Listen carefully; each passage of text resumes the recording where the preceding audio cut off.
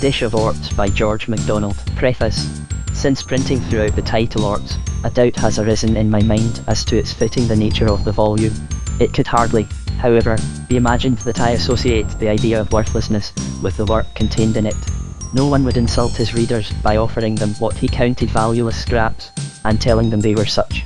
These papers, those two even which were caught in the net of the ready writer from extempore utterance, whatever their merits in themselves, are the results of by no means trifling labour.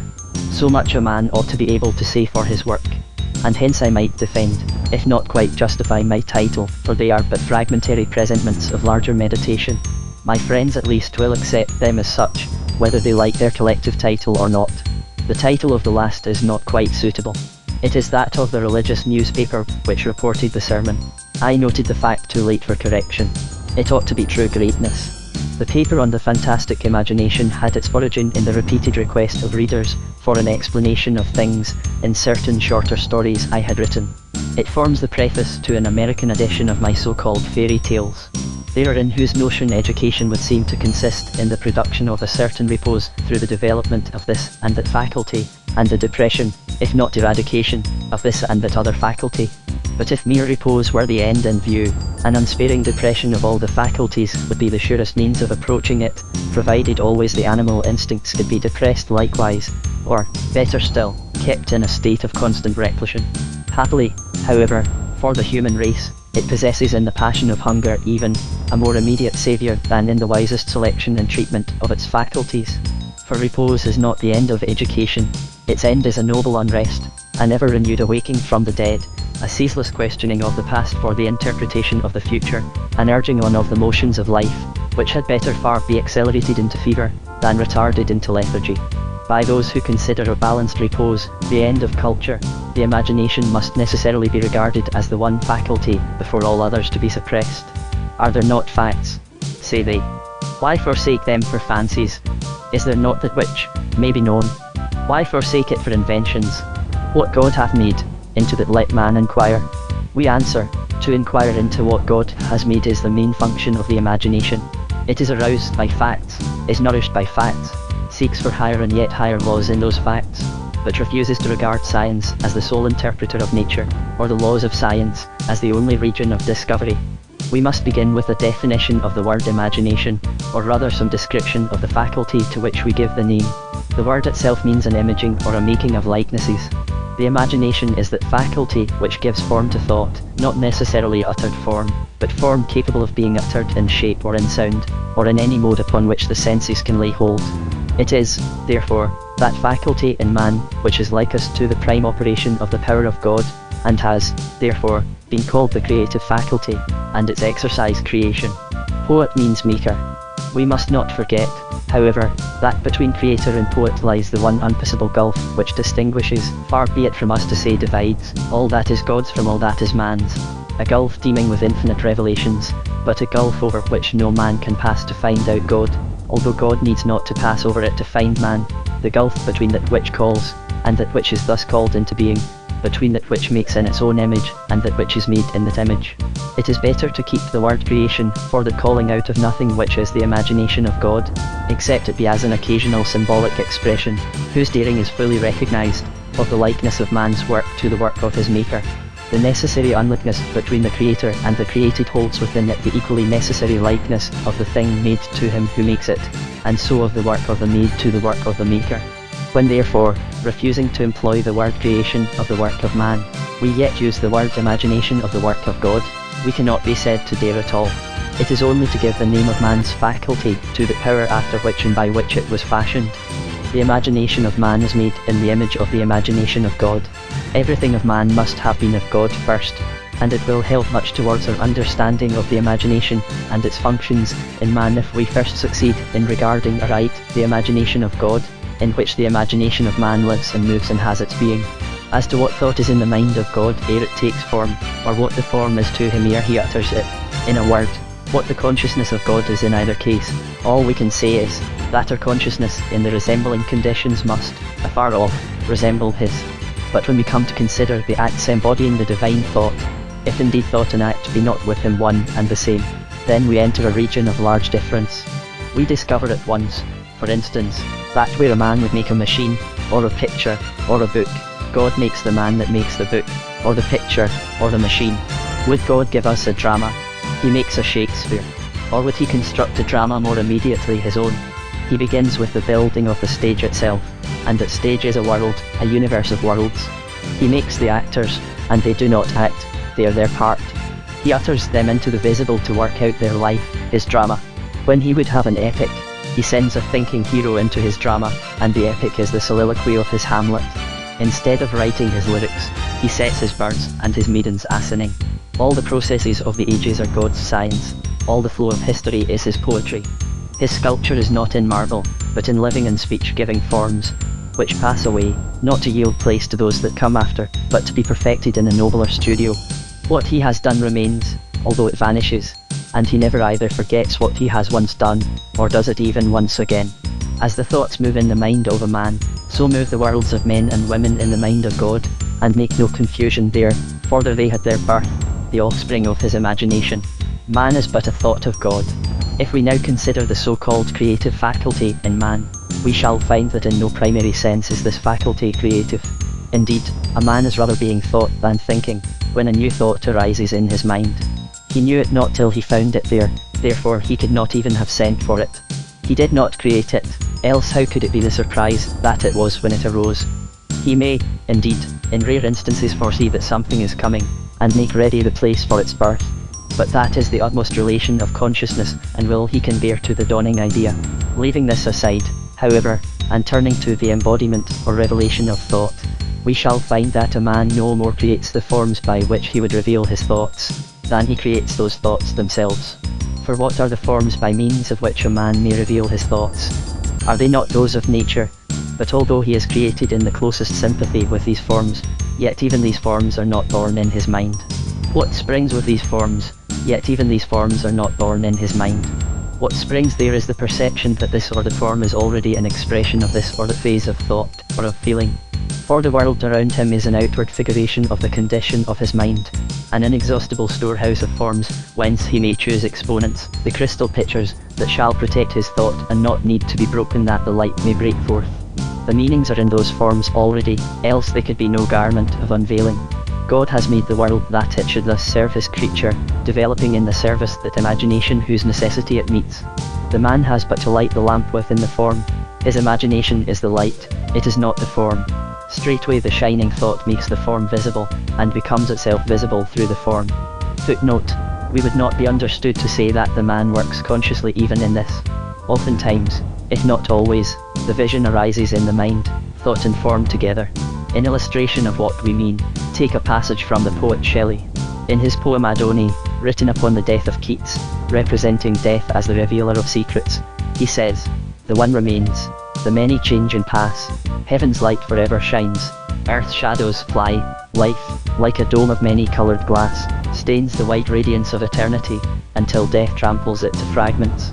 This is a new embodiment, certainly, whence he who gains not, for the moment at least, a loftier feeling of death, must be dull either of heart or of understanding. But has Shelley created this figure, or only put together its parts according to the harmony of truths already embodied in each of the parts? For first he takes the inventions of his fellowmen, in glass, in colour, in dome. With these he represents life as finite, though elevated, and as an analysis, although a lovely one. Lovely one. Next he presents eternity as the dome of the sky above this dome of coloured glass, the sky having ever been regarded as the true symbol of eternity. This portion of the figure he enriches by the attribution of whiteness, or unity and radiance. And last, he shows us death as the destroying revealer, walking aloft through the upper region, treading out this life bubble of colours, that the man may look beyond it and behold the true, the uncoloured, the all-coloured. But although the human imagination has no choice but to make use of the forms already prepared for it, its operation is the same as that of the divine inasmuch as it does put thought into form. And if it be to man what creation is to God, we must expect to find it operative in every sphere of human activity. Such is, indeed, the fact, and that to a far greater extent than is commonly supposed. The sovereignty of the imagination, for instance, over the region of poetry, will hardly, in the present day at least, be questioned. But not everyone is prepared to be told that the imagination has had nearly as much to do with the making of our language as with Macbeth. or the Paradise Lost. The half of our language is the work of the imagination. For how shall two agree together what name they shall give to a thought or a feeling? How shall the one show the other that which is invisible? True, he can unveil the mind's construction in the face, that living eternally changeable symbol, which God has hung in front of the unseen spirit, but that without words reaches only to the expression of present feeling. To attempt to employ it alone for the conveyance of the intellectual or the historical would constantly mislead, while the expression of feeling itself would be misinterpreted, especially with regard to cause and object. The dumb show would be worse than dumb. But let a man become aware of some new movement within him. Loneliness comes with it, for he would share his mind with his friend, and he cannot, he is shut up in speechlessness. Thus he may live a man forbid, weary 7 nights, 9 times 9, or the first moment of his perplexity may be that of his release. Gazing about him in pain, he suddenly beholds the material form of his immaterial condition. There stands his thought. God thought it before him, and put its picture there ready for him when he wanted it. Or, to express the thing more prosaically, the man cannot look around him long without perceiving some form, aspect, or movement of nature, some relation between its forms, or between such and himself which resembles the state or motion within him. This he seizes as the symbol, as the garment or body of his invisible thought, presents it to his friend, and his friend understands him. Every word so employed with a new meaning is henceforth, in its new character, born of the spirit and not of the flesh, born of the imagination and not of the understanding, and is henceforth submitted to new laws of growth and modification. Thinkest thou, says Carlyle, in past and present, there were no poets till Dan Chaucer, no heart burning with a thought which it could not hold, and had no word for, and needed to shape and coin a word for, what thou callest a metaphor, trope, or the like. For every word we have there was such a man and poet. The coldest word was once a glowing new metaphor and bold questionable originality. Thy very attention, does it not mean an attentio, a stretching to? Fancy that act of the mind, which all were conscious of, which none had yet named, when this new poet first felt bound and driven to name it. His questionable originality and new glowing metaphor was found adoptable, intelligible, and remains our name for it to this day. All words, then, belonging to the inner world of the mind, are of the imagination, are originally poetic words. The better, however, any such word is fitted for the needs of humanity, the sooner it loses its poetic aspect by commonness of use. It ceases to be heard as a symbol, and appears only as a sign. Thus thousands of words, which were originally poetic words, owing their existence to the words, which were originally poetic words, owing their existence to the imagination, lose their vitality, and harden into mummies of prose. Not merely in literature does poetry come first, and prose afterwards, but poetry is the source of all the language that belongs to the inner world, whether it be of passion or of metaphysics, of psychology or of aspiration. No poetry comes by the elevation of prose, but the half of prose comes by the massing into the common clay of thousands of winged words, whence, like the lovely shells of bygone ages, one is occasionally disinterred by some lover of speech, and held up to the light to show the play of colour in its manifold laminations. For the world is, allow us the homely figure, the human being turned inside out. All that moves in the mind is symbolized in nature. Or, to use another more philosophical, and certainly not less poetic figure, the world is a sensuous analysis of humanity, and hence an inexhaustible wardrobe for the clothing of human thought. Take any word expressive of emotion, take the word emotion itself, and you will find that its primary meaning is of the outer world. In the swaying of the woods, in the unrest of the wavy plain, the imagination saw the picture of a well-known condition of the human mind, and hence the word emotion. Footnote: this passage contains only a repetition of what is far better said in the preceding extract from Carlyle, but it was written before we had read, if reviewers may be allowed to confess such ignorance, the book from which that extract is taken. But while the imagination of man is thus the divine function of putting thought into form, it has a duty altogether human, which is paramount to the function, the duty, namely, which springs from his immediate relation to the Father, that of following and finding out the divine imagination in whose image it was made. To do this, the man must watch its signs, its manifestations. He must contemplate what the Hebrew poets call the works of his hands.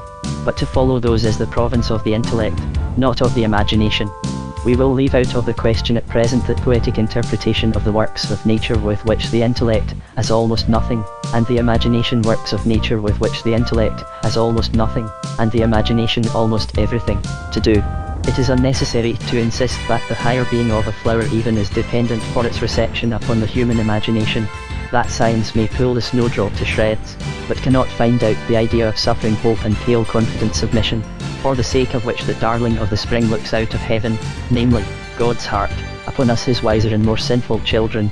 For if there be any truth in this region of things acknowledged at all, it will be at the same time acknowledged that the region belongs to the imagination. We confine ourselves to the questioning of the works of God, which is called the province of science. Shall, then, the human intellect, we ask, come into readier contact with the divine imagination than the human imagination? The work of the higher must be discovered by the search of the lower in degree, which is yet similar in kind. Let us not be supposed to exclude the intellect from a share in every highest office. Man is not divided when the manifestations of his life are distinguished. The intellect is all in every part. There were no imagination without intellect, however much it may appear that intellect can exist without imagination. What we mean to insist upon is, that in finding out the works of God, the intellect must labour, workmanlike, under the direction of the architect, imagination. Herein, too, we proceed in the hope to show how much more than is commonly supposed the imagination has to do with human endeavour, how large a share it has in the work that is done under the sun. But how can the imagination have anything to do with science? That region, at least, is governed by fixed laws. True, we answer. But how much do we know of these laws? How much of science already belongs to the region of the ascertained, in other words, has been conquered by the intellect? We will not now dispute your vindication of the ascertained from the intrusion of the imagination, but we do claim for it all the undiscovered, all the unexplored. Ah, well, there it can do little harm. There let it run riot if you will. No, we reply. License is not what we claim when we assert the duty of the imagination to be that of following and finding out the work that God maketh. Her part is to understand God ere she attempts to utter man. Where is the room for being fanciful or riotous here? It is only the Albert, that is, the uncultivated imagination that will amuse itself where it ought to worship and work. But the facts of nature are to be discovered only by observation and experiment. True. But how does the man of science come to think of his experiments? Does observation reach to the non-present, the possible, the yet unconceived? Even if it showed you the experiments which ought to be made, will observation reveal to you the experiments which might be made? And who can tell which kind is the one that carries in its bosom the secret of the law you seek? We yield you your facts, the laws we claim for the prophetic imagination. He hath set the world in man's heart, not in his understanding, and the heart must open the door to the understanding. It is the far-seeing imagination which beholds what might be a form of things, and says to the intellect, try whether that may not be the form of these things, which beholds or invents a harmonious relation of parts and operations, and sends the intellect to find out whether that be not the harmonious relation of them, that is, the law of the phenomenon it contemplates. Nay, the poetic relations themselves in the phenomenon may suggest to the imagination the law that rules its scientific life. Yea, more than this, we dare to claim for the true, childlike, humble imagination, such an inward oneness with the laws of the universe, that it possesses in itself an insight into the very nature of things. Lord Bacon tells us that a prudent question is the half of knowledge. Whence comes this prudent question? We repeat, and we answer, from the imagination. It is the imagination that suggests in what direction to make the new inquiry, which, should it cast no immediate light on the answer sought, can yet hardly fail to be a step towards final discovery. Every experiment has its origin in hypothesis. Without the scaffolding of every experiment has its origin in hypothesis. Without the scaffolding of hypothesis, the house of science could never arise. And the construction of any hypothesis whatever is the work of the imagination. The man who cannot invent will never discover. The imagination often gets a glimpse of the law itself long before it is or can be ascertained to be a law. Footnote: this paper was already written when, happening to mention the present subject to a mathematical friend, a lecturer at one of the universities, he gave us a corroborative instance. He had lately guessed that a certain algebraic process could be shortened exceedingly if the method, which his imagination suggested should prove to be a true one, that is, an algebraic law. He put it to the test of experiment, committed the verification, that is, into the hands of his intellect, and found the method true. It has since been accepted by the Royal Society. Noteworthy illustration we have lately found in the record of the experiences of an Edinburgh detective, an Irishman of the name of McLovey. That the service of the imagination in the solution of the problems peculiar to his calling is well known to him, we could adduce many proofs. He recognizes its function in the construction of the theory which shall unite this and that hint into an organic whole, and he expressly sets forth the need of a theory before facts can be serviceable. I would wait for my idea. I never did any good without mine. Chance never smiled on me unless I poked her some way, so that my notion, after all, has been in the getting of it my own work only perfected by a higher hand.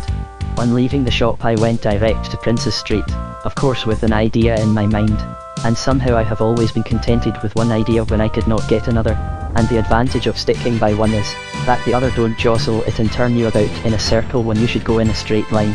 Footnote: since quoting the above I have learned that the book referred to is unworthy of confidence. But let it stand as illustration where it cannot be as unworthy of confidence.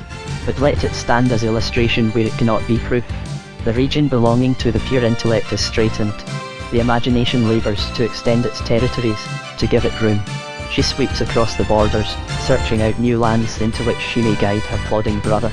The imagination is the light which redeems from the darkness for the eyes of the understanding. Novalis says, the imagination is the stuff of the intellect, affords, that is, the material upon which the intellect works. And Bacon, in his Advancement of Learning, fully recognizes this its office, corresponding to the foresight of God in this, that it beholds afar off. And he says, imagination is much akin to miracle working faith. Footnote: we are sorry we cannot verify this quotation, for which we are indebted to Mr. Oldbuck, the antiquary, in the novel of the Tilk. There is, however, little room for doubt that it is sufficiently correct. In the scientific region of her duty of which we speak, the imagination cannot have her perfect work. This belongs to another and higher sphere than that of intellectual truth, that, namely, of full-globed humanity, operating in which she gives birth to poetry, truth and beauty. But her function in the complete sphere of her nature will, at the same time, influence her more limited operation in the sections that belong to science. Coleridge says that no one but a poet will make any further great discoveries in mathematics, and Bacon says that wonder, that faculty of the mind especially attendant on the childlike imagination, is the seed of knowledge. The influence of the poetic upon the scientific imagination is, for instance, especially present in the construction of an invisible whole from the hints afforded by a visible part, where the needs of the part, its uselessness, its broken relations, are the only guides to a multiplex harmony, completeness, and end, which is the whole. From a little bone, worn with ages of death, older than the man can think, his scientific imagination dashed with the poetic, calls up the form, size, habits, periods, belonging to an animal never beheld by human eyes, even to the mingling contrasts of scales and wings, of feathers and hair. Through the combined lenses of science and imagination, we look back into ancient times, so dreadful in their incompleteness, that it may well have been the task of seraphic faith, as well as of cherubic imagination, to behold in the wallowing monstrosities of the terror-teeming earth, the prospective, quiet, age-long labour of God preparing the world with all its humble, graceful service for his unborn man. The imagination of the poet, on the other hand, dashed with the imagination of the man of science, revealed to Goethe the prophecy of the flower in the leaf. No other than an artistic imagination, however, fulfilled of science, could have attained to the discovery of the fact that the leaf is the imperfect flower. When we turn to history, however, we find probably the greatest operative sphere of the intellectual constructive imagination.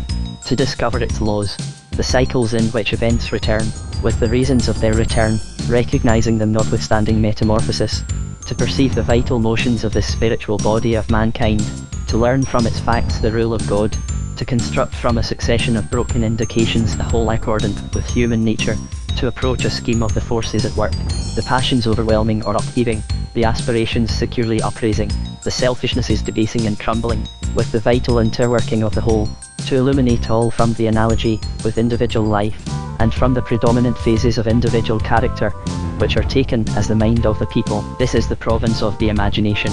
Without her influence no process of recording events can develop into a history, as truly might that be called the description of a volcano, which occupied itself with a delineation of the shapes assumed by the smoke expelled from the mountain's burning bosom. What history becomes under the full sway of the imagination may be seen in the History of the French Revolution, by Thomas Carlyle, at once a true picture, a philosophical revelation, a noble poem. There is a wonderful passage about time in Shakespeare's Rape of Lucrece, which shows how he understood history. The passage is really about history, and not about time.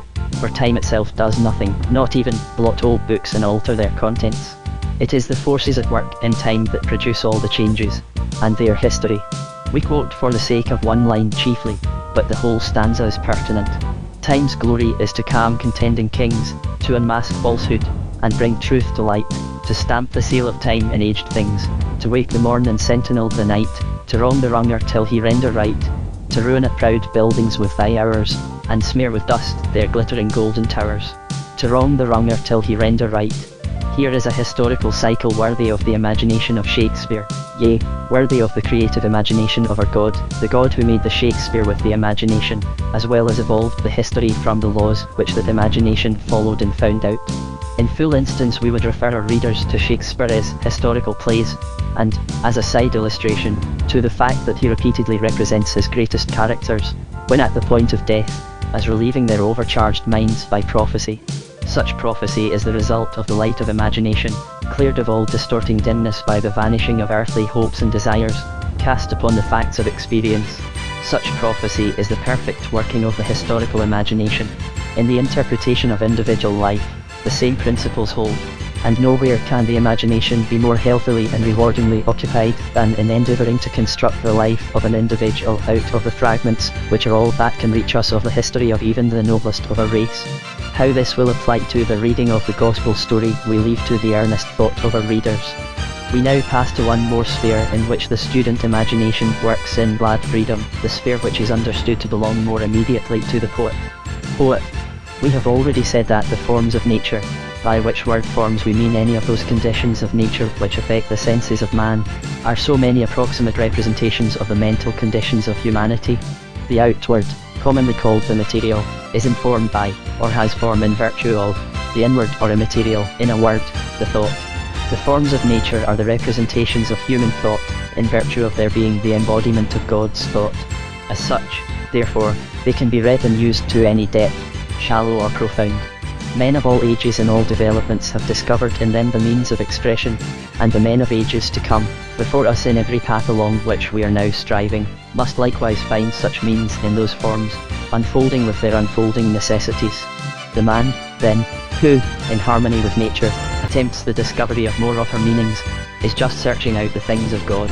The deepest of these are far too simple for us to understand as yet, but let our imagination interpretive reveal to us one severed significance of one of her parts, and such is the harmony of the whole, that all the realm of nature is open to us henceforth, not without labour, and in time. Upon the man who can understand the human meaning of the snowdrop, of the primrose, or of the daisy, the life of the earth blossoming into the cosmical flower of a perfect moment, will one day seize, possessing him with its prophetic hope, arousing his conscience with the vision of the rest that remaineth, and stirring up the aspiration to enter into the rest. Thine is the tranquil hour, purpureal eve. But long as godlike wish, or hope divine, informs my spirit, ne'er can I believe that this magnificence is wholly thine. From worlds not quickened by the sun a portion of the gift is won, an intermingling of heaven's pomp is spread on ground which British shepherds tread. Even the careless curve of a frozen cloud across the blue will calm some troubled thoughts, may slay some selfish thoughts. And what shall be said of such gorgeous shows as the scarlet poppies in the green corn? The likest we have such gorgeous shows as the scarlet poppies in the green corn, the likest we have to those lilies of the field which spoke to the Saviour himself of the care of God, and rejoiced his eyes with the glory of their God-devised array. From such visions as these the imagination reaps the best fruits of the earth, for the sake of which all the science involved in its construction is the inferior, yet willing and beautiful support. From what we have now advanced, will it not then appear that, on the whole, the name given by our Norman ancestors is more fitting for the man who moves in these regions than the name given by the Greeks? Is not the poet, the maker, a less suitable name for him than the trouvree, the finder? At least, must not the faculty that finds precede the faculty that utters? But is there nothing to be said of the function of the imagination from the Greek side of the question? Does it possess no creative faculty? Has it no originating power? Certainly it would be a poor description of the imagination which omitted the one element especially present to the mind that invented the word poet. It can present us with new thought forms, new, that is, as revelations of thought. It has created none of the material that goes to make these forms, nor does it work upon raw material. but it takes forms already existing, and gathers them about a thought so much higher than they, that it can group and subordinate and harmonize them into a whole which shall represent, unveil the thought. Footnote. Just so Spencer describes the process of the embodiment of a human soul in his Platonic hymn in honor of beauty. She frames her house in which she will be placed fit for herself, and the gross matter by a sovereign my tempers so trim. For of the soul the body form doth take, for soul is form, and doth the body make. The nature of this process we will illustrate by an examination of the well-known bugle song in Tennyson's Princess. First of all, there is the new music of the song, which does not even remind one of the music of any other.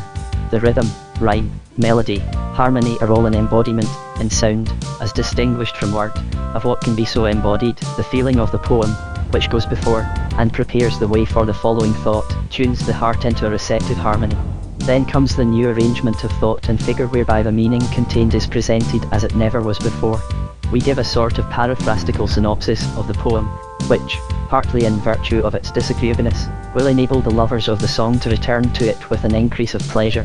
The glory of midsummer midday upon mountain, lake, and ruin. Give nature a voice for her gladness. Blow, bugle. Nature answers with dying echoes, sinking in the midst of her splendor into a sad silence. Not so with human nature. The echoes of the word of truth gather volume and richness from every soul that re-echoes it to brother and sister souls.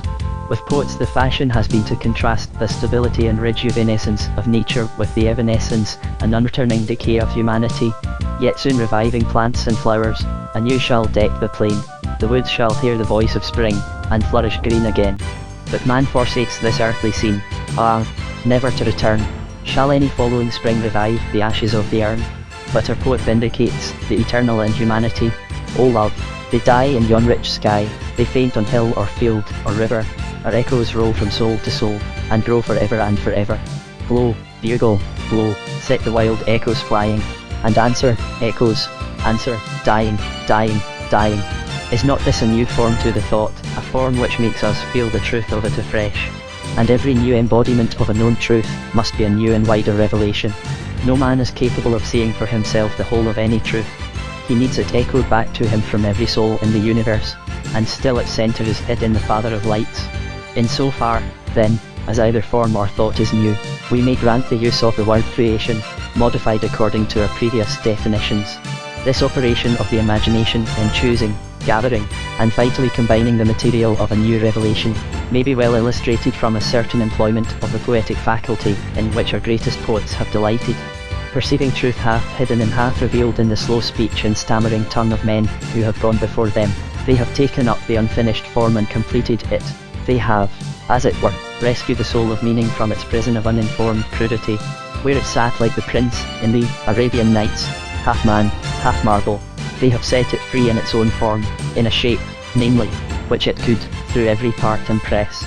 Shakespeare's keen eye suggested many such a rescue from the tomb of a tale drearily told. A tale I suggested many such a rescue from the tomb of a tale drearily told. A tale which no one now would read save for the glorified form in which he has re-embodied its true contents. And from Tennyson we can produce one specimen small enough for our use, which, a mere chip from the great marvel re-embodying the old legend of Arthur's death, may, like the hand of Achilles holding his spear in the crowded picture, stand for the whole to be imagined. In the History of Prince Arthur, when Sir Bedivere returns after hiding Excalibur the first time, the king asks him what he has seen, and he answers, "Sir, I saw nothing but waves and wind." The second time, to the same question, he answers, "Sir, I saw nothing but the water, one, wap, and the waves one." Footnote 1. The word wap is plain enough. The word one we cannot satisfy ourselves about. Had it been used with regard to the water, it might have been worth remarking that one, meaning dark, gloomy, turbid, is a common adjective to a river in the old Scotch ballad. And it might be an adjective here, but that is not likely, seeing it is conjoined with the verb wap. The Anglo-Saxon wanian, to decrease, might be the root word, perhaps, in the sense of to ebb, if this water had been the sea and not a lake. But possibly the meaning is, I heard the water whoop or wail aloud, from W. Pan, and the waves whine or bewail, from W. Nean to lament. But even then the two verbs would seem to predicate of transposed subjects. This answer Tennyson has expanded into the well-known lines, I heard the ripple washing in the reeds, and the wild water lapping on the crag, / slightly varied, for the other occasion, into "I heard the water lapping on the crag, and the long ripple washing in the reeds." But, as to this matter of creation, is there, after all, I ask yet, any genuine sense in which a man may be said to create his own thought forms? Allowing that a new combination of forms already existing might be called creation, is the man, after all, the author of this new combination? Did he, with his will and his knowledge, proceed wittingly, consciously, to construct a form which should embody his thought? Or did this form arise within him without will or effort of his, vivid if not clear, certain if not outlined? Ruskin, and better authority, we do not know, will assert the latter, and we think he is right, though perhaps he would insist more upon the absolute perfection of the vision than we are quite prepared to do. Such embodiments are not the result of the man's intention, or of the operation of his conscious nature. His feeling is that they are given to him, that from the vast unknown, where time and space are not, they suddenly appear in luminous writing upon the wall of his consciousness. Can it be correct, then, to say that he created them? Nothing less so, as it seems to us. But can we not say that they are the creation of the unconscious portion of his nature? Yes, provided we can understand that which is the individual, the man, can know, and not know that it knows, can create and yet be ignorant that virtue has gone out of it. From that unknown region, we grant they come, but not by its own blind working. Nor, even were it so, could any amount of such production, where no will was concerned, be dignified with the name of creation. But God sits in that chamber of our being in which the candle of our consciousness goes out in darkness, and sends forth from thence wonderful gifts into the light of that understanding which is his candle. Our hope lies in no most perfect mechanism even of the spirit, but in the wisdom wherein we live and move and have our even of the spirit, but in the wisdom wherein we live and move and have our being. Thence we hope for endless forms of beauty informed of truth. If the dark portion of our own being were the origin of our imaginations, we might well fear the apparition of such monsters, as would be generated in the sickness of a decay which could never fail, only declare a slow return towards primeval chaos. But the Maker is our light. One word more, ere we turn to consider the culture of this noblest faculty, which we might well call the creative. Did we not see a something in God for which we would humbly keep our mighty word? The fact that there is always more in a work of art, which is the highest human result of the embodying imagination, than the producer himself perceived while he produced it, seems to us a strong reason for attributing to it a larger origin than the man alone, for saying at the last, that the inspiration of the Almighty shaped its ends. We return now to the class which, from the first, we supposed hostile to the imagination and its functions generally. Those belonging to it will now say, it was to no imagination such as you have been setting forth that we were opposed, but to those wild fancies and vague reveries in which young people indulge, to the damage and loss of the real in the world around them. And, we insist, you would rectify the matter by smothering the young monster at once, because he has wings, and, young to their use, flutters them about in a way discomposing to your nerves, and destructive to those notions of propriety of which this creature, you stop not to inquire whether angel or pterodactyl, has not yet learned even the existence. Or, if it is only the creature as vagaries of which you disapprove, why speak of them as the exercise of the imagination? As well speak of religion as the mother of cruelty, because religion has given more occasion of cruelty, as of all dishonesty and devilry, than any other object of human interest. Are we not to worship, because our forefathers burned and stabbed for religion? It is more religion we want. It is more imagination we need. Be assured that these are but the first vital motions of it, whose results, at least in the region of science, you are more than willing to accept. That evil may spring from the imagination, as from everything except the perfect love of God, cannot be denied. But infinitely worse evils would be the result of its absence. Selfishness, avarice, sensuality, cruelty, would flourish tenfold, and the power of Satan would be well established ere some children had begun to choose. Those who would quell the apparently lawless tossing of the spirit, called the youthful imagination, would suppress all that is to grow out of it. They fear the enthusiasm they never felt, and instead of cherishing this divine thing, instead of giving it room and air for healthful growth, they would crush and confine it, with but one result of their victorious endeavours, imposthume, fever, and corruption. And the disastrous consequences would soon appear in the intellect likewise which they worship. Kill that whence spring the crude fancies and wild daydreams of the young, and you will never lead them beyond dull facts, dull because their relations to each other, and the one life that works in them all, must remain undiscovered. Whoever would have his children avoid this arid region will do well to allow no teacher to approach them, not even of mathematics, who has no imagination. But although good results may appear in a few from the indulgence of the imagination, how will it be with the many? We answer that the antidote to indulgence is development, not restraint, and that such is the duty of the wise servant of him who made the imagination. But will most girls, for instance, rise to those useful uses of the imagination? Are they not more likely to exercise it in building castles in the air to the neglect of houses on the earth? And as the world affords such poor scope for the ideal, will not this habit breed vain desires and vain regrets? Is it not better, therefore, to keep to that which is known, and leave the rest? Is the world so poor?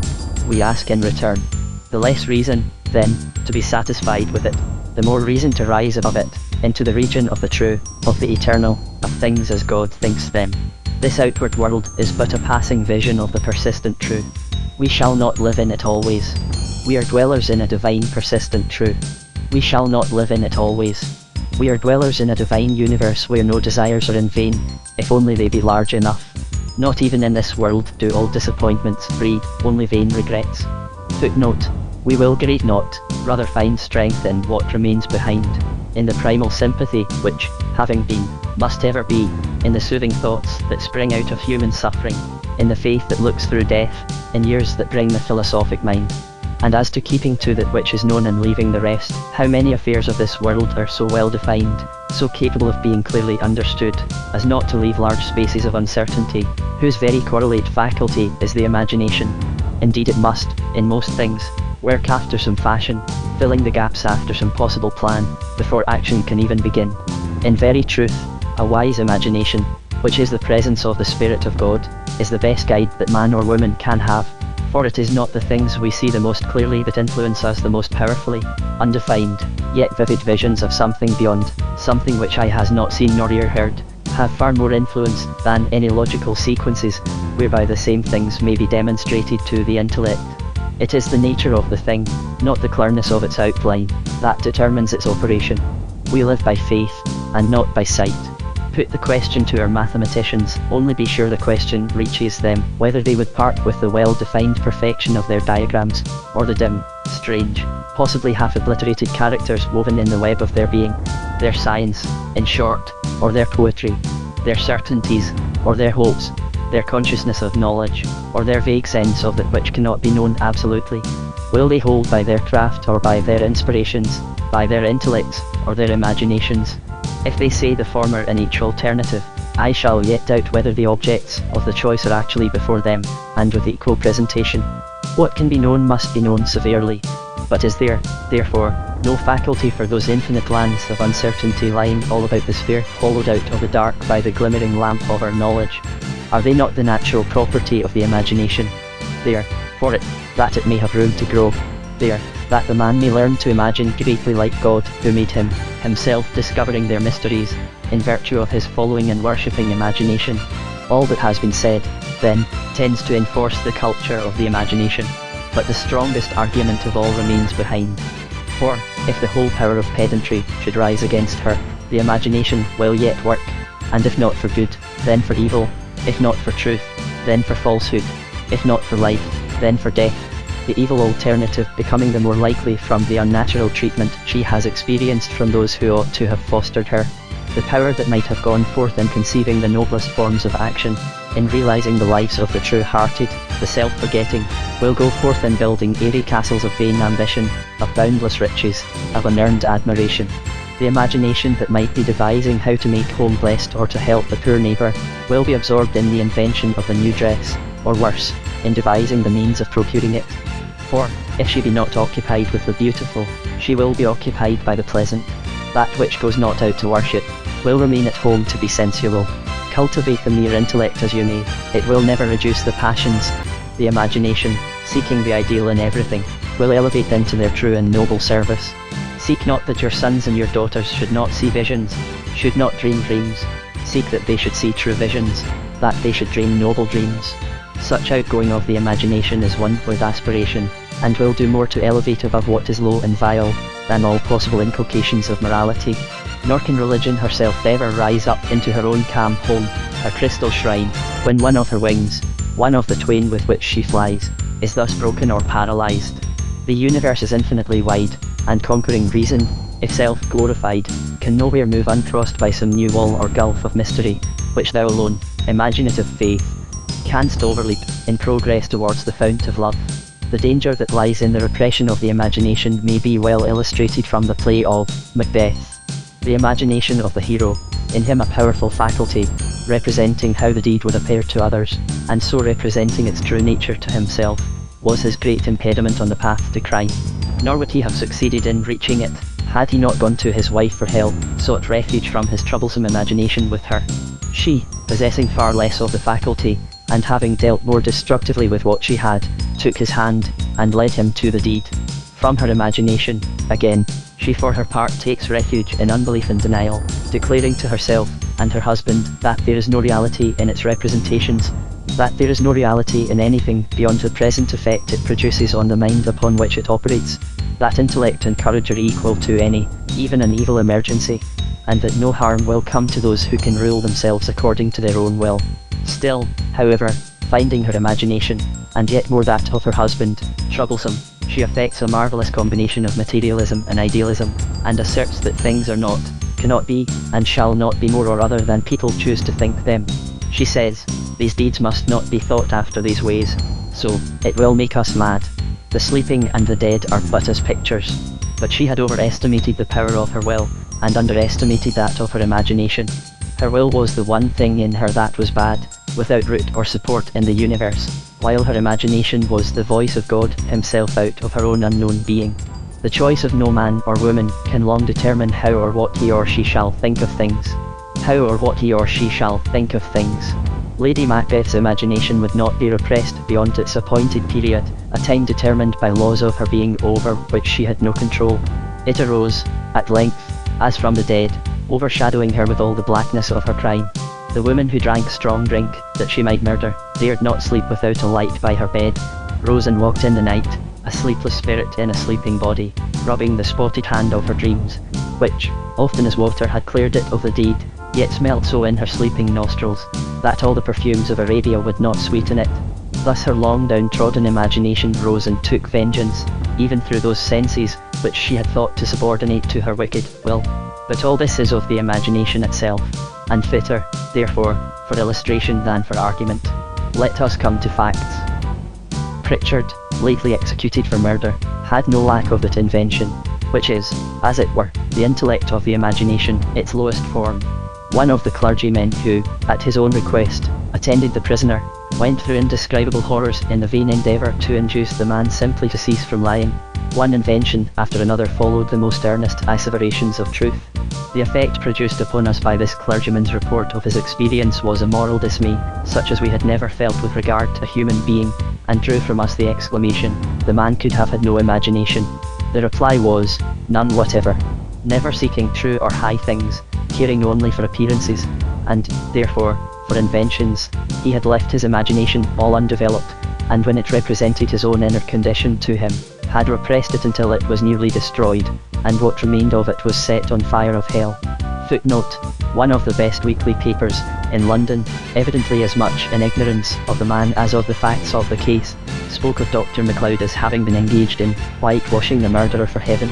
So far is this from a true representation, that Dr. MacLeod actually refused to pray with him, telling him that if there was a hell to go to, he must go to it.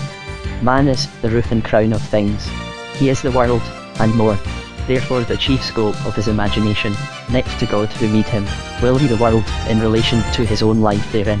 Will he do better or worse in it if this imagination, touched to fine issues in having free scope, present him with noble pictures of relationship and duty, of possible elevation of character and attainable justice of behaviour, of friendship and of love, and, above all, of all these in that life to understand which, as a whole, must ever be the loftiest aspiration of this noblest power of humanity? Will a woman lead a more or less troubled life, that the sights and sounds of nature break through the crust of gathering anxiety, and remind her of the peace of the lilies and the well-being of the birds of the air?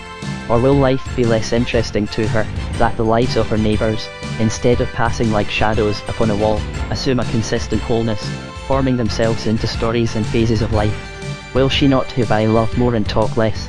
Or will she be more unlikely to make a good match, But here we arrest ourselves in bewilderment over the word good, and seek to rearrange our thoughts.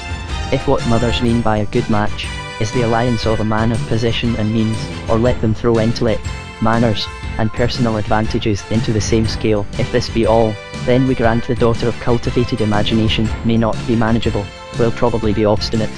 We hope she will be obstinate enough.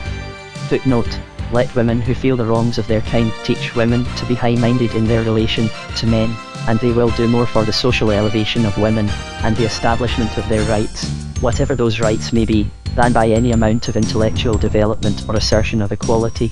Nor, if they are other than mere partisans, will they refuse the attempt, because in its success men will, after all, be equal, if not greater gainers, if only thereby they should be, feelingly persuaded, what they are.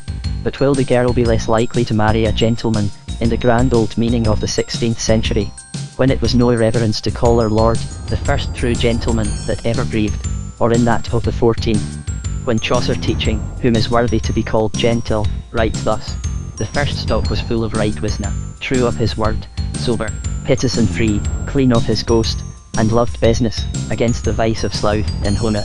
And but his higher love virtue as did he is not gentle, though he rich seem, all wear he mitre, crown, or diadem.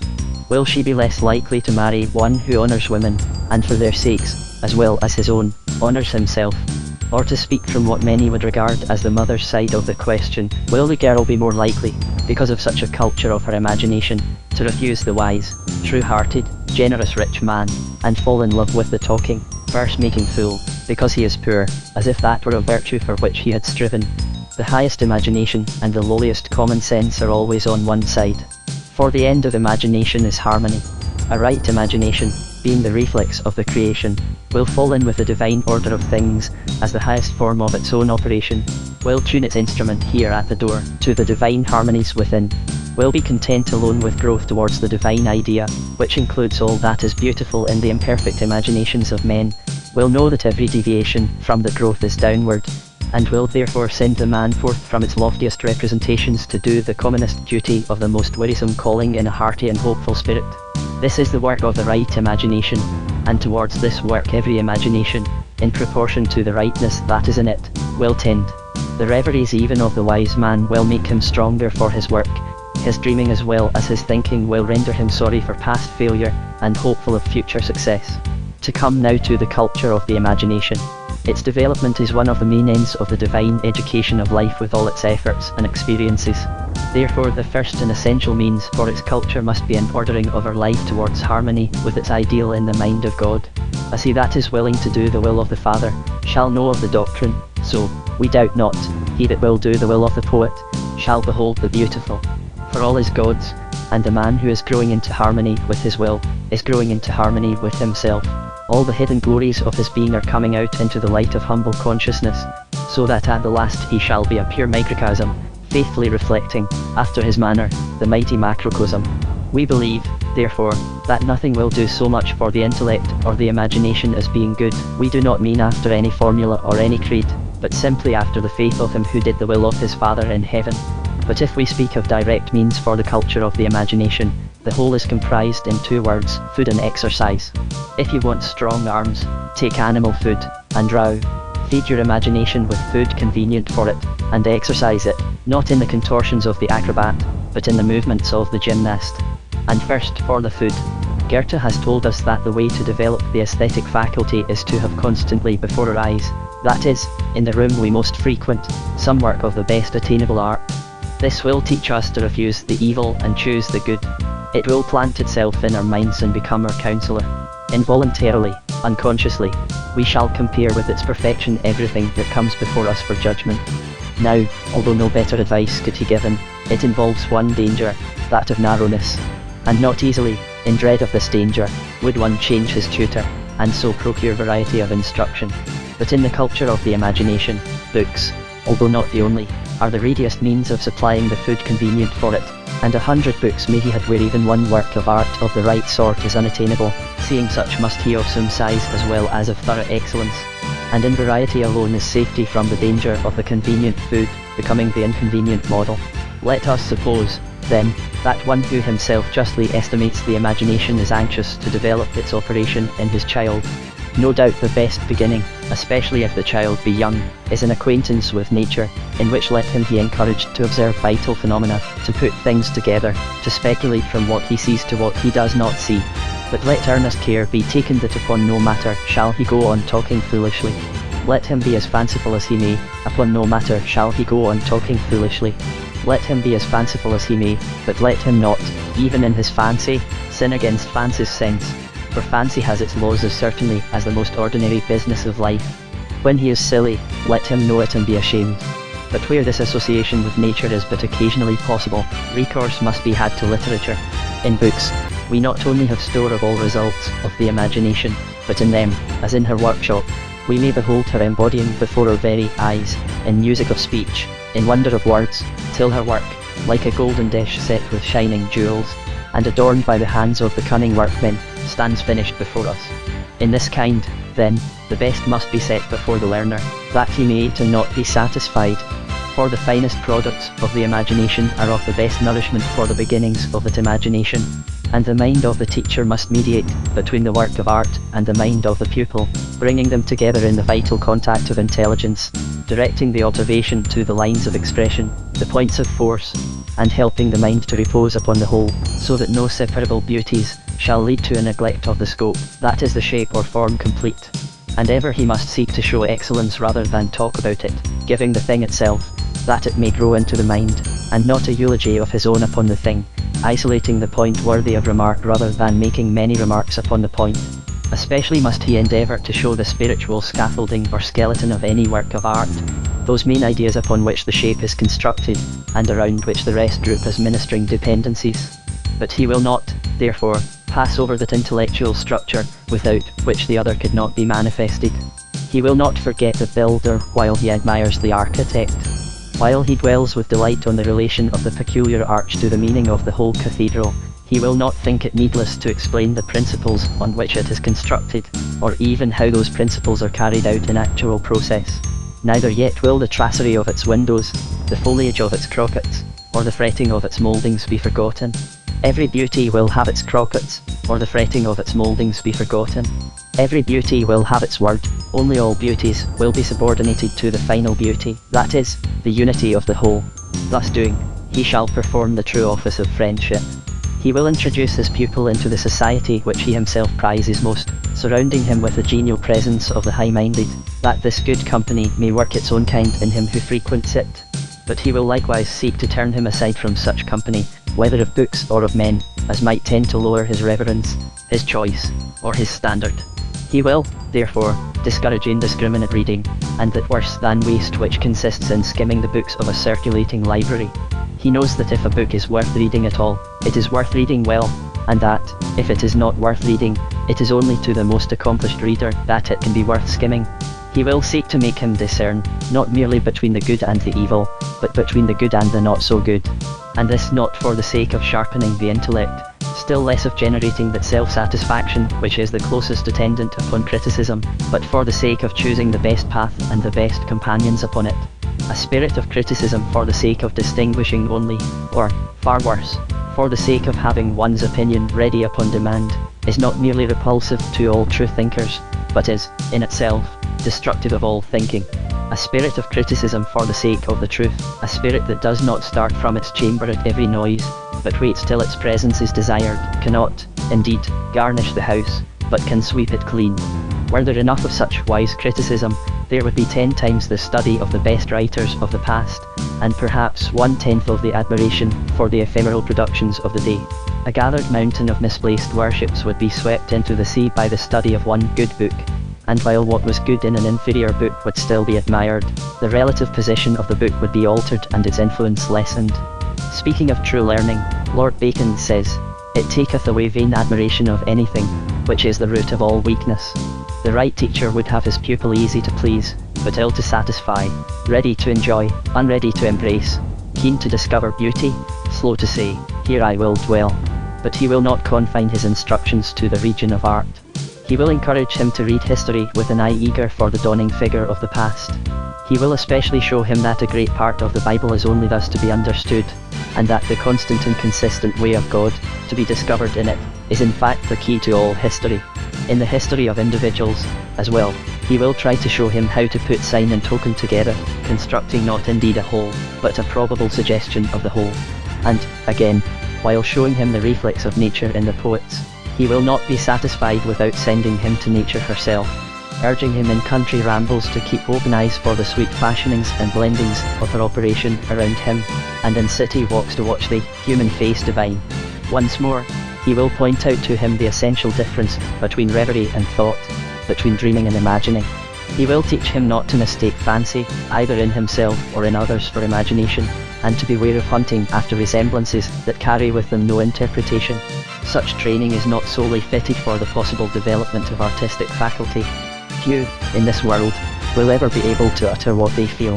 Fewer still will be able to utter it in forms of their own. Nor is it necessary that there should be many such. But it is necessary that all, nor is it necessary that there should be many such. But it is necessary that all should feel. It is necessary that all should understand and imagine the good, that all should begin, at least, to follow and find out God. The glory of God is to conceal a thing, but the glory of the king is to find it out, says Solomon. As if, remarks Bacon on the passage, according to the innocent play of children, the divine majesty took delight to hide his works, to the end to have them found out, and as if kings could not obtain a greater honour than to be God's playfellows in the game. One more quotation from the book of Ecclesiastes, setting forth both the necessity we are under to imagine, and the comfort that our imagining cannot outstrip God's making. I have seen the travail which God hath given to the sons of men to be exercised in it. He hath made everything beautiful in his time, also he hath set the world in their heart, so that no man can find out the work that God maketh from the beginning to the end. Thus to be playfellows with God in this game, the little ones may gather their daisies and follow their painted moths. The child of the kingdom may pore upon the lilies of the field, and gather faith as the birds of the air, their food from the leafless hawthorn, ruddy with the stores God has laid up for them. And the man of science may sit and rightly spell of every star that heaven doth shew, and every herb that sips the dew, till old experience do attain to something like prophetic strain. A sketch of individual development.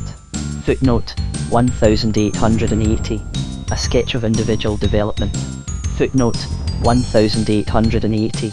I wish I had thought to watch when God was making me, said a child once to his mother. Only, he added, I was not made till I was finished, so I couldn't. We cannot recall whence we came, nor tell how we began to be. We know approximately how far back we can remember, but have no idea how far back we may not have forgotten. Certainly we knew once much that we have forgotten now. My own earliest definable memory is of a great funeral of one of the Dukes of Gordon, when I was between 2 and 3 years of age. Surely my first knowledge was not of death. I must have known much and many things before, although that seems my earliest memory. As in what we foolishly call maturity, so in the dawn of consciousness, both before and after it has begun to be buttressed with self-consciousness, each succeeding consciousness dims, often obliterates, that which went before, and with regard to our past as well as our future, imagination and faith must step into the place vacated of knowledge. We are aware, and we know that we are aware, but when or how we began to be aware, is wrapped in a mist that deepens on the one side into deepest night, and on the other brightens into the full assurance of existence. Looking back we can but dream, looking forward we lose ourselves in speculation, but we may both speculate and dream, for all speculation is not false, and all dreaming is not of the unreal. What may we fairly imagine as to the inward condition of the child, before the first moment of which his memory affords him testimony? It is one, I venture to say, of absolute, though, no doubt, largely negative faith. Neither memory of pain that is past, nor apprehension of pain to come, once arises to give him the smallest concern. In some way, doubtless very vague, for his being itself is a borderland of awful mystery, he is aware of being surrounded, enfolded with an atmosphere of love. The sky over him is his mother's face, the earth that nourishes him is his mother's bosom. The source, the sustentation, the defence of his being, the endless mediation betwixt his needs, and the things that supply them, are all one. There is no type so near the highest idea of relation to a god, as that of the child to his mother. Her face is God, her bosom nature, her arms are providence, all love, one love, to him an undivided bliss. The region beyond him he regards from this vantage ground of unquestioned security. There things may come and go, rise and vanish, he neither desires nor bemoans them. Change may grow swift, its swiftness grow fierce, and pass into storm. To him storm is calm, his haven is secure, his rest cannot be broken, He is accountable for nothing, knows no responsibility. Conscience is not yet awake, and there is no conflict. His waking is full of sleep, yet his very being is enough for him. But all the time his mother lives in the hope of his growth. In the present babe, her heart broods over the coming boy, the unknown marvel closed in the visible germ. Let mothers lament as they will over the change from childhood to maturity. Which of them would not grow weary of nursing forever a child, in whom no little law of growth kept unfolding an infinite change? The child knows nothing of growth, desires none, but grows. Within him is the force of a power he can no more resist than the peach can refuse to swell and grow ruddy in the sun. By slow, inappreciable, indivisible accretion and outfolding, he is lifted, floated, drifted on towards the face of the awful mirror, in which he must encounter his first foe, must front himself. By degrees he has learned that the world is around, and not within him, that he is apart, and that is apart. From consciousness, he passes to self-consciousness. This is a second birth, for now a higher life begins. When a man not only lives, but knows that he lives, then first the possibility of a real life commences. By real life, I mean life which has a share in its own existence. For now, towards the world around him, the world that is not his mother, and, actively at least, neither loves him nor ministers to him, reveal themselves certain relations, initiated by fancies, desires, preferences, that arise within himself, reasonable or not matters little, founded in reason, they can in no case be devoid of reason. Every object concerned in these relations presents itself to the man as lovely, desirable, good, or ugly, hateful, bad, and through these relations, obscure and imperfect, and to a being weighted with a strong faculty for mistake, begins to be revealed the existence and force of being other and higher than his own, recognized as will, and first of all in its opposition to his desires. Thereupon begins the strife without which there never was, and, I presume, never can be, any growth, any progress, and the first result is what I may call the third birth of the human being. The first opposing glance of the mother wakes in the child not only answering opposition, which is as the rudimentary sack of his own coming well, but a new something, to which for long he needs no name, so natural does it seem, so entirely a portion of his being, even when most he refuses to listen to and obey it. This new something, we call it conscience, sides with his mother, and causes its presence and judgment to be felt not only before but after the event, so that he soon comes to know that it is well with him or ill with him as he obeys or disobeys it. And now he not only knows that he knows, but knows he knows that he knows that he is self-conscious, that he has a conscience. With the first sense of resistance to it, the power above him has drawn nearer, and the deepest within him has declared itself on the side of the highest without him. At one and the same moment, the heaven of his childhood has, as it were, receded and come nigher. He has run from under it, but it claims him. It is farther, yet closer, immeasurably closer. He feels on his being the grasp and hold of his mother's. Through the higher individuality he becomes aware of his own. Through the assertion of his mother's will, his own begins to awake. He becomes conscious of himself as capable of action, of doing or of not doing. His responsibility has begun. He slips from her lap. He travels from chair to chair. He puts his circle round the room. He dares to cross the threshold. He braves the precipice of the stair. He takes the greatest step that, according to George Herbert, is possible to man, that out of doors, changing the house for the universe. He runs from flower to flower in the garden, crosses the road, wanders, is lost, is found again. His powers expand, his activity increases. He goes to school, and meets other boys like himself. New objects of strife are discovered, new elements of strife develop, new desires are born, fresh impulses urge. The old heaven, the face and will of his mother, recede farther and farther. A world of men, which he foolishly thinks a nobler as it is a larger world, draws him, claims him. More or less he yields. The example and influence of such as seem to him more than his mother like himself, grow strong upon him. His conscience speaks louder. And here, even at this early point in his history, what I might call his fourth birth, may begin to take place. I mean the birth in him of the will, the real will, not the pseudo-will, which is the mere desire, swayed of impulse, selfishness, or one of many a miserable motive. When the man, listening to his conscience, wills and does the right, irrespective of inclination, as of consequence, then is the man free, the universe open before him. He is born from above. To him conscience needs never speak aloud, needs never speak twice.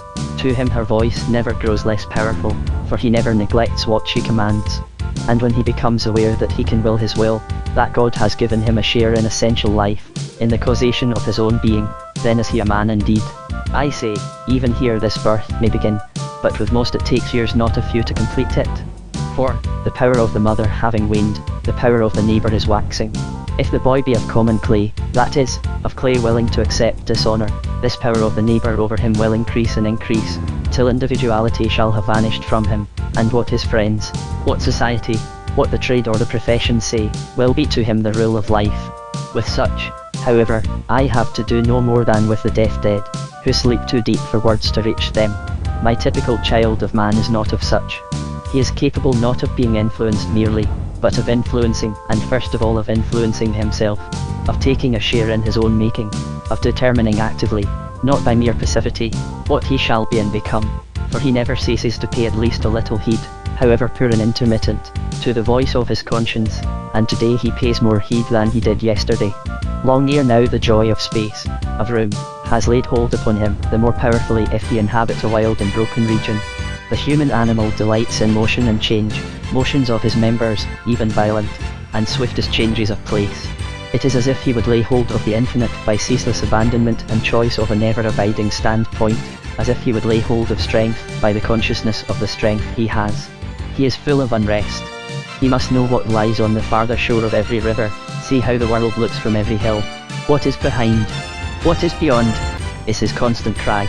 To learn, to gather into himself, is his longing. Nor do many years pass thus, it may be not many months, ere the world begins to come alive around him. He begins to feel that the stars are strange, that the moon is sad, that the sunrise is mighty. He begins to see in them all the something men call beauty. He will lie on the sunny bank and gaze into the blue heaven till his soul seems to float abroad and mingle with the infinite made visible, with the boundless condensed into colour and shape. The rush of the water through the still twilight, under the faint gleam of the exhausted west, makes in his ears a melody he is almost aware he cannot understand. Dissatisfied with his emotions, he desires a deeper waking, longs for a greater beauty, is troubled with the stirring in his bosom of an unknown ideal of nature. Nor is it an ideal of nature alone that is forming within him. A far more precious thing, a human ideal namely, is in his soul, gathering to itself shape and consistency. The wind that at night fills him with sadness, he cannot tell why, in the daytime haunts him like a wild consciousness of strength, which has neither difficulty nor danger enough to spend itself upon. He would be a champion of the weak, a friend to the great. For both he would fight, a merciless foe to every oppressor of his kind. He would be rich that he might help, strong that he might rescue, brave that he counts himself already, for he has not proved his own weakness. In the first encounter he fails, and the bitter cup of shame and confusion of face, wholesome and saving, is handed him from the well of life. He is not yet capable of understanding that one such as he, filled with the glory and not the duty of victory, could not but fail, and therefore ought to fail, but his dismay and chagrin are soothed by the forgetfulness the days and nights bring, gently wiping out the sins that are past, that the young life may have a fresh chance, as we say, and begin again unburdened by the weight of a too much present failure. And now, probably at school, or in the first months of his college life, a new phase of experience begins. He has wandered over the border of what is commonly called science, and the marvel of facts multitudinous, strung upon the golden threads of law, has laid hold upon him. His intellect is seized and possessed by a new spirit. For a time knowledge is pride, the mere consciousness of knowing is the reward of its labour. The ever-recurring, ever-passing contact of mind with a new fact is a joy full of excitement, and promises an endless delight. Mind with a new fact is a joy full of excitement, and promises an endless delight. But ever the thing that is known sinks into insignificance, save as a step of the endless stair on which he is climbing, whither he knows not. The unknown draws him, the new fact touches his mind, flames up in the contact, and drops dark, a mere fact, on the heap below. Even the grandeur of law as law, so far from adding fresh consciousness to his life, causes it no small suffering and loss. For at the entrance of science, nobly and gracefully as she bears herself, young poetry shrinks back startled, dismayed. Poetry is true as science, and science is holy as poetry, but young poetry is timid and science is fearless, and bears with her a colder atmosphere than the other has yet learned to brave. It is not that Madam Science shows any antagonism to Lady Poetry, but the atmosphere and plane on which alone they can meet as friends who understand each other, is the mind and heart of the sage, not of the boy. The youth gazes on the face of science, cold, clear, beautiful, then, turning, looks for his friend, but, alas, poetry has fled. With a great pang at the heart he rushes abroad to find her, but descries only the rainbow glimmer of her skirt on the far horizon. At night, in his dreams, she returns, but never for a season may he look on her face of loveliness. What, alas, have evaporation, caloric, atmosphere, refraction, the prism, and the second planet of our system, to do with sad Hesper or the buried sun? From quantitative analysis, how shall he turn again to the rhyme of the ancient mariner, and the moving moon, that went up the sky, and nowhere did abide? From his window he gazes across the sands to the mightily troubled ocean. What is the storm to me anymore? He cries. It is but the clashing of countless water drops. He finds relief in the discovery that, the moment you place man in the midst of it, the clashing of water drops becomes a storm, terrible to heart and brain. Human thought and feeling, hope, fear, love, sacrifice, make the motions of nature alive with mystery and the shadows of destiny. The relief, however, is but partial, and maybe but temporary. For what if this mingling of man and nature in the mind of man be but the casting of a coloured shadow over her cold indifference? What if she means nothing, never was meant to mean anything? What if in truth, we receive but what we give, and in our life alone doth nature live? What if the language of metaphysics, as well as of poetry, be drawn, not from nature at all, but from human fancy concerning her?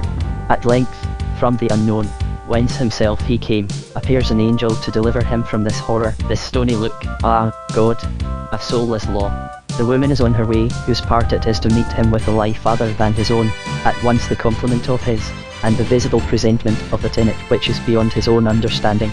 The enchantment of what we specially call love is upon him, a deceiving glamour, say some, showing what is not, an opening of the eyes, say others, revealing that of which a man had not been aware. Men will still be divided into those who believe that the horses of fire and the chariots of fire are ever present at their need of them, and those who class the prophet and the drunkard in the same category as the fools of their own fancies. But what this love is, he who thinks he knows least understands. Let foolish maidens and vulgar youths simper and jest over it as they please, it is one of the most potent mysteries of the living God. The man who can love a woman and remain a lover of his wretched self, is fit only to be cast out with the broken potsherds of the city, as one in whom the very salt has lost its savour. With this love in his heart, a man puts on at least the vision robes of the seer, if not the singing robes of the poet. Be he the paltriest human animal that ever breathed, for the time, and in his degree, he rises above himself. His nature so far clarifies itself, that here and there a truth of the great world will penetrate, sorely dimmed, through the fog-laden, self-shadowed atmosphere of his microcosm. For the time, I repeat, he is not a lover only, but something of a friend, with a reflex touch of his own far-off childhood. To the youth of my history, in the light of his love, a light that passes outward from the eyes of the lover, the world grows alive again, here radiant as an infinite face.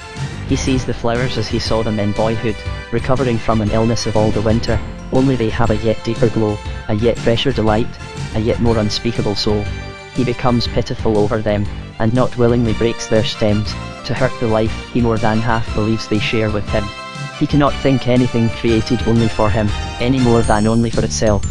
Nature is no longer a mere contention of forces, whose heaven and whose hell in one is the dull peace of an equilibrium, but a struggle, through splendour of colour, graciousness of form, and evasive vitality of motion and sound, after an utterance hard to find, and never found but marred by the imperfection of the small and weak, that would embody and set forth the great and mighty. The waving of the treetops is the billowy movement of a hidden delight. The sun lifts his head with intent to be glorious. No day lasts too long, no night comes too soon. The twilight is woven of shadowy arms that draw the loving to the bosom of the night. In the woman, the infinite after which he thirsts is given him for his own. Man's occupation with himself turns his eyes from the great life beyond his man's occupation with himself turns his eyes from the great life beyond his threshold. When love awakes, he forgets himself for a time, and many a glimpse of strange truth finds its way through his windows, blocked no longer by the shadow of himself. He may now catch even a glimpse of the possibilities of his own being, may dimly perceive for a moment the image after which he was made. But alas, too soon, self, radiant of darkness, awakes. Every window becomes opaque with shadow, and the man is again a prisoner. For it is not the highest word alone that the cares of this world, the deceitfulness of riches, and the lust of other things, entering in, choke, and render unfruitful. Waking from the divine vision, If that can be called waking, which is indeed dying into the common day, the common man regards it straightway as a foolish dream. The wise man believes in it still, holds fast by the memory of the vanished glory, and looks to have it one day again a present portion of the light of his life. He knows that, because of the imperfection and dullness and weakness of his nature, after every vision follow the enclosing clouds, with the threat of an ever-during dark, knows that, even if the vision could tarry, it were not well, for the sake of it which must yet be done with him, yet be made of him, that it should tarry. But the youth whose history I am following is not like the former, nor as yet like the latter. From whatever cause, then, whether of fault, of natural law, or of supernal will, the flush that seemed to promise the dawn of an eternal day, shrinks and fades, though, with him, like the lagging skirt of the sunset in the northern west, it does not vanish, but travels on, a withered pilgrim, all the night, at the long last to rise the aureole of the eternal aurora. And now new paths entice him, or old paths opening fresh horizons. With stronger thews and keener nerves he turns again to the visible around him. The changelessness amid change, the law amid seeming disorder, the unity amid units, draws him again. He begins to describe the indwelling poetry of science. The untiring forces at work in measurable yet inconceivable spaces of time and room, fill his soul with an awe that threatens to uncreate him with a sense of littleness, while, on the other side, the grandeur of their operations fills him with such an informing glory, the mere presence of the mighty facts, that he no more thinks of himself, but in humility is great, and knows it not. Rapt spectator, seer entranced under the magic wand of science, he beholds the billions of miles of incandescent vapour begin a slow, scarce perceptible revolution, gradually grow swift, and gather an awful speed. He sees the vapour, as it whirls, condensing through slow eternities to a plastic fluidity. He notes ring after ring part from the circumference of the mass, break, fluidity. He notes ring after ring part from the circumference of the mass, break, rush together into a globe, and the glowing ball keep on through space with the speed of its parent bulk. It cools and still cools and condenses, but still fiercely glows. Presently, after tens of thousands of years, is the creative presently, arises fierce contention, betwixt the glowing heart and its accompanying atmosphere. The latter invades the former with antagonistic element. He listens in his soul, and hears the rush of ever-descending torrent rains, with the continuous roaring shock of their evanishment, in vapour, to turn again to water in the higher regions, and again rush to the attack upon the citadel of fire. He beholds the slow victory of the water at last, and the great globe, now glooming in a cloak of darkness, covered with a wildly boiling sea, not boiling by figure of speech, under contending forces of wind and tide, but boiling high as the hills to come, with veritable heat. He sees the rise of the wrinkles we call hills and mountains, and from their sides the avalanches of water to the lower levels. He sees race after race of living things appear, as the earth becomes, for each new and higher kind, a passing globe, and he watches the succession of terrible convulsions, dividing kind from kind, until at length the kind he calls his own arrives. Endless are the visions of material grandeur unfathomable, awaked in his soul by the bare facts of external existence. But soon comes a change. So far as he can see or learn, all the motion, all the seeming dance, is but a rush for death, a panic flight into the moveless silence. The summer wind, the tropic tornado, the softest tide, the fiercest storm, are alike the tumultuous conflict of forces, rushing, and fighting as they rush, into the arms of eternal negation. On and on they hurry, down and down, to a cold stirless solidity, where wind blows not, water flows not, where the seas are not merely tideless and beat no shores, but frozen cleave with frozen roots to their gulf-eye basin. All things are on the steep sloping path to final evanishment, uncreation, non-existence. He is filled with horror, not so much of the dreary end, as at the weary hopelessness of the path thitherward. Then a dim light breaks upon him, and with it a faint hope revives, for he seems to see in all the forms of life, innumerably varied, a spirit rushing upward from death, a something in escape from the terror of the downward cataract, of the rest that knows not peace. Is it not, he asks, the soaring of the silver dove of life from its potsherd bed, the heavenward flight of some higher and incorruptible thing? Is not vitality, revealed in growth, itself in some higher and incorruptible thing? Is not vitality, revealed in growth, itself an unending resurrection? The vision also of the oneness of the universe, ever reappearing through the vapours of question, helps to keep hope alive in him. To find, for instance, the law of the relation of the arrangements of the leaves on differing plants, correspond to the law of the relative distances of the planets, in approach to their central sun, wakes in him the hope of a central, well, which alone can justify one ecstatic throb at any seeming loveliness of the universe. For without the hope of such a centre, delight is unreason, a mockery not such as the skeleton at the Egyptian feast, but such rather as a crowned corpse at a feast of skeletons. Life without the higher glory of the unspeakable, the atmosphere of a god, is not life, is not worth living.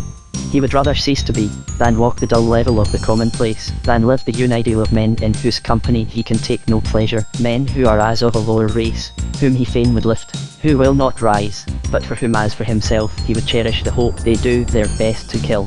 Those who seem to him great, recognize the unseen, believe the roots of science to be therein hid, regard the bringing forth into sight of the things that are invisible as the end of all art and every art, judge that true leader of men to be him who leads them closer to the essential facts of their being.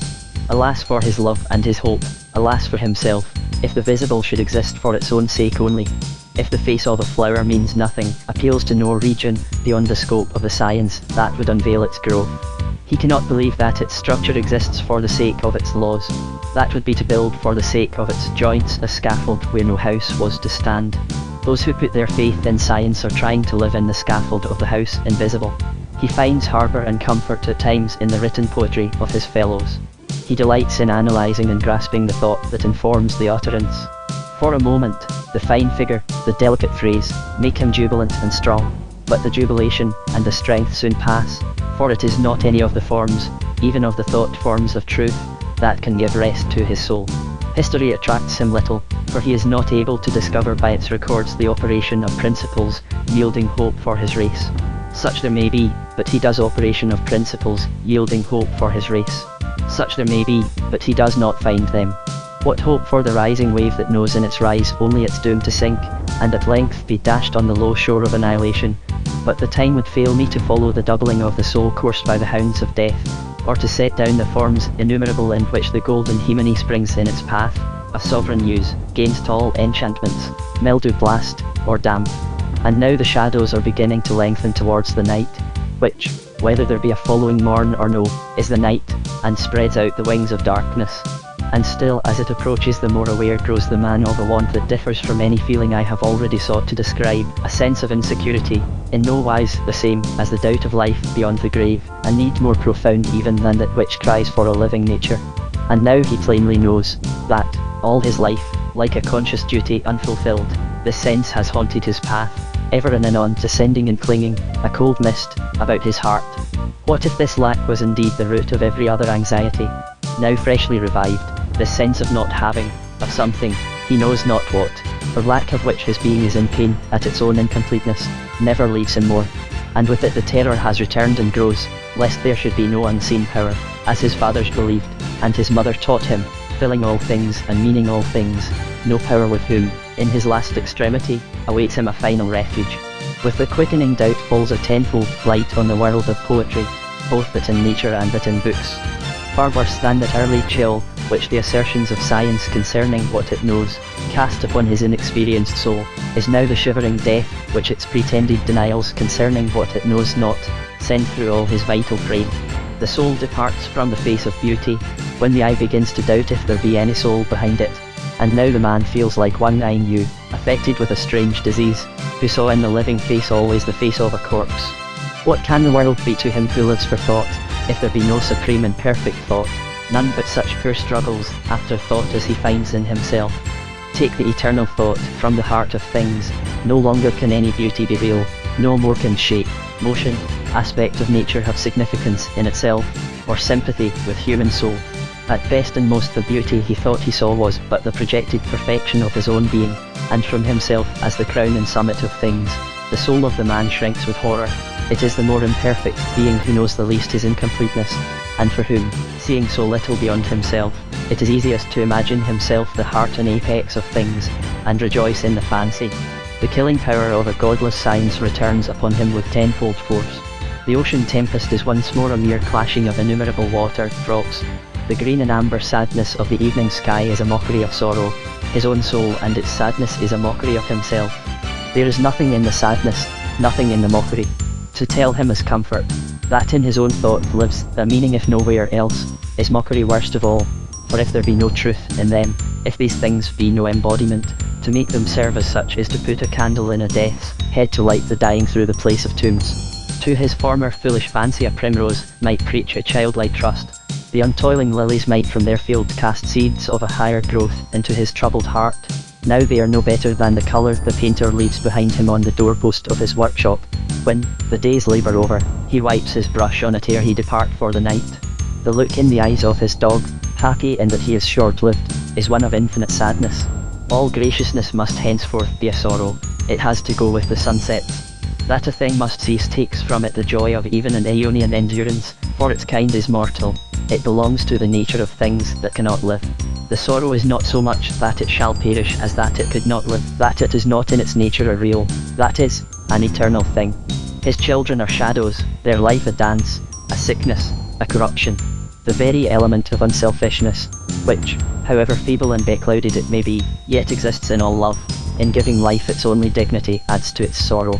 Nowhere at the root of things is love, it is only a something that came after, some sort of fungus excrescence, in the hearts of men grown helplessly superior to their origin. Law, nothing but cold, impassive, material law, is the root of things, lifeless happily, so not knowing itself, else were it a demon instead of a creative nothing. Endeavour is paralysed in him. Work for posterity, says he of the skyless philosophy. Answers the man, how can I work without hope?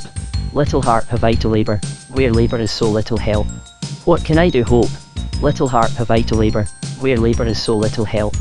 What can I do for my children that would render their life less hopeless than my own? Give me all you would secure for them, and my life would be to me but the worst mockery. The true end of labour would be, to lessen the number doomed to breathe the breath of this despair. Straightway he develops another and a deeper mood. He turns and regards himself. Suspicion or sudden insight has directed the look. And there, in himself, he discovers such imperfection, such wrong, such shame, such weakness, as cause him to cry out, it were well I should cease. Why should I mourn after life? Where were the good of prolonging it in a being like me? What should such fellows as I do crawling between heaven and earth?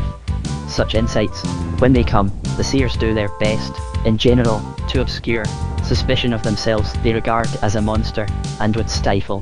They resent the waking of such doubt. Any attempt at the raising in them of their buried best they regard as an offence against intercourse. A man takes his social life in his hand who dares it. Few therefore understand the judgment of Hamlet upon himself. The common reader is so incapable of imagining he could mean it of his own general character as a man, that he attributes the utterance to shame for the postponement of a vengeance, which indeed he must have been such as his critic to be capable of performing upon no better proof than he had yet had.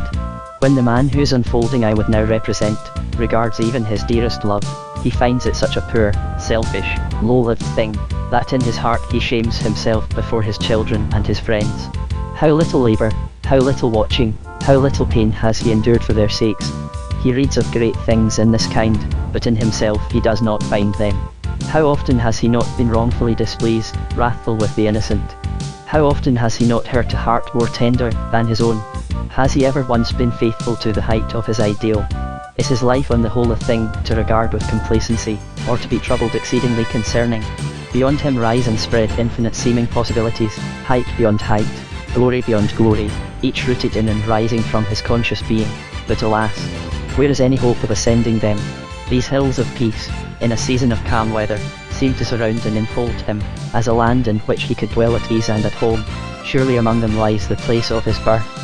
While against their purity and grandeur, the being of his consciousness shows miserable, dark, weak, and undefined, a shadow that would fain be substance, a dream that would gladly be born into the light of reality. But alas, if the whole thing be only in himself, if the vision be a dream of nothing, a revelation of lies, the outcome of that which, helplessly existent, is yet not created, of lies, the outcome of that which, helplessly existent, is yet not created, therefore cannot create, if not the whole thing only be a dream of the impotent, but the impotent be himself but a dream of his own, a self-dreamed dream, with no master of dreams to whom to cry. Where then the cherished hope of one day atoning for his wrongs to those who loved him? They are nowhere, vanished forever, upmingled and dissolved in the primeval darkness. If truth be but the hollow of a sphere, never shall he cast himself before them, to tell them that now at last, after long years of revealing separation, he knows himself and them, and that now the love of them is a part of his very being, to implore their forgiveness on the ground that he hates, despises, contumels, and scorns the self that showed them less than absolute love and devotion. Never thus shall he lay his being bare to their eyes of love. They do not even rest, for they do not and will not know it. There is no voice nor hearing in them, and how can there be in him any heart to live? The one comfort left him is, that, unable to follow them, he shall yet die and cease, and fare as they go also now either. To a man under the dismay of existence, dissociated from power, unrooted in, unshadowed by a creating will, who is love, the father of man, to him who knows not being and God together, the idea of death, a death that knows no reviving, must be, and ought to be the blessedest thought left him. O land of shadows! Well may such a one cry, land where the shadows love to ecstatic self-loss, yet forget, and love no more, land of sorrows and despairs, that sink the soul into a deeper torpid than death has ever sounded. Broken kaleidoscope, shaken camera, promiser, speaking truth to the ear, but lying to the sense. Land where the heart of my friend is sorrowful as my heart, the more sorrowful that I have been but a poor and far-off friend. Land where sin is strong and righteousness faint, where love dreams mightily and walks abroad so feeble. Land where the face of my father is dust, and the hand of my mother will never more caress. Where my children will spend a few years of light trouble to mine, and then drop from the dream into the no dream.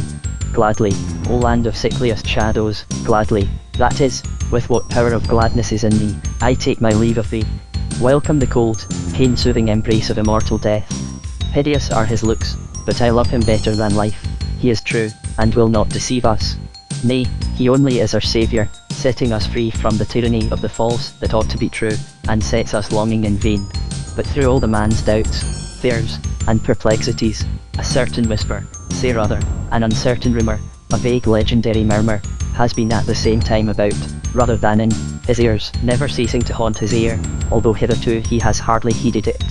He knows it has come down the ages, and that some in every age have been more or less influenced by a varied acceptance of it. Upon those, however, with whom he has chiefly associated, it has made no impression beyond that of a remarkable legend. It is the story of a man, represented as at least greater, stronger, and better than any other man. With the hero of this tale he has had a constantly recurring, though altogether undefined suspicion that he has something to do. It is strongest, though not even then strong, at such times when he is most aware of evil and imperfection in himself. Betwixt the two, the idea of this man and his knowledge of himself, seems to lie, dim shadowy, some imperative duty. He knows that the whole matter concerning the man is commemorated in many of the oldest institutions of his country, but up to this time he has shrunk from the demands which, by a kind of spiritual insight, he foresaw would follow, were he once to admit certain things to be true. He has, however, known some and read of more who by their faith in the man conquered all anxiety, doubt, and fear, lived pure, and died in gladsome hope. On the other hand, it seems to him that the faith which was once easy has now become almost an impossibility. And what is it he is called upon to believe? One says one thing, another another. Much that is asserted is simply unworthy of belief, and the foundation of the whole has in his eyes something of the look of a cunningly devised fable.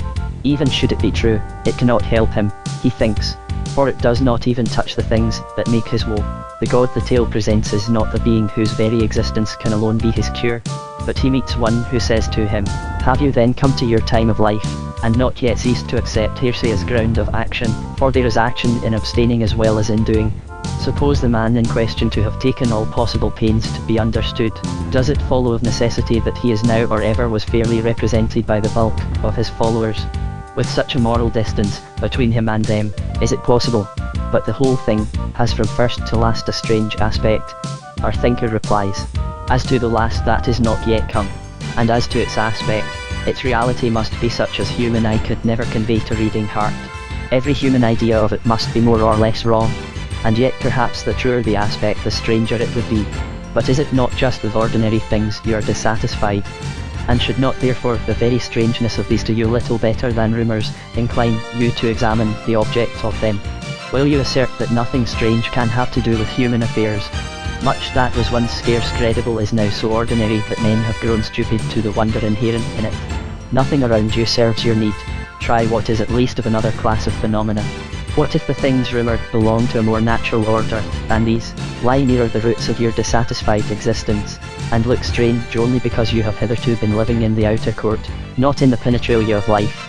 The rumour has been vital enough to float down the ages, emerging from every storm, Why not see for yourself what may be in it? So powerful an influence on human history, surely there will be found in it signs by which to determine whether the man understood himself and his message, or owed his apparent greatness to the deluded worship of his followers. That he has always had foolish followers none will deny, and none but a fool would judge any leader from such a fact. Wisdom as well as folly will serve a fool's purpose.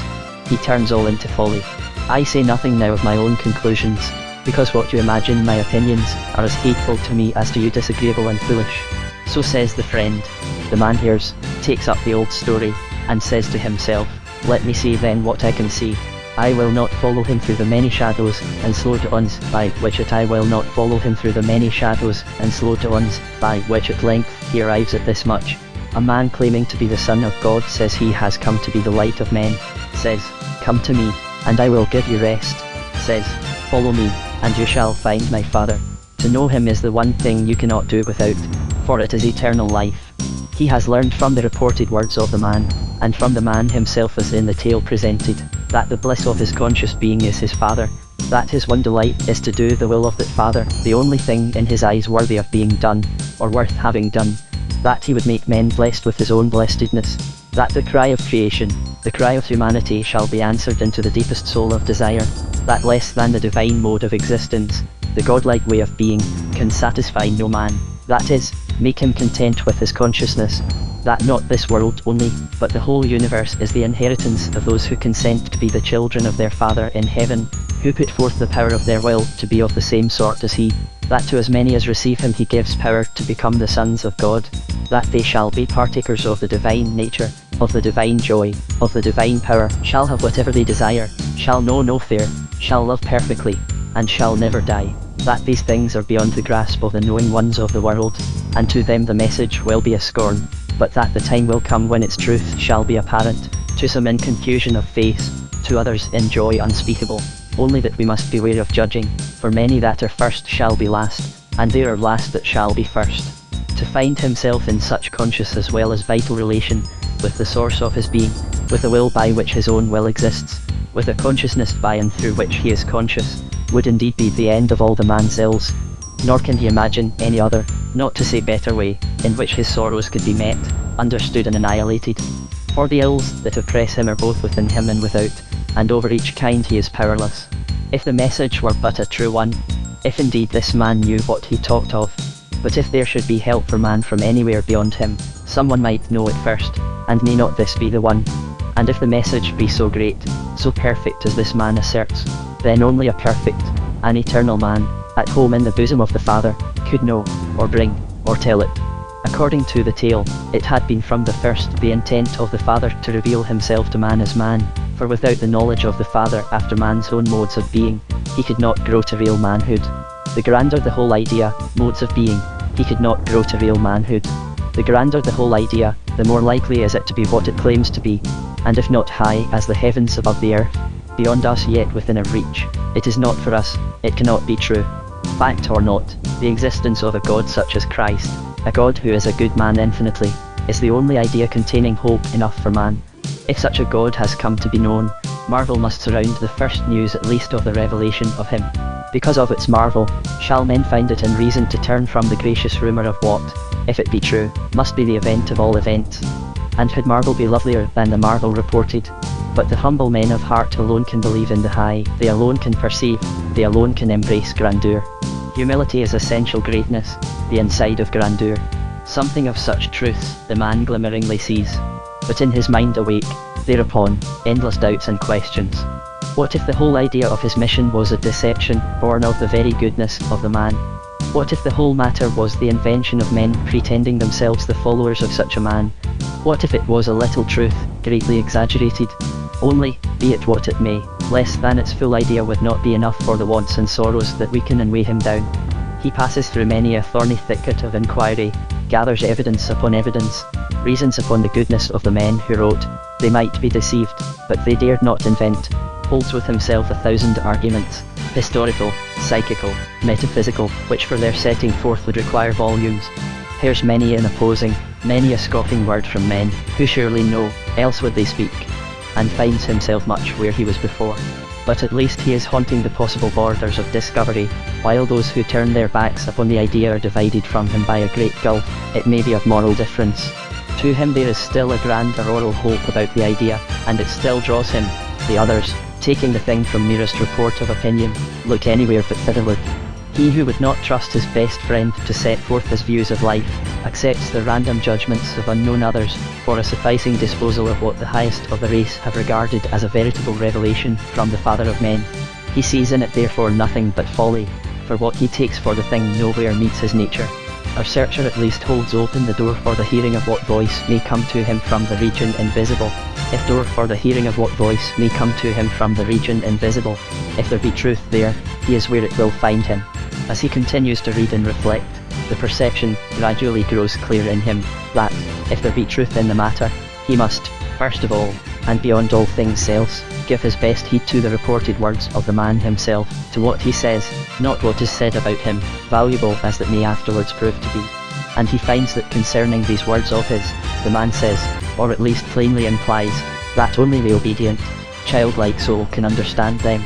It follows that the judgment of no man who does not obey can be received concerning them or the speaker of them, that, for instance, a man who hates his enemy, who tells lies, who thinks to serve God and mammon, whether he call himself a Christian or no, has not the right of an opinion concerning the master or his words, at least in the eyes of the master, however it may be in his own. This is in the very nature of things. Obedience alone places a man in the position in which he can see so as to judge that which is above him. In respect of great truths, investigation goes for little, speculation for nothing. If a man would know them, he must obey them.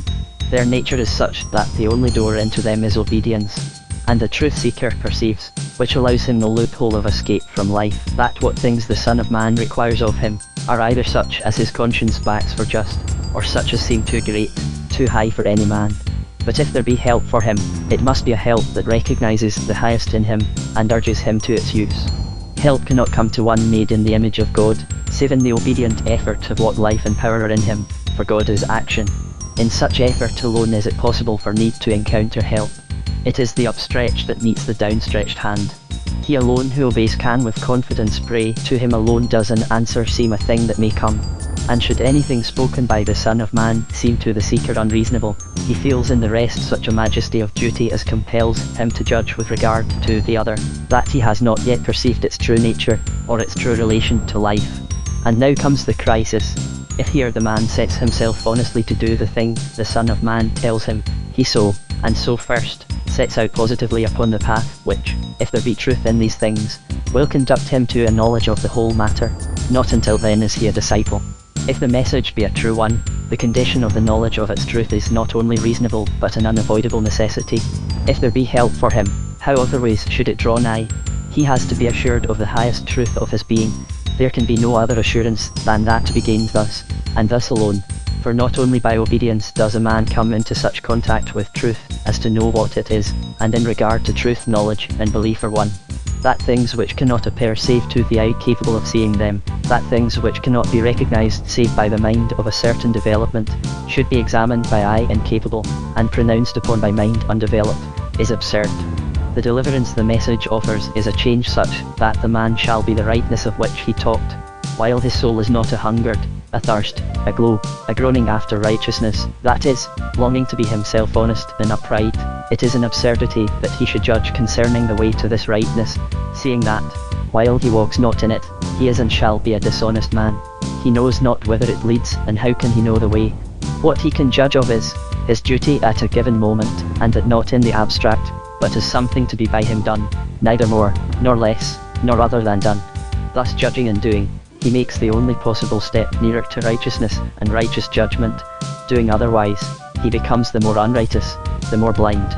For the man who knows not God, whether he believes there is a God or not, there can be, I repeat, no judgment of things pertaining to God.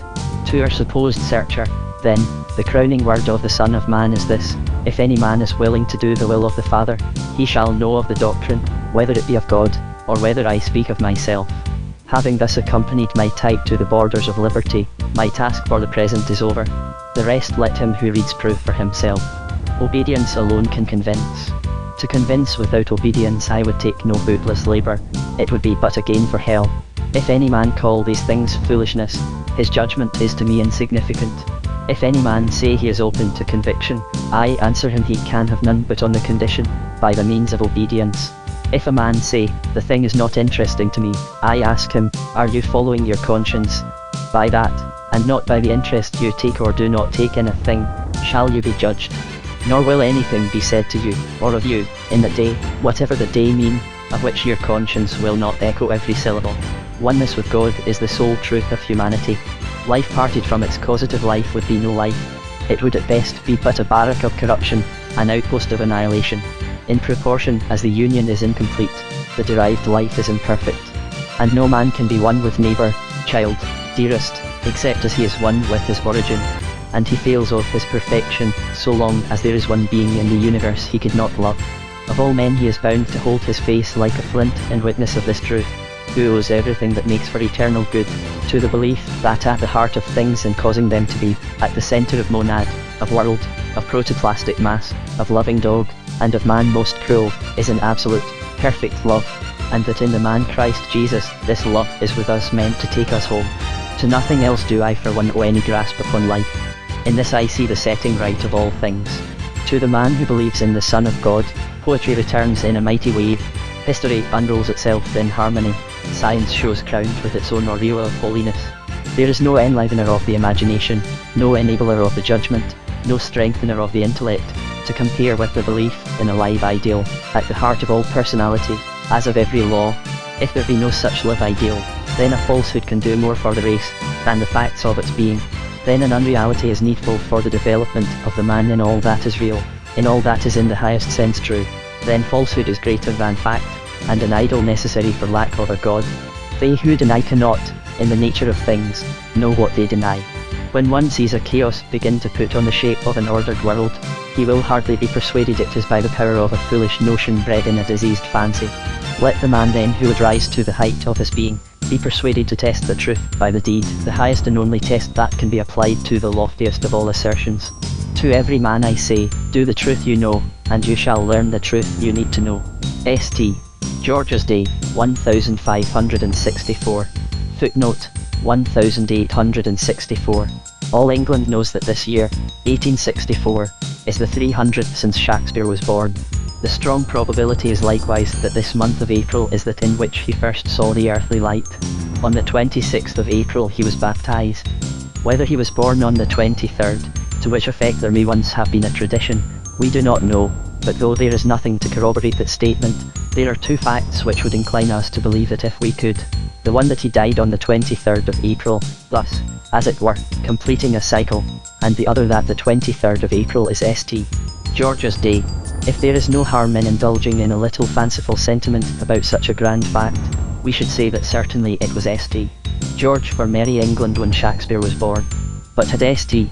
George been the best saint in the calendar, which we have little enough ground for supposing he was, it would better suit our subject to say that the highest was thinking of his England when he sent Shakespeare into it, to be a strength, a wonder, and a gladness to the nations of his earth. But if we write thus about Shakespeare, influenced only by the fashion of the day, we shall be much in the condition of those fashionable architects, who with their vain praises built the tombs of the prophets, while they had no regard to the lessons they taught. We hope to be able to show that we have good grounds for a rejoicing in the birth of that child, whom after years placed highest on the rocky steep of art, up which so many of those who combine feeling and thought are always striving. First, however, let us look at some of the more powerful of the influences into the midst of which he was born. For a child is born into the womb of the time, which indeed enclosed and fed him before he was born. Not the least subtle and potent of those influences, which tend to the education of the child, in the true sense of the word education, are those which are brought to bear upon him through the mind, heart, judgment of his parents. We mean that those powers which have operated strongly upon them, have a certain concentrated operation, both antenatal and psychological, as well as educational and spiritual, upon the child. Now Shakespeare was born in the 6th year of Queen Elizabeth. He was the eldest son, but the third child. His father and mother must have been married not later than the year 1557, 2 years after Cranmer was burned at the stake. One of the 200 who thus perished in the time of pain, resulting in the firm establishment of a Reformation which, like all other changes for the better, could not be verified and secured without some form or other of the trial by fire. Events such as then took place in every part of the country could not fail to make a strong impression upon all thinking people, especially as it was not those of high position only who were thus called upon to bear witness to their beliefs. John Shakespeare and Mary Arden were in all likelihood themselves of the Protestant party, and although, as far as we know, they were never in any especial danger of being denounced, the whole of the circumstances must have tended to produce in them individually what seems to have been characteristic of the age in which they lived: earnestness.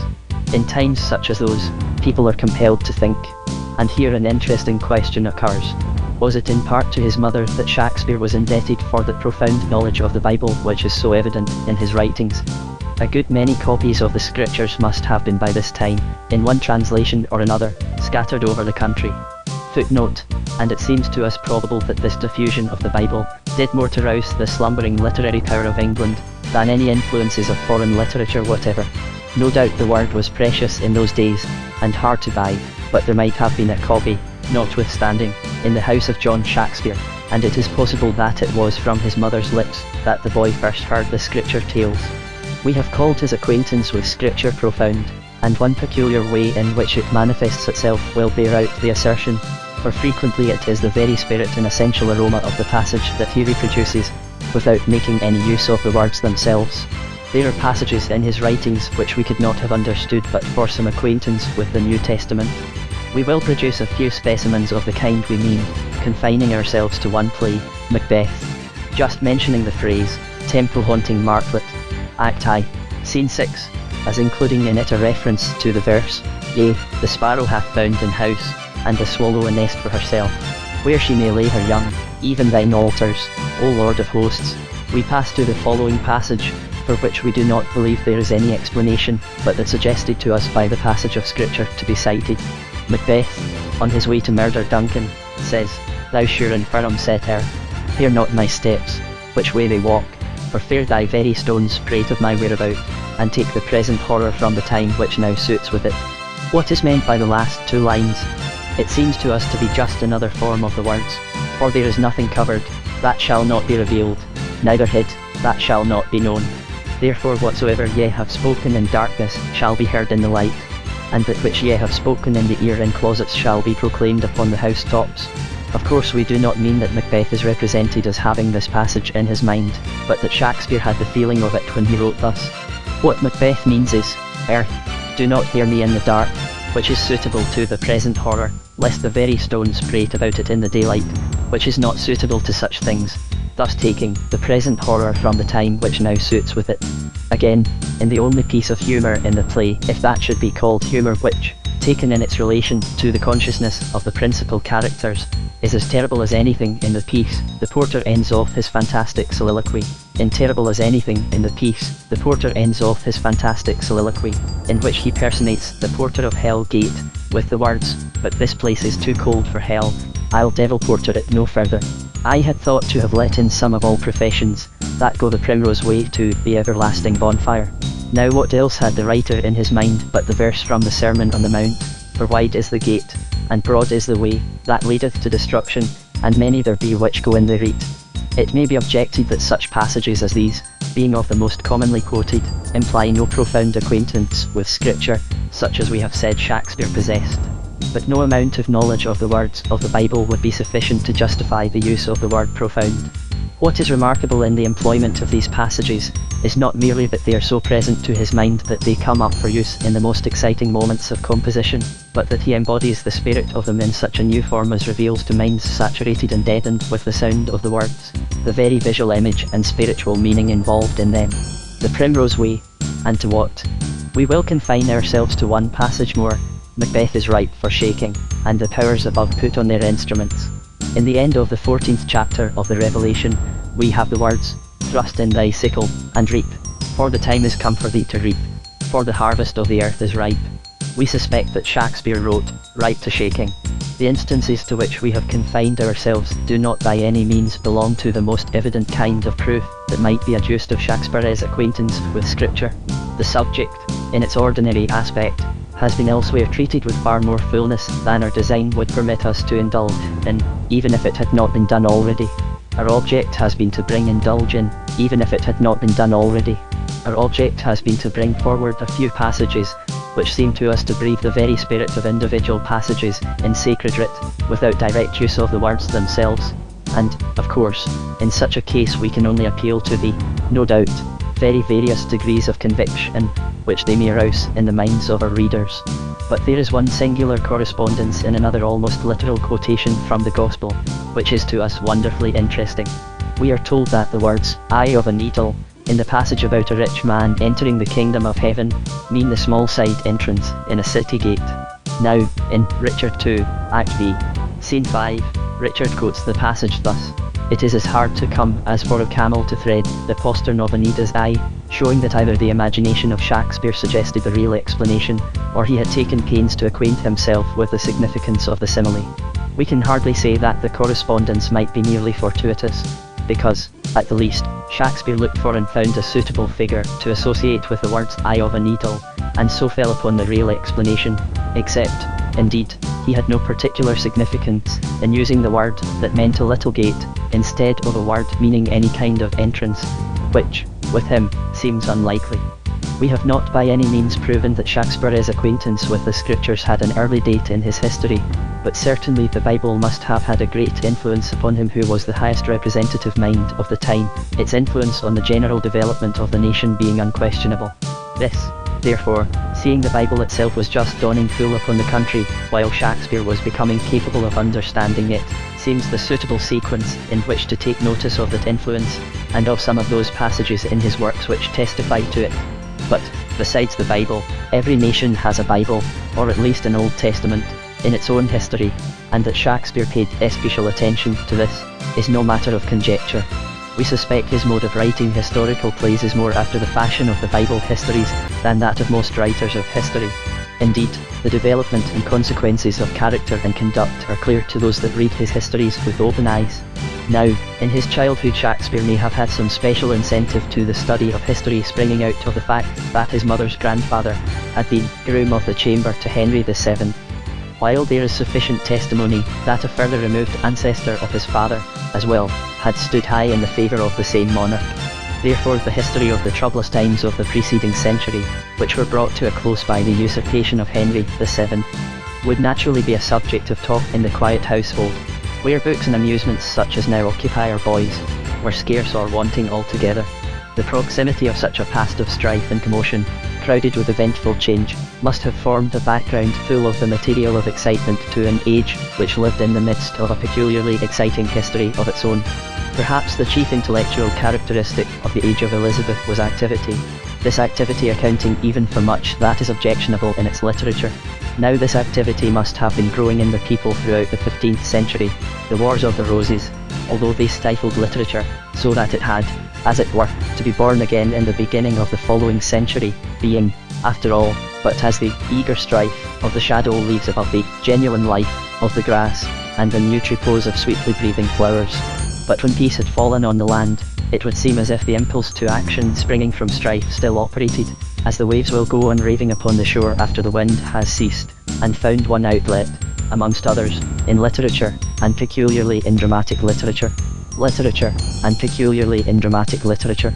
Peace, rendered yet more intense by the cessation of the cries of the tormentors, and the groans of the noble army of suffering martyrs, made, as it were, a kind of vacuum, and into that vacuum burst up the torrent springs of 1,000 souls, the thoughts that were no longer repressed, in the history of the past, and the utopian speculation on the future, in noble theology, capable statesmanship, and science at once brilliant and profound, in the voyage of discovery, and the change of the swan like merchantman into a very fire drake of war for the defence of the threatened shores, in the first brave speech of the Puritan in Elizabeth's Parliament, the first murmurs of the voice of liberty, soon to thunder throughout the land, in the naturalizing of foreign genius by translation, and the invention, or at least adoption, of a new and transcendent rhythm, in the song, in the epic, in the drama. So much for the general. Let us now, following the course of his life, recall, in a few sentences, some of the chief events which must have impressed the all-open mind of Shakespeare in the earlier portion of his history. Perhaps it would not be going back too far to begin with the massacre of Paris, which took place when he was 8 years old. It caused so much horror in England, that it is not absurd to suppose that some black rays from the deed of darkness may have fallen on the mind of such a child as Shakespeare. In strong contrast with the foregoing is the next event to which we shall refer. When he was 11 years old, Leicester gave the Queen that magnificent reception at Kenilworth, which is so well known from its memorials in our literature. It has been suggested as probable, with quite enough of likelihood to justify a conjecture, that Shakespeare may have been present at the dramatic representations then so gorgeously accumulated before Her Majesty.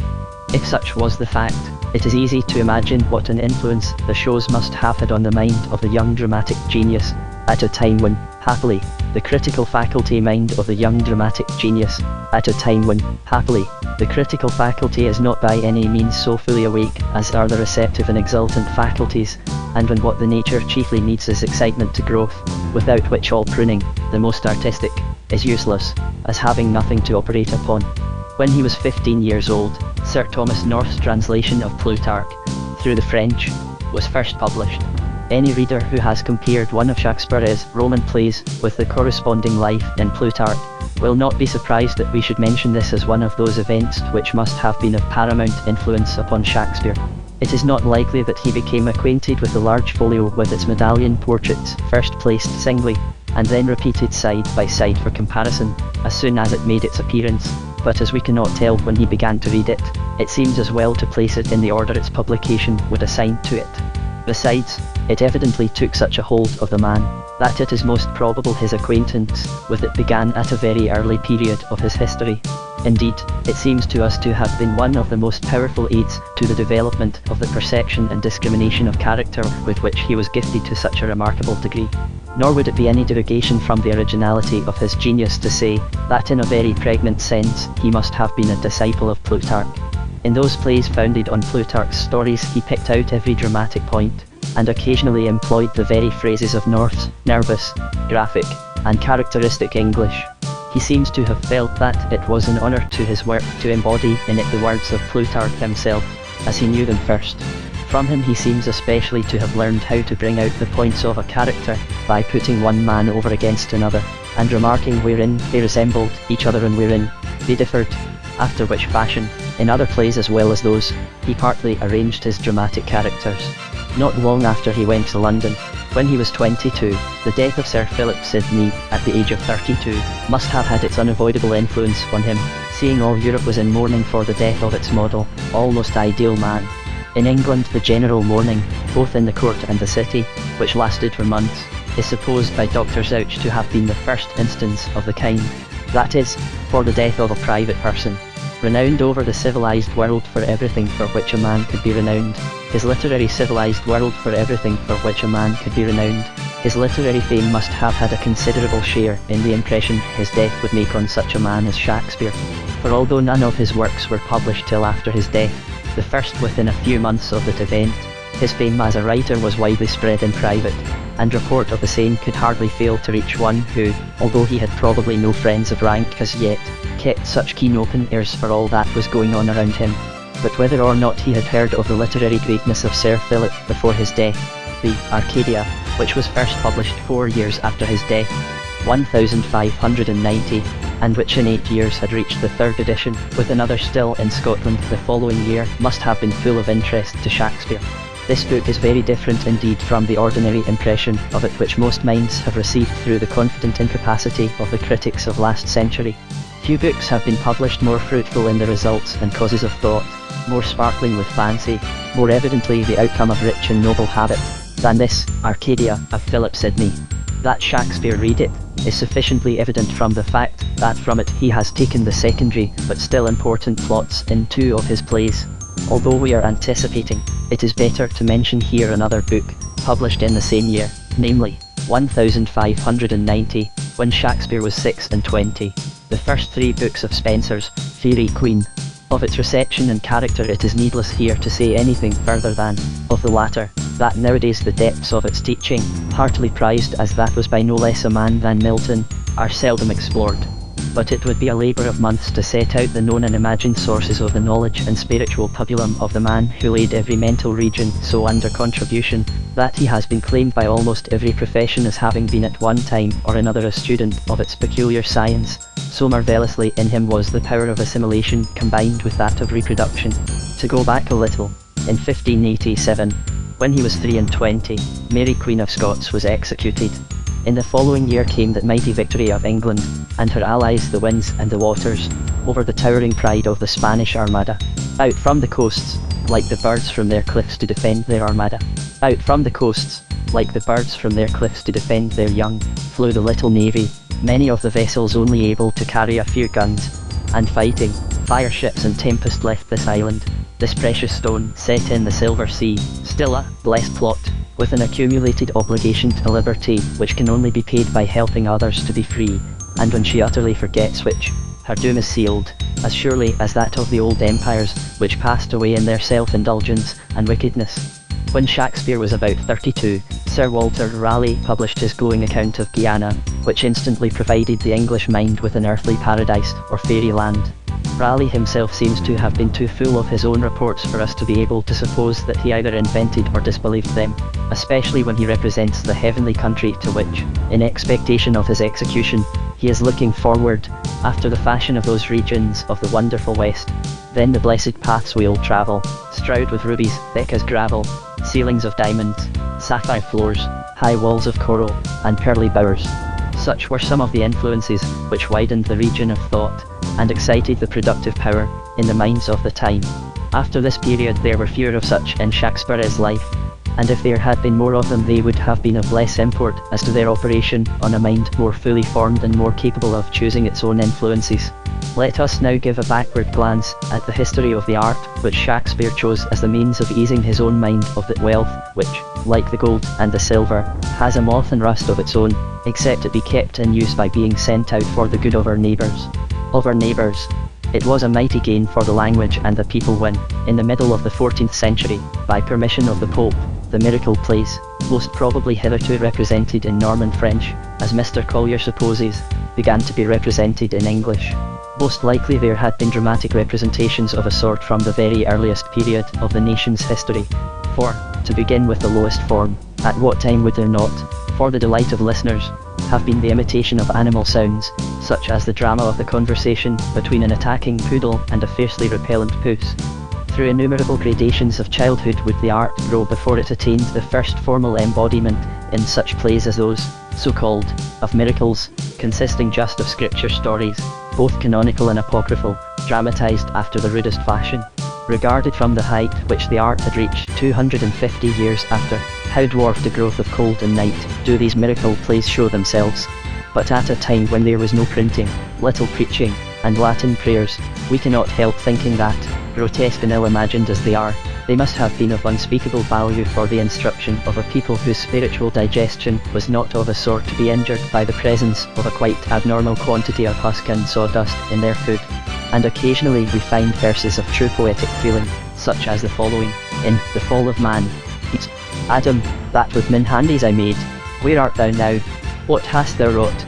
Adam, Lord, for sin our floors do fade, I hear thee voice, but I say the not, implying that the separation between God and man, although it had destroyed the beatific vision, was not yet so complete as to make the creature deaf to the voice of his maker.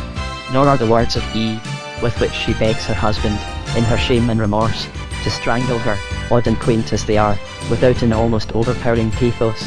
Now stumble we on stock and stin, my wit oy is fro me gone, writhe onto my neck bond with hardness of thin hond. To this Adam commences his reply with the verses, with thee wit is not worth a rosh, lead woman, turn thee thought. And this portion of the general representation ends with these verses, spoken by Eve, alas, that ever we wrought this sin, or bodily sustenance for to win, ye must delve in eyes alspine, in care to leaden or lip. In connection with these plays, one of the contemplations most interesting to us is the contrast between them and the places in which they were occasionally represented. For though the scaffolds on which they were shown were usually erected in market places or churchyards, sometimes they rose in the great churches, and the plays were represented with the aid of ecclesiastics. Here, then, we have the rude beginnings of the dramatic art, in which the devil is the unfortunate buffoon, giving occasion to the most exuberant laughter of the people. Here is this rude boyhood, if we may so say, of the one art, roofed in with the perfection of another, of architecture, a perfection which now we can with the perfection of another, of architecture, a perfection which now we can only imitate at our best. Below, the clumsy contrivance and the vulgar jest. Above, the solemn heaven of uplifted arches, their mysterious glooms ringing with the delight of the multitude. The play of children enclosed in the heart of prayer aspiring in stone. But it was not by any means all laughter, and so much nearer than architecture is the drama to the ordinary human heart, that we cannot help thinking these grotesque representations did far more to arouse the inward life and conscience of the people than all the glory into which the outworking spirit of the monks had compelled the stubborn stone to burgeon and blossom. But although, no doubt, there was some kind of growth going on in the drama even during the dreary 15th century, we must not suppose that it was by any regular and steady progression that it arrived at the grandeur of the Elizabethan perfection. It was rather as if a dry, knotty, uncouth, but vigorous plant suddenly opened out its inward life in a flower of surpassing splendour and loveliness. When the representation of real historical persons in the miracle plays gave way before the introduction of unreal allegorical personages, and the miracle play was almost driven from the stage by the play of morals, as it was called, there was certainly no great advance made in dramatic representation. The chief advantage gained was room for more variety, while in some important respects these plays fell off from the merits of the preceding kind. Indeed, any attempt to teach morals allegorically must lack that vivifying fire of faith, working in the purest representations of a history which the people heartily believed and loved. Nor when we come to examine the favourite amusement of later royalty, do we find that the interludes brought forward in the pauses of the banquets of Henry VIII have a claim to any refinement upon those old miracle plays. They have gained in facility and wit, they have lost in poetry, they have lost pathos too, and have gathered grossness. In the comedies which soon appear, there is far more of fun than of art, and although the historical play had existed for some time, and the streams of learning from the Inns of Court had flowed in to swell that of the drama, it is not before the appearance of Shakespeare that we find any whole of artistic or poetic value. And this brings us to another branch of the subject, of which it seems to us that the importance has never been duly acknowledged. We refer to the use, if not invention, of blank verse in England, and its application to the purposes of the drama. It seems to us that in any contemplation of Shakespeare and his times, the consideration of these points ought not to be omitted. We have in the present day one grand master of blank verse, the poet laureate. But where would he have been if Milton had not gone before him, or if the verse amidst which he works like an informing spirit had not existed at all? No doubt he might have invented it himself, but how different would the result have been from the verse which he will now leave behind him to lie side by side for comparison with that of the master of the epic. All thanks then to Henry Howard, Earl of Surrey, who, if, dying on the scaffold at the early age of 30, he has left no poetry in itself of much value, yet so wrote that he refined the poetic usages of the language, and, above all, was the first who ever made blank verse in English. He used it in translating the second and fourth books of Virgil's Aeneid. This translation he probably wrote not long before his execution, which took place in 1547, 17 years before the birth of Shakespeare. There are passages of excellence in the work, and very rarely does a verse quite fail. But, as might be expected, it is somewhat stiff, and, as it were, stunted in sound, partly from the fact that the lines are too much divided, where distinction would have been sufficient. It would have been strange, indeed, if he had at once made a free use of a rhythm, which every boy poet now thinks he can do what he pleases with, but of which only a few ever learn the real scope and capabilities. Besides, the difficulty was increased by the fact that the nearest approach to it in measure was the heroic couplet, so well known in our language, although scarce one who has used it has come up to the variousness of its modelling in the hands of Chaucer, with whose writings Surrey was of course familiar. But various as is its melody in Chaucer, the fact of there being always an anticipation of the perfecting of a rhyme at the end of the couplet would make one accustomed to heroic verse ready to introduce a rhythmical fall and kind of close at the end of every blank verse in trying to write that measure for the first time. Still, as we say, there is good verse in Surrey's translation. Take the following lines for a specimen, in which the fault just mentioned is scarcely perceptible. Mercury is the subject of them. His golden wings he knits, which him transport, with a light wind above the earth and seas, and then with him his wand he took, whereby he calls from hell pale ghosts. Asterisk, by power weary off, he drives the winds away, and passeth eke amid the troubled clouds, until in his flight he gan descry the top and the steep flanks of rocky Atlas Hill, that with his crown sustains the welkin up, whose head, foregrown with pine, circled alway with misty clouds, is beaten with wind and storm, his shoulders spread with snow, and from his chin the springs descend, his beard frozen with ice. Here Mercury with equal shining wings first touched.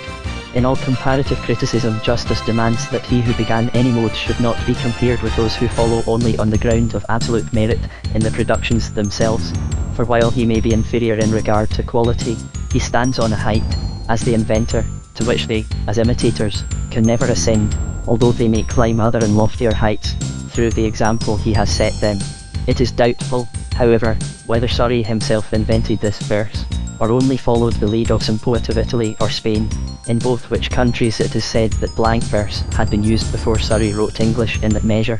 Here then we have the low beginnings of blank verse. It was nearly 120 years before Milton took it up, and, while it served him well, glorified it, nor are we aware of any poem of worth written in that measure between.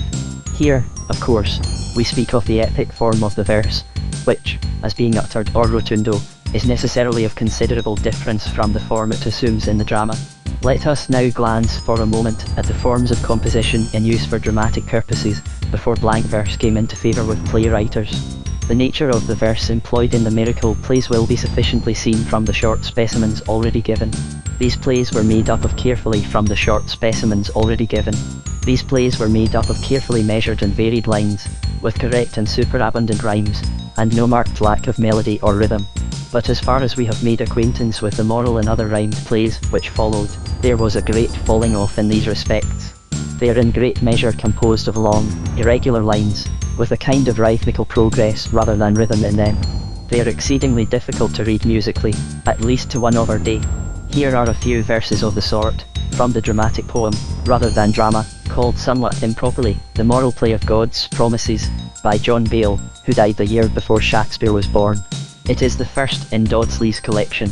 The verses have some poetic merit. The rhythm will be allowed to be difficult at least. The verses are arranged in stanzas, of which we give 2. In most plays the verses are arranged in rhyming couplets only. Pater Colestus. I have with firstness mankind oft times corrected, and again, I have allured him by sweet prompts. I have sent sore plagues, when he hath me neglected, and then by and by, most comfortable sweetens. To win him to grace, both mercy and reticence I have exercised, yet will he not amend. Shall I now lose him, or shall I him defend? In his most mischief, most high grace will I send, to overcome him by favour, if it may be. With his abusians no longer will I contend, but now accomplish my first will and endeavour.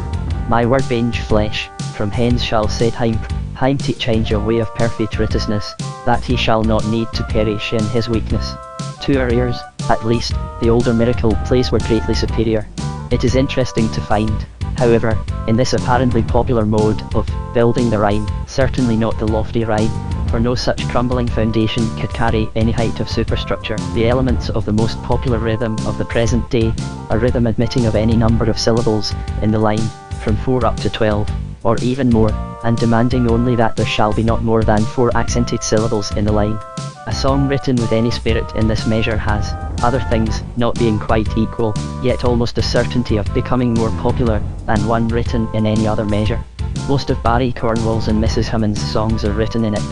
Scott's Lay of the Last Minstrel, Coleridge's Christabel, Byron's Siege of Corinth, Shelley's Sensitive Plant, are examples of the rhythm. Spenser is the first who has made good use of it. One of the months in the Shepherd's Calendar is composed in it. We quote a few lines from this poem, to show at once the kind we mean.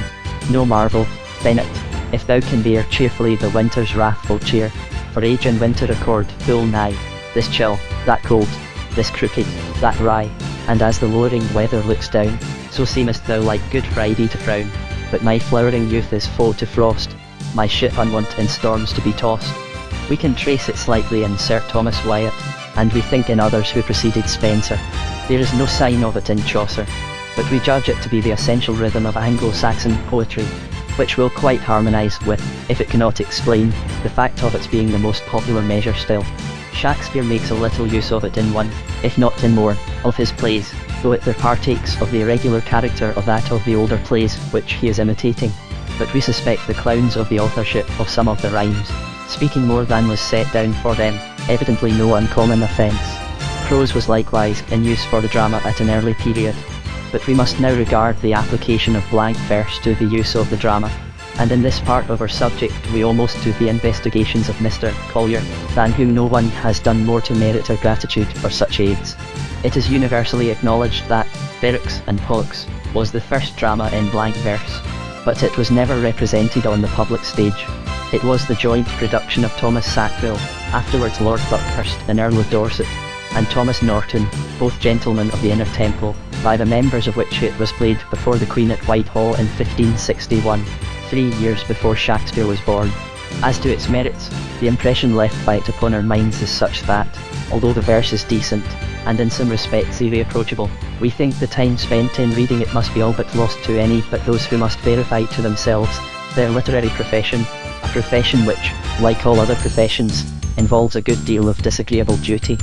We spare our readers all quotation, there being no occasion to show what blank verse of the commonest description is, but we beg to be allowed to state that this drama by no means represents the poetic powers of Thomas Sackville, for although we cannot agree with Hallam's general criticism, either for or against Sackville, and although we admire Spenser, we hope, as much as that writer could have admired him, we yet venture to say that not only may some of Sackville's personifications fairly be compared with some of the most poetical passages in Spenser, but that there is in this kind in Sackville a strength and simplicity of representation which surpasses that of Spenser in passages in which the latter probably imitated the former.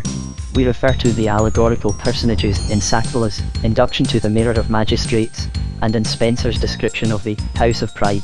Mr. Collier judges that the play in blank verse first represented on the public stage was the Tamburlaine of Christopher Marlowe, and that it was acted before 1587, at which date Shakespeare would be 23. This was followed by other and better plays by the same author.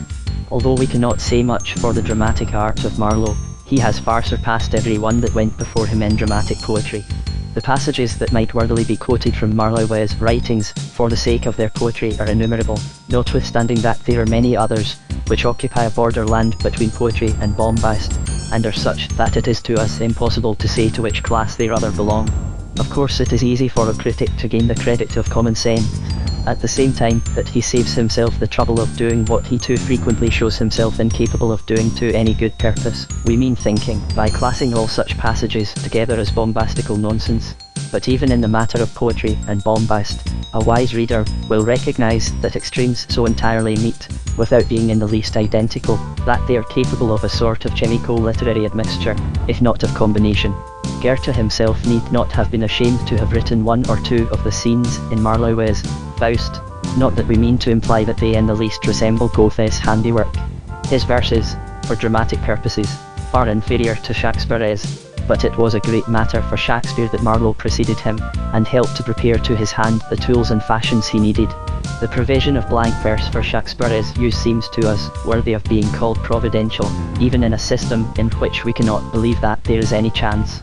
For as the stage itself is elevated a few feet above the ordinary level, because it is the scene of a representation, just so the speech of the drama, dealing not with unreal but with ideal persons, the fool being a worthy fool, and the villain a worthy villain, needs to be elevated some tones above that of ordinary life, which is generally flavoured with so much of the commonplace.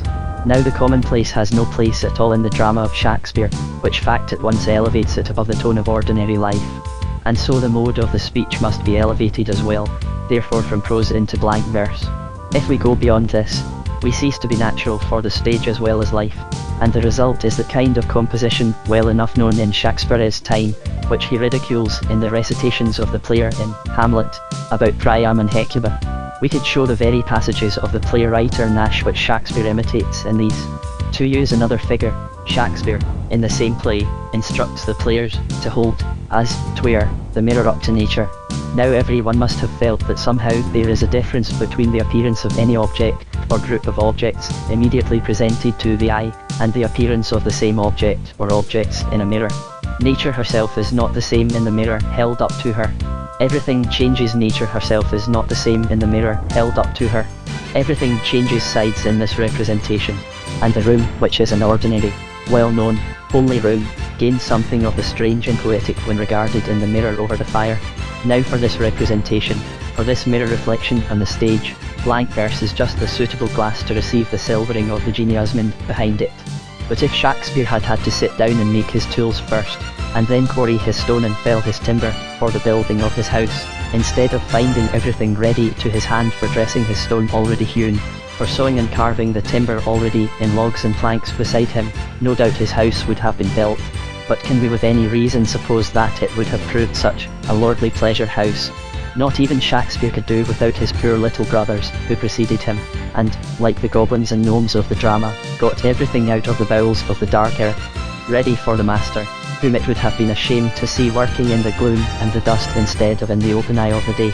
Nor is anything so helpful to the true development of power as the possibility of free action, for as much of the power as is already operative.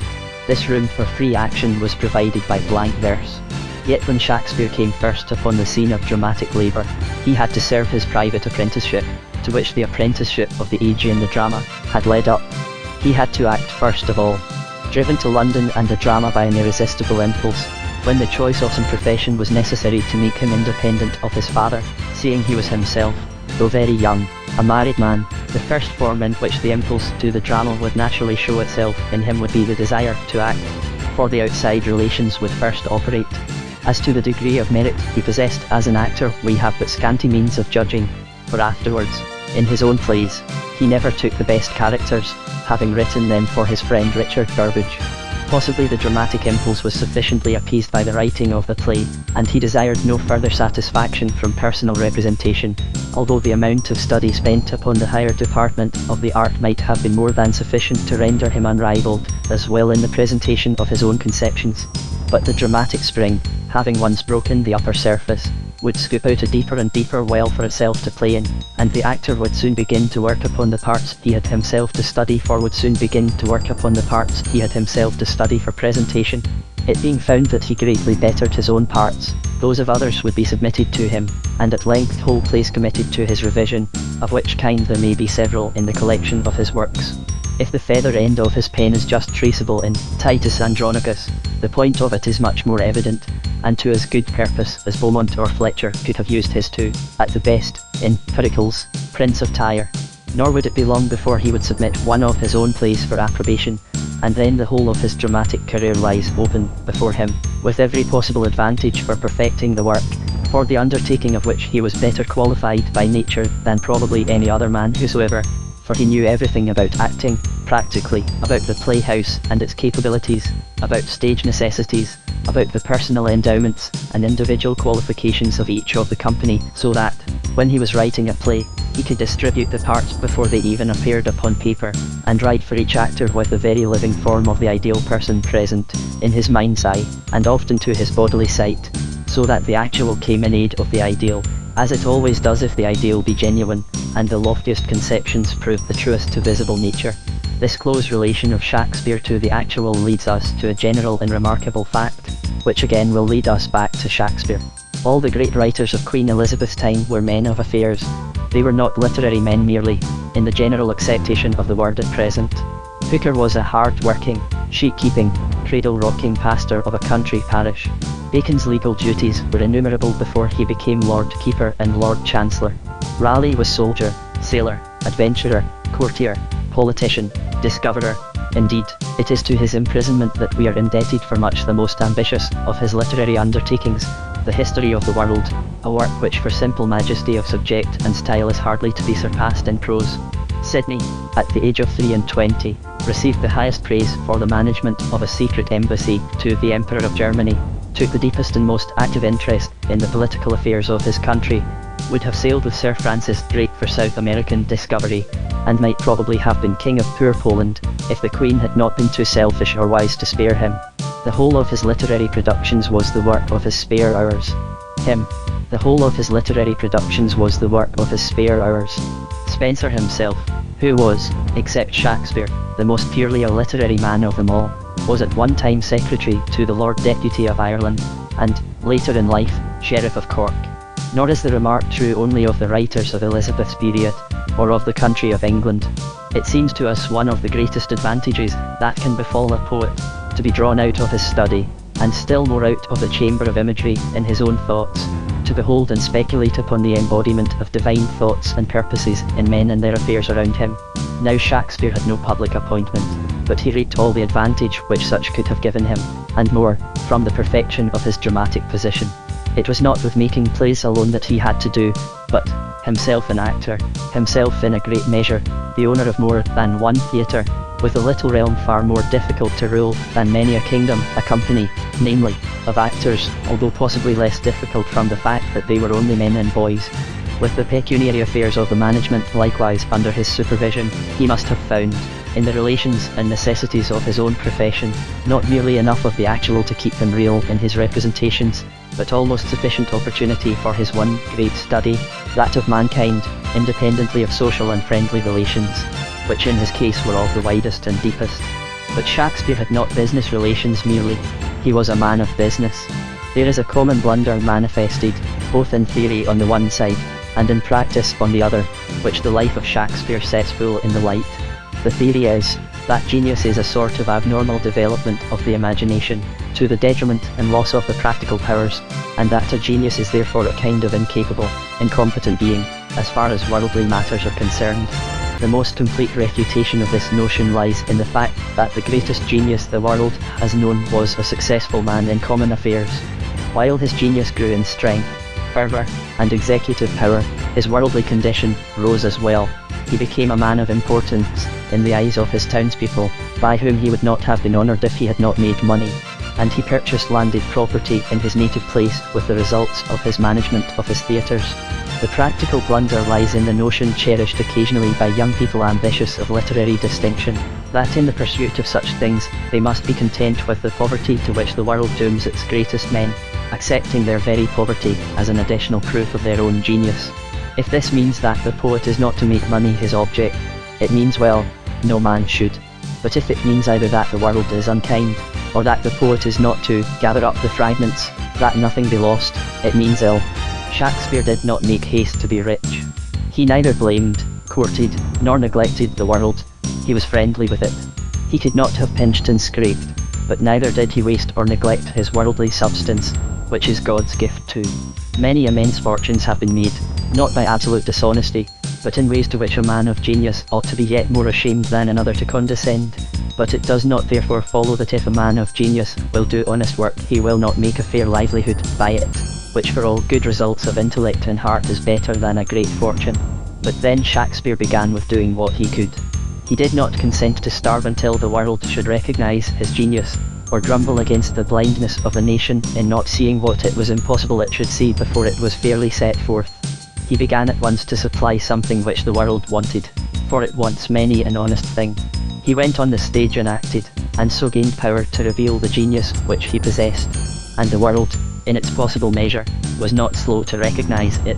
Many a young fellow who has entered life with the one ambition of being a poet, has failed because he did not perceive that it is better to be a man than to be a poet, that it is his first duty to get an honest living by doing some honest work that he can do, and for which there is a demand, although it may not be the most pleasant employment. Time would have shown whether he was meant to be a poet or not, and if he had been no poet he would have been no beggar, and if he had turned out a poet, it would have been partly in virtue of that experience of life and truth, gained in his case in the struggle for bread, without which, gained somehow, a man may be a sweet dreamer, but can be no strong maker, no poet. In a word, here is the Englishman of genius, beginning life with nothing, and dying, not rich, but easy and honoured, and this by doing what no one else could do, writing dramas in which the outward grandeur or beauty is but an exponent of the inward worth, hiding pearls for the wise even within the jewelled play of the variegated bubbles of fancy, which he blew while he wrought, for the innocent delight of his thoughtless brothers and sisters. Wherever the rainbow of Shakespeare's genius stands, there lies, indeed, at the foot of its glorious arch, a golden key, which will open the secret doors of truth, and admit the humble seeker into the presence of wisdom, who, having cried in the streets in vain, sits at home and waits for him who will come to find her. And Shakespeare had cakes and ale, although he was virtuous. But what do we know about the character of Shakespeare? How can we tell the inner life of a man who has uttered himself in dramas, in which of course it is impossible that he should ever speak in his own person? No doubt he may speak his own sentiments through the mouths of many of his persons, but how are we to know in what cases he does so? At least we may assert as a self-evident negative, that a passage treating of a wide question put into the mouth of a person despised and rebuked by the best characters in the play is not likely to contain any cautiously formed and cherished opinion of the dramatist. At first sight this may seem almost a truism, but we have only to remind our readers that one of the passages oftenest quoted with admiration, and indeed separately printed and illuminated, is The 7 Ages of Man, a passage full of inhuman contempt for humanity and unbelief in its destiny, in which not one of the 7 ages is allowed to pass over its poor sad stage without a sneer, and that this passage is given by Shakespeare to the blas sensualist Jack in As You Like It, a man who, the good and wise Duke says, has been as vile as it is possible for man to be, so vile that it would be an additional sin in him to rebuke sin. A man who never was capable of seeing what is good in any man, and hates men's vices because he hates themselves, seeing in them only the reflex of his own disgust. Shakespeare knew better than to say that all the world is a stage, and all the men and women merely players. He had been a player himself, but only on the stage. Jack had been a player where he ought to have been a true man. The whole of his account of human life is contradicted and exposed at once by the entrance, the very moment when he has finished his wicked burlesque, of Orlando, the young master, carrying Adam, the old servant, upon his back. The song that immediately follows sings true: most friendship is feigning, most loving mere folly. But between the all of Jack and the most of the song, there is just the difference between earth and hell. Of course, both from a literary and dramatic point of view, The 7 Ages is perfect. Now let us make one positive statement to balance the other, that wherever we find, in the mouth of a noble character, not stock sentiments of stage virtue, but appreciation of a truth, which it needs deep thought and experience united with love of truth, to discover or verify for oneself, especially if the truth be of a sort which most men will fail not merely to recognise as a truth, but to understand at all, because the understanding of it depends on the foregoing spiritual perception. Then we think we may receive the passage as an expression of the inner soul of the writer. He must have seen it before he could have said it, and to see such a truth is to love it, or rather, love of truth in the general must have preceded and enabled to the discovery of it. Such a passage is the speech of the Duke, opening the second act of the play just referred to, As You Like It. The lesson it contains is that the well-being of a man cannot be secured except he partakes of the ills of life, the penalty of Adam. And it seems to us strange that the excellent editors of the Cambridge edition, now in the course of publication, a great boon to all students of Shakespeare, should not have perceived that the original reading, that of the folios, is the right one. Here feel we not the penalty of Adam, which, with the point of interrogation supplied, furnishes the true meaning of the whole passage, namely, that the penalty of Adam is just what makes the wood more free from peril than the envious court, teaching each not to think of himself more highly than he ought to think. But Shakespeare, although everywhere felt, is nowhere seen in his plays. He is too true an artist to show his own face from behind the play of life with which he fills his stage. What we can find of him there we must find by which he fills his stage. What we can find of him there we must find by regarding the whole, and allowing the spiritual essence of the whole to find its way to our brain, and thence to our heart. The student of Shakespeare becomes imbued with the idea of his character. It exhales from his writings. And when we have found the main drift of any play, the grand rounding of the whole, then by that we may interpret individual passages. It is alone in their relation to the whole that we can do them full justice, and in their relation to the whole that we discover the mind of the master. But we have another source of more direct enlightenment as to Shakespeare himself. We only say more direct, not more certain or extended enlightenment. We have one collection of poems in which he speaks in his own person and of himself. Of course we refer to his sonnets, though these occupy, with their presentation of himself, such a small relative space, they yet admirably round and complete, to our eyes, the circle of his individuality. In them and the plays the common saying, one of the truest, that extremes meet, is verified. No man is complete in whom there are no extremes, or in whom those extremes do not meet. Now the very individuality of Shakespeare, judged by his dramas alone, has been declared non-existent, while in the sonnets he manifests some of the deepest phases of a healthy self-consciousness. We do not intend to enter into the still unsettled question as to whether these sonnets were addressed to a man or a woman. We have scarcely a doubt left on the question ourselves, as will be seen from the argument we found on our conviction. We cannot say we feel much interest in the other question, if a man, what man? A few placed at the end, arranged as they have come down to us, are beyond doubt addressed to a woman. but the difference in tone between these and the others we think very remarkable. Possibly at the time they were written, most of them early in his life, as it appears to us, although they were not published till the year 1609, when he was 45 years of age, Mears referring to them in the year 1598, 11 years before, as known, among his private friends, he had not known such women as he knew afterwards, and hence that true devotion of his soul is given to a friend of his own sex. Gervinus, whose lectures on Shakespeare, profound and lofty to a degree unattempted by any other interpreter, we are glad to find have been done into a suitable English translation, under the superintendence of the author himself. Gervinus says somewhere in them that, as Shakespeare lived and wrote, his ideal of womanhood grew nobler and purer. Certainly the woman to whom the last few of these sonnets are addressed was neither noble nor pure. We think, in this few of these sonnets are addressed was neither noble nor pure. We think, in this matter at least, they record one of his early experiences. We shall briefly indicate what we find in these sonnets about the man himself, and shall commence with what is least pleasing and of least value. We must confess, then, that, probably soon after he came first to London, he, then a married man, had an intrigue with a married woman, of which there are indications that he was afterwards deeply ashamed. One little incident seems curiously traceable, that he had given her a set of tablets which his friend had given him, and the sonnet in which he excuses himself to his friend for having done so, seems to us the only piece of special pleading, and therefore ungenuine expression, in the whole. This friend, to whom the rest of the sonnets are addressed, made the acquaintance of this woman, and both were false to Shakespeare. Even Shakespeare could not keep the love of a worthless woman. So much the better for him, but it is a sad story at best. Yet even in this environment of evil we see the nobility of the man, and his real self. The sonnets in which he mourns his friend's falsehood, forgives him, and even finds excuses for him, that he may not lose his own love of him, are, to our minds, amongst the most beautiful, as they are the most profound. Of these are the 33rd and 34th. Nor does he stop here, but proceeds in the following, the 35th, to comfort his friend in his grief for his offence, even accusing himself of offence, in having made more excuse for his fault than the fault needed, but to leave this part of his history, which, as far as we know, stands alone, and yet cannot with truth be passed by, any more than the story of the crime of David, though in this case, there is no comparison to be made between the two further than the primary fact. Let us look at the one reality which, from a spiritual point of view, independently of the literary beauties of these poems, causes them to stand all but alone in literature. We mean what has been unavoidably touched upon already, the devotion of his friendship. We have said this makes the poems stand all but alone, for we ought to be better able to understand these poems of Shakespeare, from the fact that in our day has appeared the only other poem which is like these, and which casts back a light upon them. Yet turn we to the doubtful shore, where thy first form was made a man. I love thee, spirit, and love, nor can the soul of Shakespeare love thee more.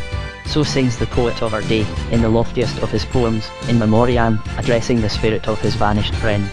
In the midst of his song arises the thought of the poet of all time, who loved his friend too, and would have lost him in a way far worse than death, had not his love been too strong even for the death, alone ghastly, which threatened to cut the golden chain that bound them, and part them by the gulf impassable. Tennyson's friend had never wronged him, and to the divineness of Shakespeare's love is added that of forgiveness. Such love as this between man and man is rare, and therefore to the mind which is in itself no way rare, incredible, because unintelligible. But though all the commonest things are very divine, yet divine individuality is and will be a rare thing at any given period on the earth. Faith, in its ideal sense, will always be hard to find on the earth. But perhaps this kind of affection between man and man may, as Coleridge indicates in his Table Talk, have been more common in the reigns of Elizabeth and James than it is now. There is a certain dread of the demonstrative in the present day, which may, perhaps, be carried into regions where it is out of place, and hinder the development of a devotion which must be real, and grand, and divine, if one man such as Shakespeare or Tennyson has ever felt it. If one has felt it, humanity may claim it, and surely he who is the Son of Man has verified the claim. We believe there are indeed few of us who know what to love our neighbour as ourselves means, but when we find a man here and there in the course of centuries who does, we may take this man as the prophet of coming good for his race, his prophecy being himself. But next to the interest of knowing that a man could love so well, comes the association of this fact with his art. He who could look abroad upon men, and understand them all, who stood, as it were, in the wide open gates of his palace, and admitted with welcome every one who came in sight, had in the inner places of the palace one chamber in which he met his friend, and in which his whole soul went forth to understand the soul of his friend. The man to whom nothing in humanity was common or unclean, in whom the most remarkable of his artistic morals is fair play, who fills our hearts with a saintly love for Cordelia and an admiration of Sir John Falstaff, the lost gentleman, mournful even in the height of our laughter, who could make an Autolycus and a Macbeth both human, and an Ariel and a Puck neither human. This is the man who loved best. And we believe that this depth of capacity for loving lay at the root of all his knowledge of men and women, and all his dramatic pre-eminence. The heart is more intelligent than the intellect. Well says the poet Matthew Radin, who has hardly left anything behind him but the lamentation over Sir Philip Sidney, in which the lines occur, "He that hath love and judgment too sees more than any other do." Simply, we believe that this, not this only, but this more than any other endowment, made Shakespeare the artist he was, in providing him all the material of humanity to work upon, and keeping him to the true spirit of its use. Love looking forth upon strife, understood it all. Love is the true revealer of secrets, because it makes one with the object regarded. But, say some impatient readers, when shall we have done with Shakespeare? There is no end to this writing about him. It will be a bad day for England when we have done with Shakespeare, for that will imply, along with the loss of him, that we are no longer capable of understanding him. Should the time ever come, heaven grant the generation which does not understand him at least the grace to keep its pens off him, which will by no means follow as a necessary consequence of the non-intelligence. But the writing about Shakespeare which has been hitherto so plentiful must do good just in proportion as it directs attention to him and gives aid to the understanding of him. And while the utterances of today pass away, the children of tomorrow are born, and require a new utterance for their fresh need from those who, having gone before, have already tasted life in Shakespeare, and can give some little help to further progress than their own, by telling the following generation what they have found. Suppose that this cry had been raised last century, after good Dr. Johnson had ceased to produce to the eyes of men the facts about his own incapacity, which he presumed to be criticisms of Shakespeare. Where would our aids be now to the understanding of the dramatist? Our own conviction is, when we reflect with how much labour we have deepened our knowledge of him, and thereby found in him the best, for the best lies not on the surface for the careless reader. Our own conviction is, that not half has been done that ought to be done to help young people at least to understand the mastermind of their country. Few among them can ever give the attention or work to it that we have given, but much may be done with judicious aid. And a profound knowledge of their greatest writer would do more than almost anything else to bind together as Englishmen, in a true and unselfish way, the hearts of the coming generations. For his works are our country in a convex magic mirror. When a man finds that every time he reads a book not only does some obscurity melt away, but deeper depths, which he had not before seen, dawn upon him, he is not likely to think that the time for ceasing to write about the book has come.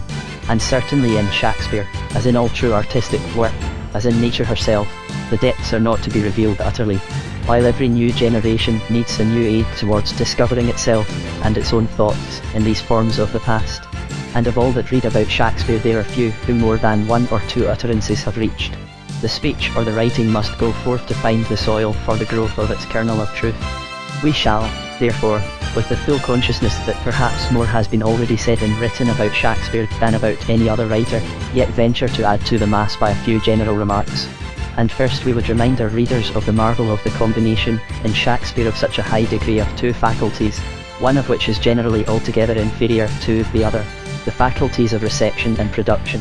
Rarely do we find that great receptive power, brought into operation either by reading or by observation, is combined with originality of thought. Some hungers are quite satisfied by taking in what others have thought and felt and done. By the assimilation of this food, many minds grow and prosper, but other minds feed far assimilation of this food, many minds grow and prosper, but other minds feed far more upon what rises from their own depths. In the answers they are compelled to provide to the questions that come unsought. In the theories, they cannot help constructing for the inclusion in one whole of the various facts around them, which seem at first sight to strive with each other like the atoms of a chaos. In the examination of those impulses of hidden origin, which at one time indicate a height of being far above the thinker's present condition, at another a gulf of evil into which he may possibly fall. But in Shakespeare the two powers of beholding and originating meet like the rejoining halves of a sphere. A man who thinks his own thoughts much, will often walk through London streets and see nothing. In the man who observes only, every passing object mirrors itself in its prominent peculiarities, having a kind of harmony with all the rest, but arouses no magician from the inner chamber to charm and chain its image to his purpose.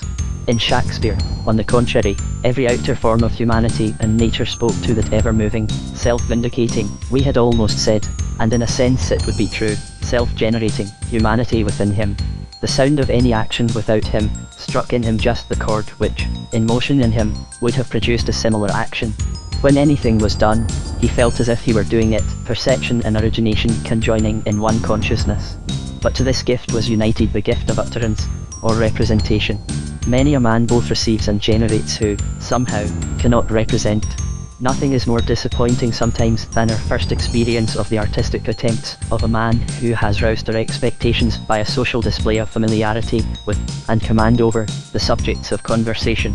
Have we not sometimes found that when such a one sought to give vital or artistic form to these thoughts, so that they might not be born and die in the same moment upon his lips, but might exist, a poor, weak, faded simulacrum alone was the result?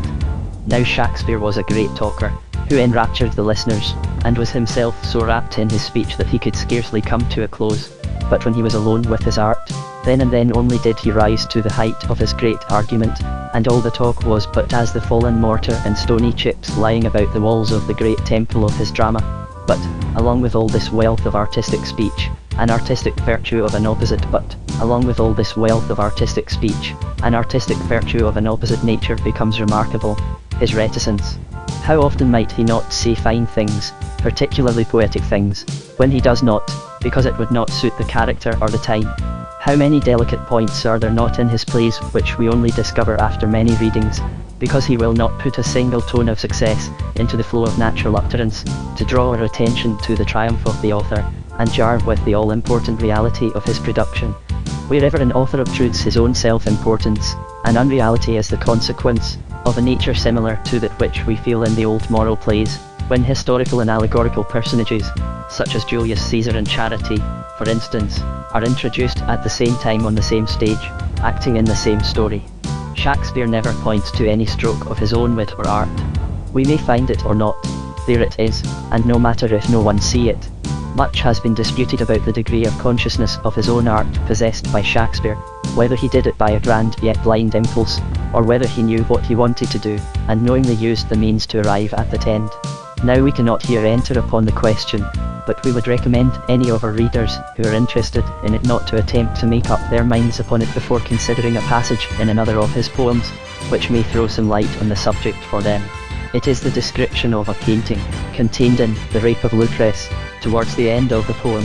Its very minuteness involves the expression of principles, and reveals that, in relation to an art not his own, he could hold principles of execution, and indicate perfection of finish, which, to say the least, must proceed from a general capacity for art, and therefore might find an equally conscious operation in his own peculiar province of it.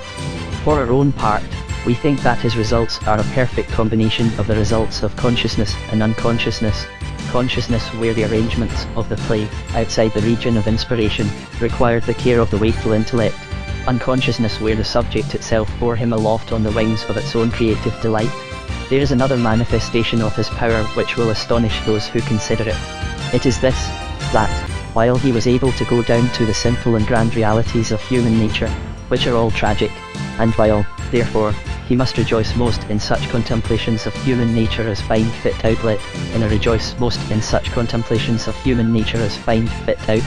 a Hamlet, at Lear, at Timon, or an Othello, the tragedies of doubt, ingratitude, and love, he can yet, when he chooses, float on the very surface of human nature, as in Love's Labour's Lost, The Merry Wives of Windsor, The Comedy of Errors, The Taming of the Shrew, or he can descend halfway as it were, and there remain suspended in the characters and feelings of ordinary nice people, who, interesting enough to meet in society, have neither received that development, nor are placed in those circumstances, which admit of the highest and simplest poetic treatment.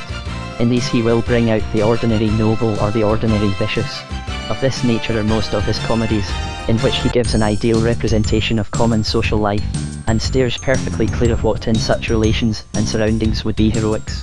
Look how steadily he keeps the noble-minded youth Orlando in this middle region, and look how the best comes out at last in the wayward and recalcitrant and bizarre, but honest and true natures of Beatrice and Benedict, and this without any untruth to the nature of comedy, although the circumstances border on the tragic. When he wants to give the deeper affairs of the heart, he throws the whole at once out of the social circle with its multiform restraints. As in Hamlet, the stage on which the whole is acted is really the heart of Hamlet, so he makes his visible stage, as it were, slope off into the misty infinite, with a grey, starless heaven overhead, and Hades open beneath his feet. Hence young people brought up in the country understand the tragedies far sooner than they can comprehend the comedies. It needs acquaintance with society and social ways to clear up the latter. The remarks we have made on Hamlet, by way of illustration, lead us to point out how Shakespeare prepares, in some of his plays, a stage suitable for all the representation. In A Midsummer Night's Dream, the place which gives tone to the whole is a midnight wood in the first flush and youthful delight of summer. In As You Like It, it is a daylight wood in spring, full of morning freshness, with a cold wind now and then blowing through the half-clothed boughs. In The Tempest, it is a solitary island, circled by the mysterious sea horizon, over which what may come who can tell. A place where the magician may work his will, and have all nature at the beck of his superior knowledge. The only writer who would have had a chance of rivaling Shakespeare in his own walk, if he had been born in the same period of English history, is Chaucer. He has the same gift of individualizing the general, and idealizing the portrait. But the best of the dramatic writers of Shakespeare's time, in their desire of dramatic individualization, forget the modifying multiformity belonging to individual humanity. In their anxiety to present a character, they take, as it were, a human mould, label it with a certain peculiarity, and then fill in speeches and forms according to the label. Thus the indications of character, of peculiarity, so predominate, the whole is so much of one colour, that the result resembles one of those allegorical personifications in which, as much as possible, everything human is eliminated except what belongs to the peculiarity, the personification. How different is it with Shakespeare's representations? He knows that no human being ever was like that. He makes his most peculiar characters speak very much like other people, and it is only over the whole that their peculiarities manifest themselves with indubitable plainness. The one apparent exception is Jack, in As You Like It. But there we must remember that Shakespeare is representing a man who so chooses to represent himself. He is a man in his humour, or his own peculiar and chosen affectation. Jack is the writer of his own part, for with him all the world's a stage, and all the men and women, himself first, merely players. We have his own presentation of himself, not, first of all, as he is, but as he chooses to be taken. Of course his real self does come out in it, for no man can seem altogether other than he is, and besides, the Duke, who sees quite through him, rebukes him in the manner already referred to, but it is his affectation that gives him the unnatural peculiarity of his modes and speeches. He wishes them to be such. There is, then, for every one of Shakespeare's characters the firm ground of humanity, upon which the weeds, as well as the flowers, glorious or fantastic, as the case may be, show themselves. His more heroic persons are the most profoundly human, nor are his villains unhuman, although inhuman enough. Compared with Marlowe's Jew, Shylock is a terrible man beside a dreary monster, and, as far as logic and the lex talionis go, has the best of the argument. It is the strength of human nature itself that makes crime strong. Wickedness could have no power of itself. It lives by the perverted powers of good. And so great is Shakespeare's sympathy with Shylock even, in the hard and unjust doom that overtakes him, that he dismisses him with some of the spare sympathies of the more tender-hearted of his spectators. Nowhere is the justice of genius more plain than in Shakespeare's utter freedom from party spirit, even with regard to his own creations. Each character shall set itself forth from its own point of view, and only in the choice and scope of the whole shall the judgment of the poet be beheld. He never allows his opinion to come out to the damaging of the individual's own self-presentation. He knows well that for the worst something can be said, and that a feeling of justice and his own right will be strong in the mind of a man who is yet swayed by perfect selfishness. Therefore the false man is not discoverable in his speech, not merely because the villain will talk as like a true man as he may, but because seldom is the villainy clear to the villain's own mind. It is impossible for us to determine whether, in their fierce bandying of the lie, Bolingbroke or Norfolk spoke the truth. Doubtless each believed the other to be the villain that he called him, and Shakespeare has no desire or need to act the historian in the decision of that question. He leaves his reader in full sympathy with the perplexity of Richard, as puzzled, in fact, as if he had been present at the interrupted combat. If every writer could write up to his own best, we should have far less to marvel at in Shakespeare. It is in great measure the wealth of Shakespeare's suggestions, giving him abundance of the best to choose from, that lifts him so high above those who, having felt the inspiration of a good idea, are forced to go on writing, constructing, carpentering, with dreary handicraft, before the exhausted faculty has recovered sufficiently to generate another. And then comes in the unerring choice of the best of those suggestions.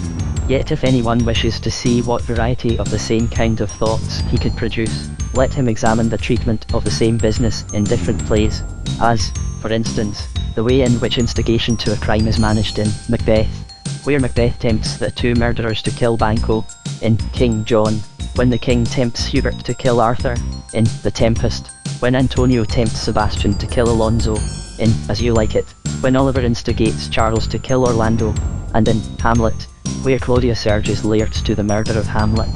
He shows no anxiety about being original. When a man is full of his work he forgets himself. In his desire to produce a good play, he lays hold upon any material that offers itself. He will even take a bad play and make a good one of it. One of the most remarkable discoveries to the student of Shakespeare is the hidebound poverty of some of the stories, which, informed by his life power, become forms of strength, richness, and grace. He does what the spirit in Comus says the music he heard might do, create a soul under the ribs of death, and then death is straightway clothed upon. And nowhere is the refining operation of his genius more evident than in the purification of these stories. Characters and incidents which would have been honey and nuts to Beaumont and Fletcher are, notwithstanding their dramatic recommendations, entirely remodelled by him. The fair Ophelia is, in the old tale, a common woman, and Hamlet's mistress, while the policy of the Lady of Belmont, who in the old story occupies the place for which he invented the lovely Portia, upon which policy the whole story turns, is such that it is as unfit to set forth in our pages as it was unfit for Shakespeare's purposes of art. His noble art refuses to work upon base matter. He sees at once the capabilities of a tale, but he will not use it except he may do with it what he pleases. If we might here offer some assistance to the young student who wants to help himself, we would suggest that to follow, in a measure, Plutarch's fashion of comparison, will be the most helpful guide to the understanding of the poet.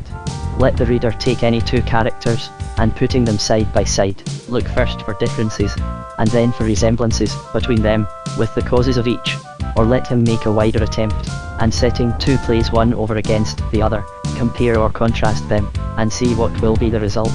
Let him, for instance, take the two characters Hamlet and Brutus, and compare their beginnings and endings, the resemblances in their characters, the differences in their conduct, the likeness and unlikeness of what was required of them, the circumstances in which action was demanded of each, the helps or hindrances each had to the working out of the problem of his life, the way in which each encounters the supernatural, or any other question that may suggest itself in reading either of the plays, ending off with a main lesson taught in each. And he will be astonished to find, if he has not already discovered it, what a rich mine of intellectual and spiritual wealth is laid open to his delighted eyes. Perhaps not the least valuable end to be so gained is, that the young Englishman, who wants to be delivered from any temptation to think himself the centre around which the universe revolves, will be aided in his endeavours, after honourable humility, by looking up to the man who towers, like Saul, head and shoulders above his brethren, and seeing that he is humble, may learn to leave it to the pismire to be angry, to the earwig to be conceited, and to the spider to insist on his own importance.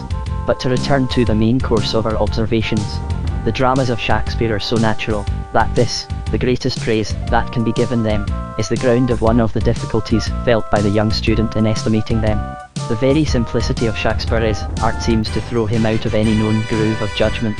When he hears one say, "Look at this," and admire, he feels inclined to rejoin, "Why, he only says in the simplest way what the thing must have been. It is as plain as daylight." Yes, to the reader, and because Shakespeare wrote it.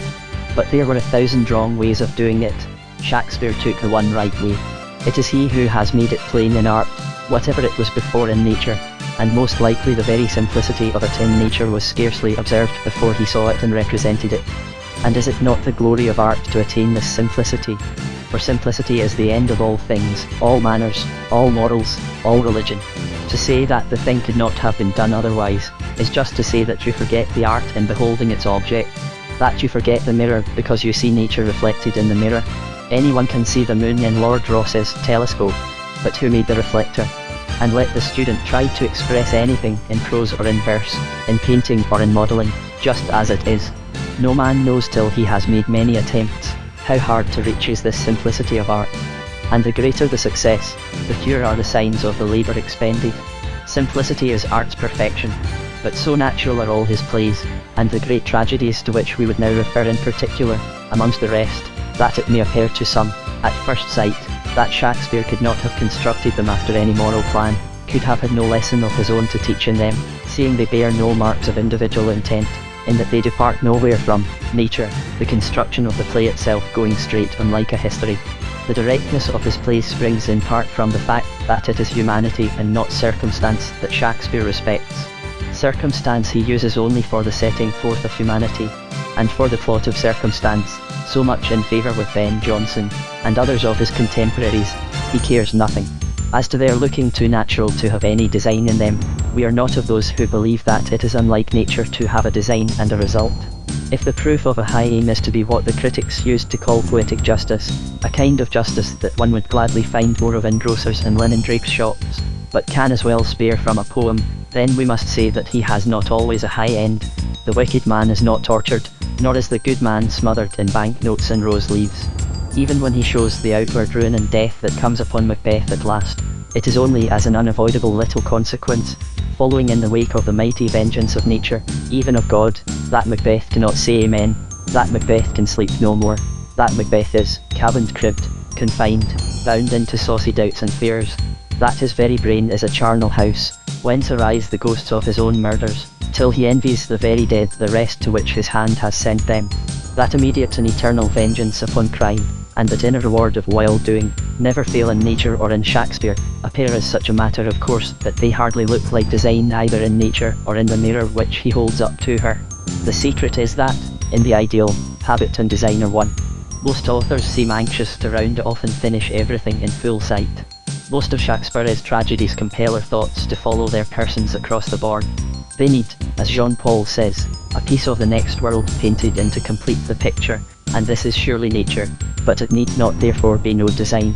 What could be done with Hamlet, but send him into a region where he has some chance of finding his difficulties solved, where he will know that his reverence for God, which was the sole stay left him in the flood of human worthlessness, has not been in vain, that the skies are not a foul and pestilent congregation of vapours, that there are noble women, though his mother was false and Ophelia weak, and that there are noble men, although his uncle and Laertes were villains and his old companions traitors.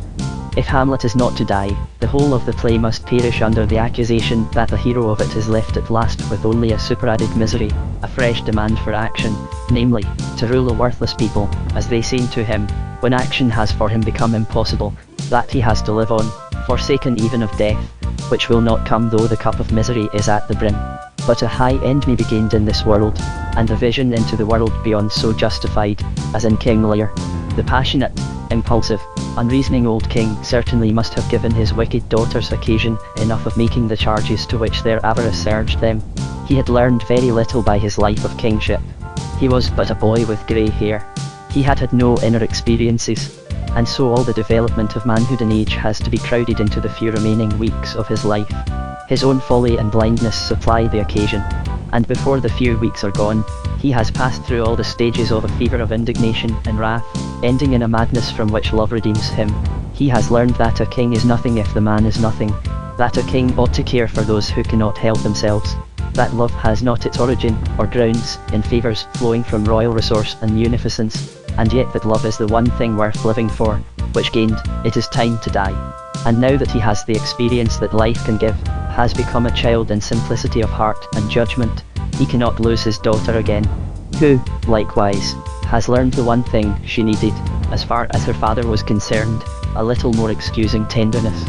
In the same play it cannot be by chance that, at its commencement, Gloucester speaks with the utmost carelessness and offhand wit about the parentage of his natural son Edmund, but finds at last that this son is his ruin. Edgar, the true son, says to Edmund, after having righteously dealt him his death wound, the gods are just, and over pleasant vices make instruments to scourge us. The dark and vicious place where he got cost him his eyes.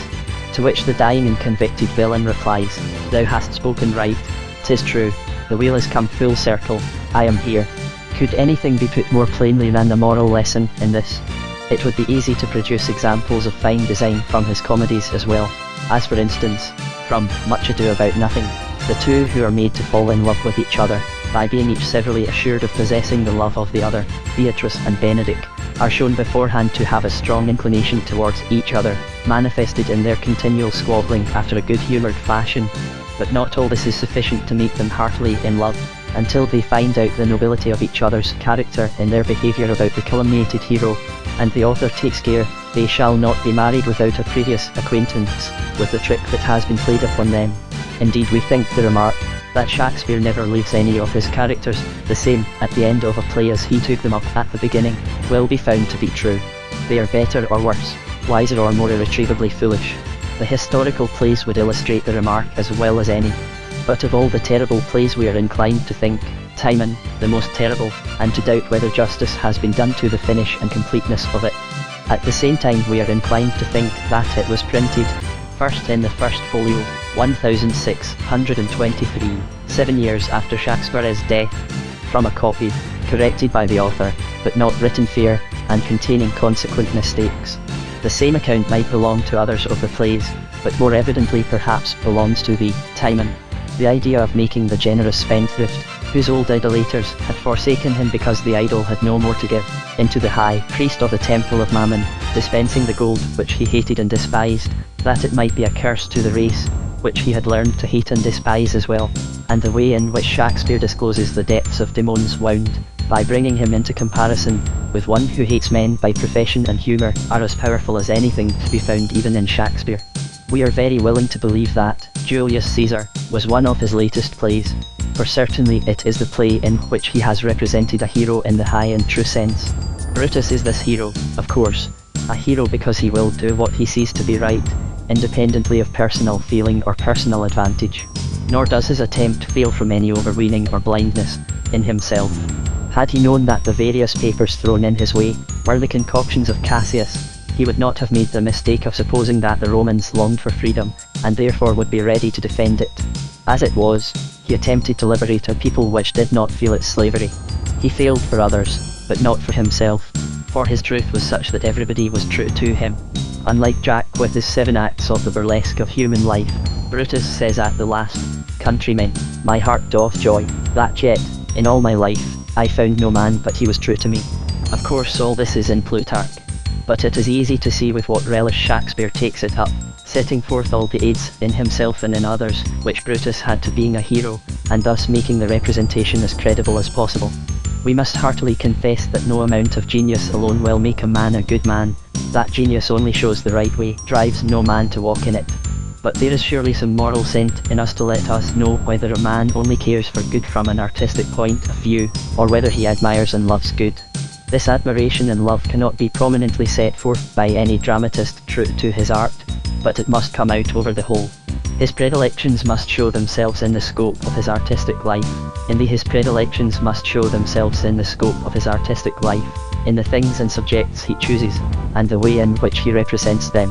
Notwithstanding Uncle Toby and Maria, who will venture to say that Sterne was noble or virtuous, when he looks over the whole that he has written. But in Shakespeare there is no suspicion of a cloven foot. Everywhere he is on the side of virtue and of truth. Many small arguments, with great cumulative force, might be adduced to this effect. For ourselves we cannot easily believe that the calmness of his art could be so unvarying except he exercised it with a good conscience, that he could have kept looking out upon the world around him with the untroubled regard necessary for seeing all things as they are, except there had been peace in his house at home, that he could have known all men as he did, and failed to know himself. We can understand the coexistence of any degree of partial or excited genius with evil ways, but we cannot understand the existence of such calm and universal genius, wrought out in his works, except in association with all that is noblest in human nature. Nor is it other than on the side of the argument for his rectitude, that he never forces rectitude upon the attention of others. The strong impression left upon our minds is, that however Shakespeare may have strayed in the early portion of his life in London, he was not only an upright and noble man for the main part, but a repentant man, and a man whose life was influenced by the truths of Christianity. Much is now said about a memorial to Shakespeare. The best and only true memorial is no doubt that described in Milton's poem on this very subject, the living and ever-changing monument of human admiration, expressed in the faces and forms of those absorbed in the reading of his works. But if the external monument might be such as to foster the constant reproduction of the inward monument of love and admiration, then, indeed, it might be well to raise one, and with this object in view let us venture to propose one mode, which we think would favour the attainment of it. Let a Gothic hall of the 14th century be built, such a hall as would be more in the imagination of Shakespeare than any of the architecture of his own time. Let all the copies that can be procured of every early edition of his works, singly or collectively, be stored in this hall. Let a copy of every other edition ever printed be procured and deposited. Let every book or treatise that can be found, good, bad, or indifferent, written about Shakespeare or any of his works, be likewise collected for the Shakespeare Library.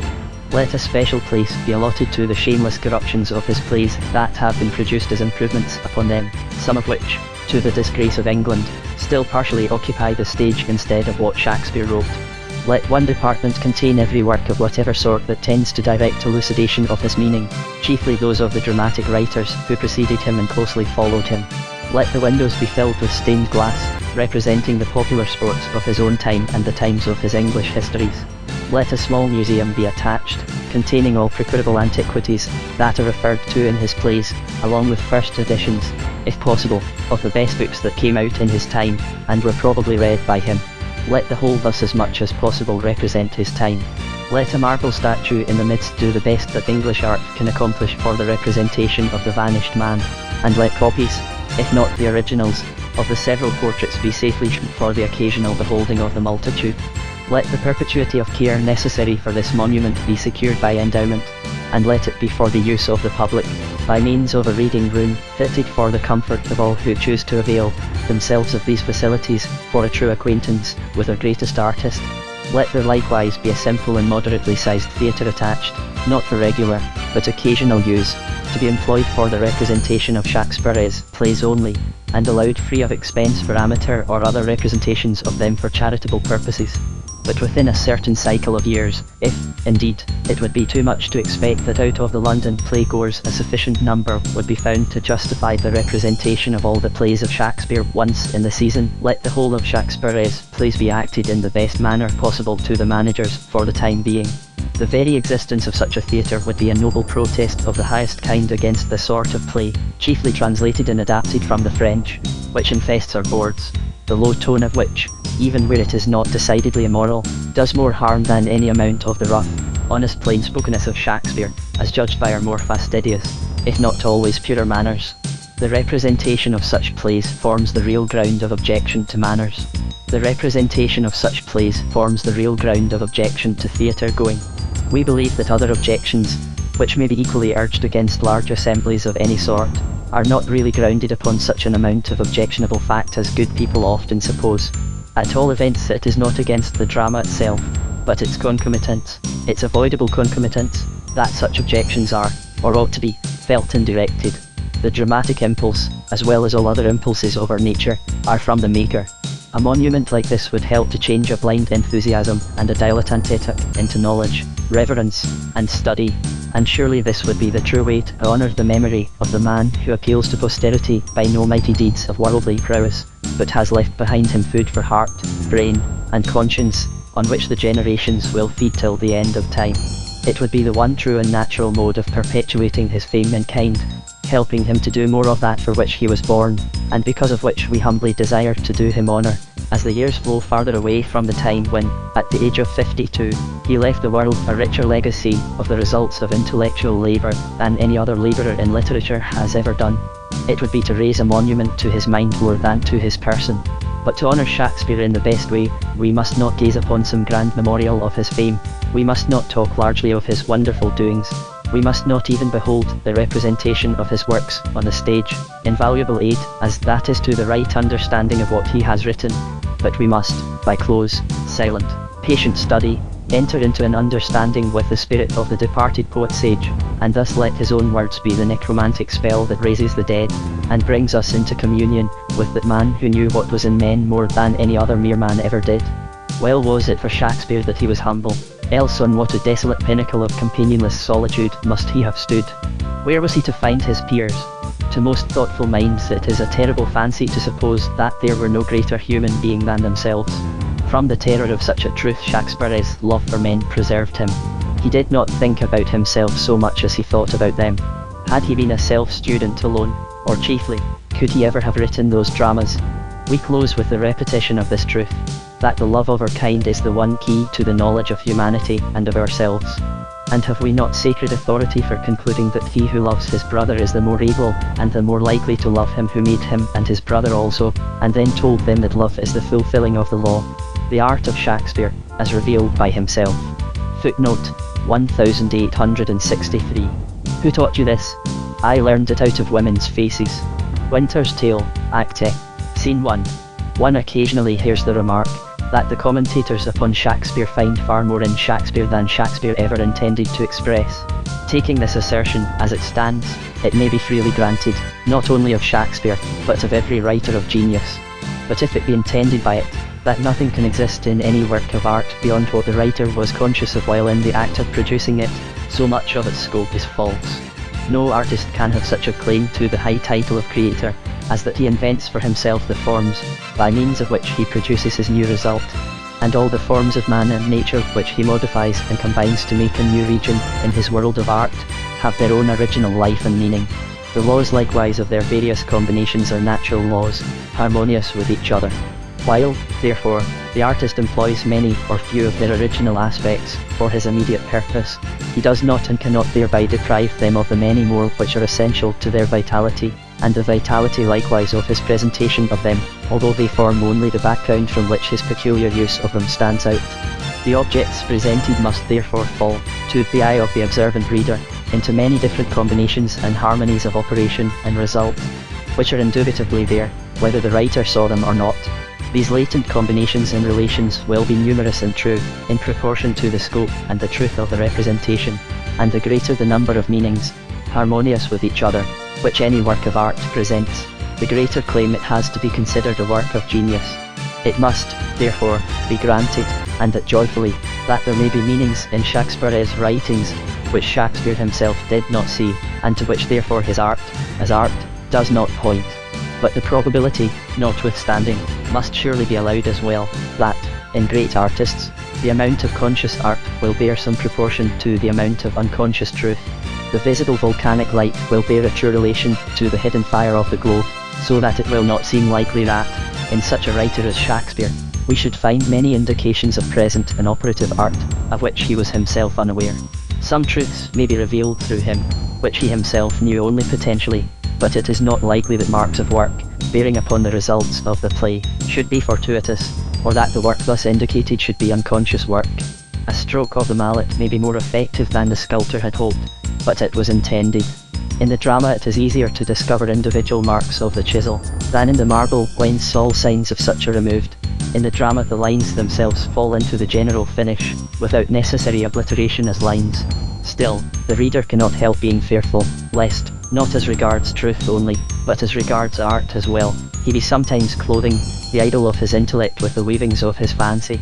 My conviction is, that it is the very conciseness of Shakespeare's art, that exposes his work to the doubt that springs from loving anxiety for his honour. The dramatist, like the sculptor, avoiding every avoidable hint of the process, in order to render the result a vital whole. But, fortunately, we are not left to argue entirely from probabilities.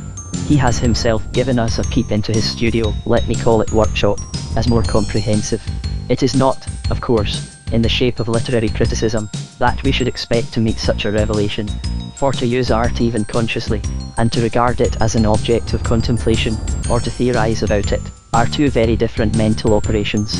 The productive and critical faculties are rarely found in equal combination, and even where they are, they cannot operate equally in regard to the same object. There is a perfect satisfaction in producing, which does not demand a representation to the critical faculty.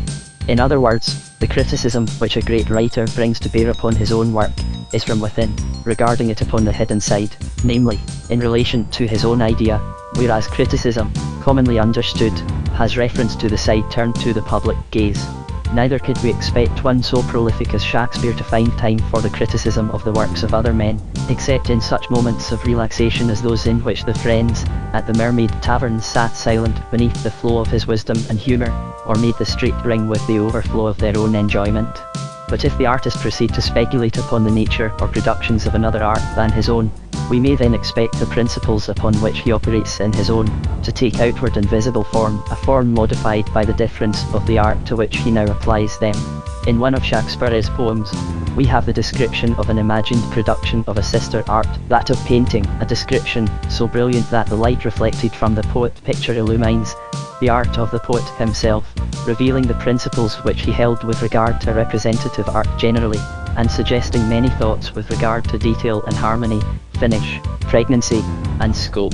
This description is found in The Rape of Lucrece. Apology will hardly be necessary for making a long quotation, seeing that, besides the convenience it will afford of easy reference to the ground of my argument, one of the greatest helps which even the artist can give to us, is to isolate peculiar beauties, and so compel us to perceive them. Lucrece has sent a messenger to beg the immediate presence of her husband. Awaiting his return, and worn out with weeping, she looks about for some variation of her misery. 1. At last she calls to mind where hangs a piece of skilful painting, made for Priam's Troy, before the which is drawn the power of Greece, for Helen's rape the city to destroy, threatening cloud-kissing Ilion with annoy, which the conceited painter drew so proud, as heaven, it seemed, to kiss the turrets, bowed. 2. 1,000 lamentable objects, there, in scorn of nature, art gave lifeless life. Many a dry drop seemed a weeping tear, shed for the slaughtered husband by the wife, the red blood reeked, to show the painter's strife, and dying eyes gleamed forth their ashy lights, like dying coals burnt out in tedious nights. 3. There might you see the labouring pioneer begrimed with sweat, and smeared all with dust, and, from the towers of Troy there would appear the very eyes of men through loopholes thrust, gazing upon the Greeks with little lust. Such sweet observance in this work was had, that one might see those far-off eyes look sad. 4. In great commanders, grace and majesty you might behold, triumphing in their faces, in youth, quick bearing and dexterity, and here and there the painter interlaces pale cowards, marching on with trembling paces, which heartless peasants did so well resemble, that one would swear he saw them quake and tremble. 5. In Ajax and Ulysses, oh what art of physiognomy might one behold, the face of either Scythian Dyther's heart, their face, their manners most expressly told. In Ajax, eyes blunt rage and rigour rolled, but the mild glance that sly Ulysses lent showed deep regard, and smiling government. 6. There pleading might you see grave Nestor stand, as 'twere encouraging the Greeks to fight, making such sober action with his hand, that it beguiled attention, charmed the sight. In speech, it seemed his beard, all silver white, wagged up and down, and from his lips did fly thin winding breath, which curled up to the sky. 7. About him were a press of gaping faces, which seemed to swallow up his sound advice, all jointly listening, but with several graces, as if some mermaid did their ears entice. Some high, some low, the painter was so nice, the scalps of many, almost hid behind, to jump up higher seemed, to mock the mind. 8. Here one man's hand leaned on another's head, his nose being shadowed by his neighbour's ear. Here one, being thronged, bears back, all bollen and red, another, smothered, seems to pelt and swear, and in their rage such signs of rage they bear, as, but for loss of Nestor's golden words, it seemed they would debate with angry swords. 9. For much imaginary work was there, conceit deceitful, so compact, so kind, that for Achilles' image stood his spear, griped in an armed hand, himself behind was left unseen, save to the eye of mind. A hand, a foot, a face, a leg, a head, stood for the whole to be imagined. 10. And, from the walls of strong besieged Troy, when their brave hope, bold Hector, marched to field, stood many Trojan mothers, sharing joy to see their youthful sons bright weapons wield, and to their hope they such odd action yield, that through their light joy seemed to appear, like bright things stained, a kind of heavy fear. 11. And from the strand of Dardan, where they fought, to Simwa's reedy banks, the red blood ran, whose waves to imitate the battle sought, with swelling ridges, and their ranks began to break upon the gold shore, and then retire again, till, meeting greater ranks, they join, and shoot their foam at Simwa banks. The oftener I read these verses, Amongst the very earliest compositions of Shakespeare, I am the more impressed with the carefulness with which he represents the work of the picture, shows the strife of the painter. The most natural thought to follow in sequence is, how like his own art? The scope and variety of the whole picture, in which mass is affected by the accumulation of individuality, in which, on the one hand, Troy stands as the impersonation of the aim and object of the whole, and on the other, the Simois flows in foaming rivalry of the strife of men. The pictorial form of that sympathy of nature with human effort and passion, which he so often introduces in his plays, is like nothing else so much as one of the works of his own art. But to take a portion as a more condensed representation of his art and combining all varieties into one harmonious whole, his genius is like the oratory of Nestor as described by its effects in the 7th and 8th stanzas. Every variety of attitude and countenance and action is harmonized by the influence which is at once the occasion of debate, and the charm which restrains by the fear of its own loss. The eloquence and the listening form the one bond of the unruly mass. So the dramatic genius that harmonizes his play is visible only in its effects, so ethereal in its own essence, that it refuses to be submitted to the analysis of the ruder intellect. It is like the words of Nestor, for which in the picture there stands but thin winding breath which curled up to the sky. Take, for an instance of this, the reconciling power by which, in the mysterious midnight of the summer, the reconciling power by which, in the mysterious midnight of the summer wood, he brings together in one harmony the graceful passions of childish elves, and the fierce passions of men and women, with the ludicrous reflection of those passions in the little convex mirror of the artisan's drama, while the mischievous puck revels in things that fall out preposterously, and the elf queen is in love with ass-headed bottom, from the hollows of whose long hairy ears, strange bouquet holders, bloom and breathe the musk roses. The characteristic odorphants of the play, and the philosophy of the unbelieving Theas, with the candour of Hippolyta, lifts the whole into relation with the realities of human life. Or take, as another instance, the pretended madman Edgar, the court fool, and the rugged old king, going grandly mad, sheltered in one hut, and lapped in the roar of a thunderstorm. My object, then, in respect to this poem, is to produce, from many instances, a few examples of the metamorphosis of such excellences as he describes in the picture, into the corresponding forms of the drama, in the hope that it will not then be necessary to urge the probability that the presence of those artistic virtues in his own practice, upon which he expatiates in his representation of another man's art, were accompanied by the corresponding consciousness that, namely, of the artist as differing from that of the critic, its objects being regarded from the concave side of the hammered relief. If this probability be granted, I would, from it, advance to a higher and far more important conclusion. How unlikely it is that if the writer was conscious of such fitnesses, he should be unconscious of those grand embodiments of truth, which are indubitably present in his plays, whether he knew it or not. This portion of my argument will be strengthened by an instance to show that Shakespeare was himself quite at home in the contemplation of such truths. Let me adduce, then, some of those corresponding embodiments, in words instead of in forms, in which colours yield to tones, lines to phrases. I will begin with the lowest kind, in which the art has to do with matters so small, that it is difficult to believe that unconscious art could have any relation to them. They can hardly have proceeded directly from the great inspiration of the whole. Their very minuteness is an argument for their presence to the poet's consciousness. While belonging, as they do, only to the construction of the play, no such independent existence can be accorded to them, as to truths, which, being in themselves realities, are there, whether Shakespeare saw them or not. If he did not intend them, the most that can be said for them is, that such is the naturalness of Shakespeare's representations, that there is room in his plays, as in life, for those wonderful coincidences which are reducible to no law. Perhaps every one of the examples I adduce will be found open to dispute. This is a kind in which direct proof can have no share, nor should I have dared thus to combine them in argument, but for the 9th stanza of those quoted above, to which I beg my readers to revert. Its imaginary work means work hinted at, and then left to the imagination of the reader.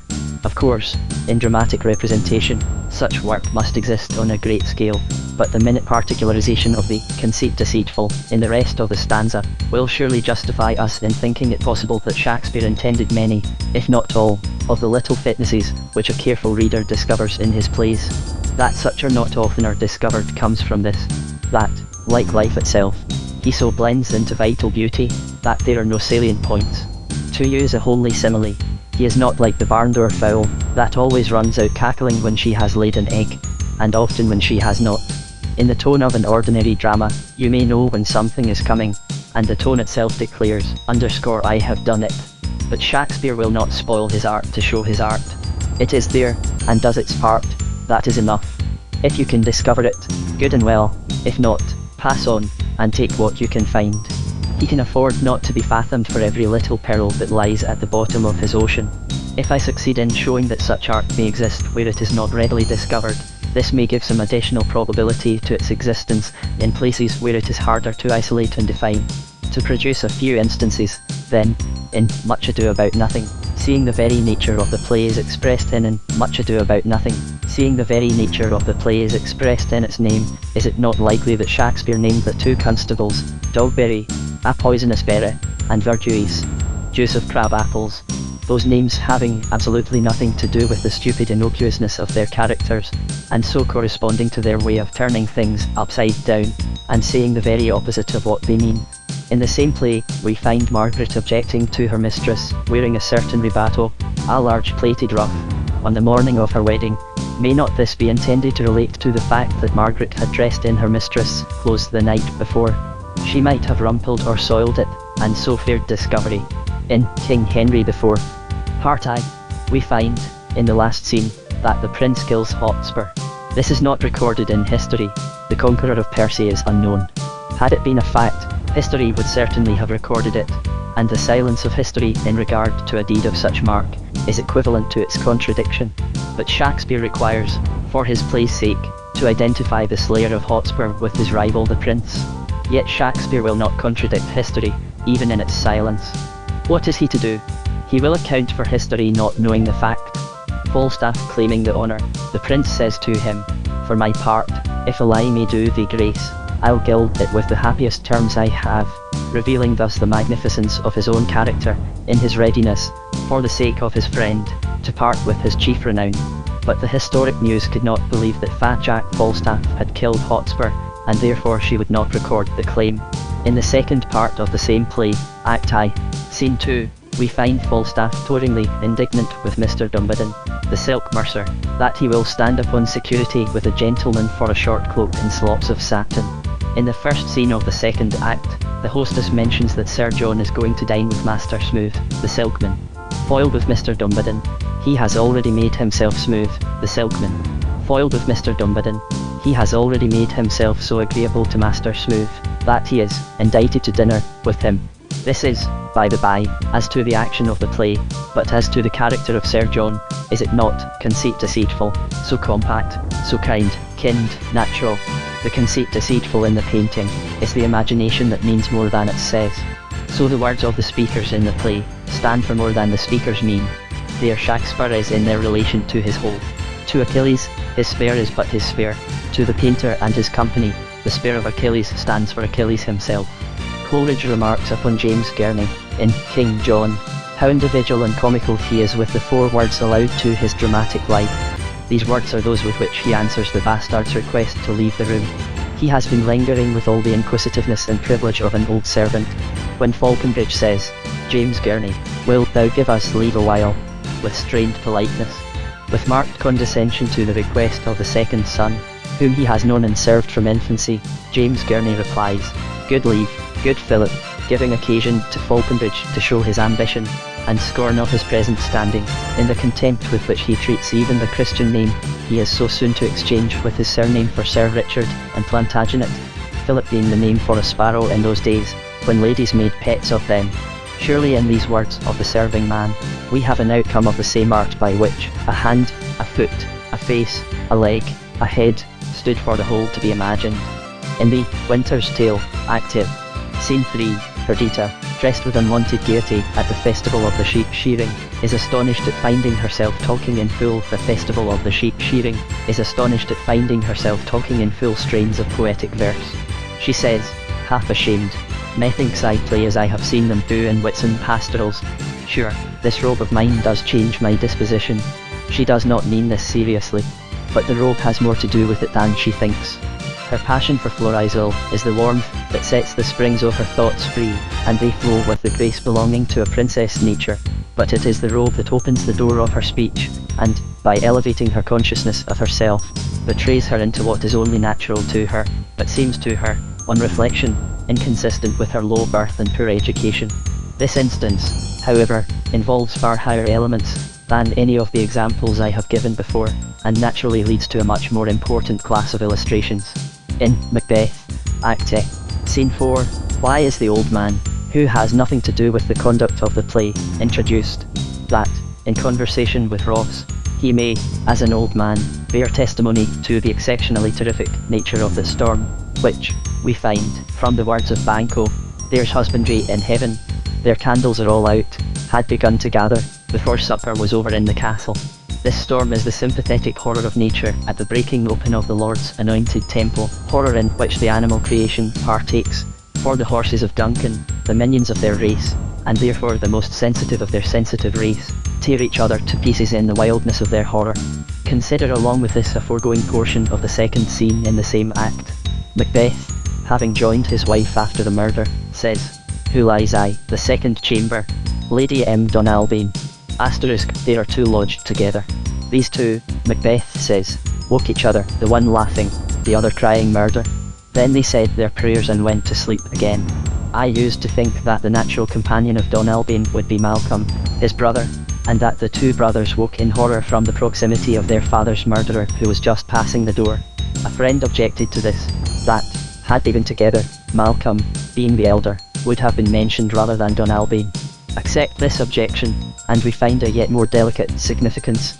The presence operated differently on the two, one bursting out in a laugh, the other crying murder, but both were in terror when they awoke, and dared not sleep till they had said their prayers.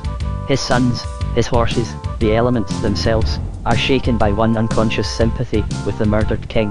Associate with this the end of the third scene of the fourth act of Julius Caesar, where we find that the attendants of Brutus all cry out in their sleep, as the ghost of Caesar leaves their master's tent.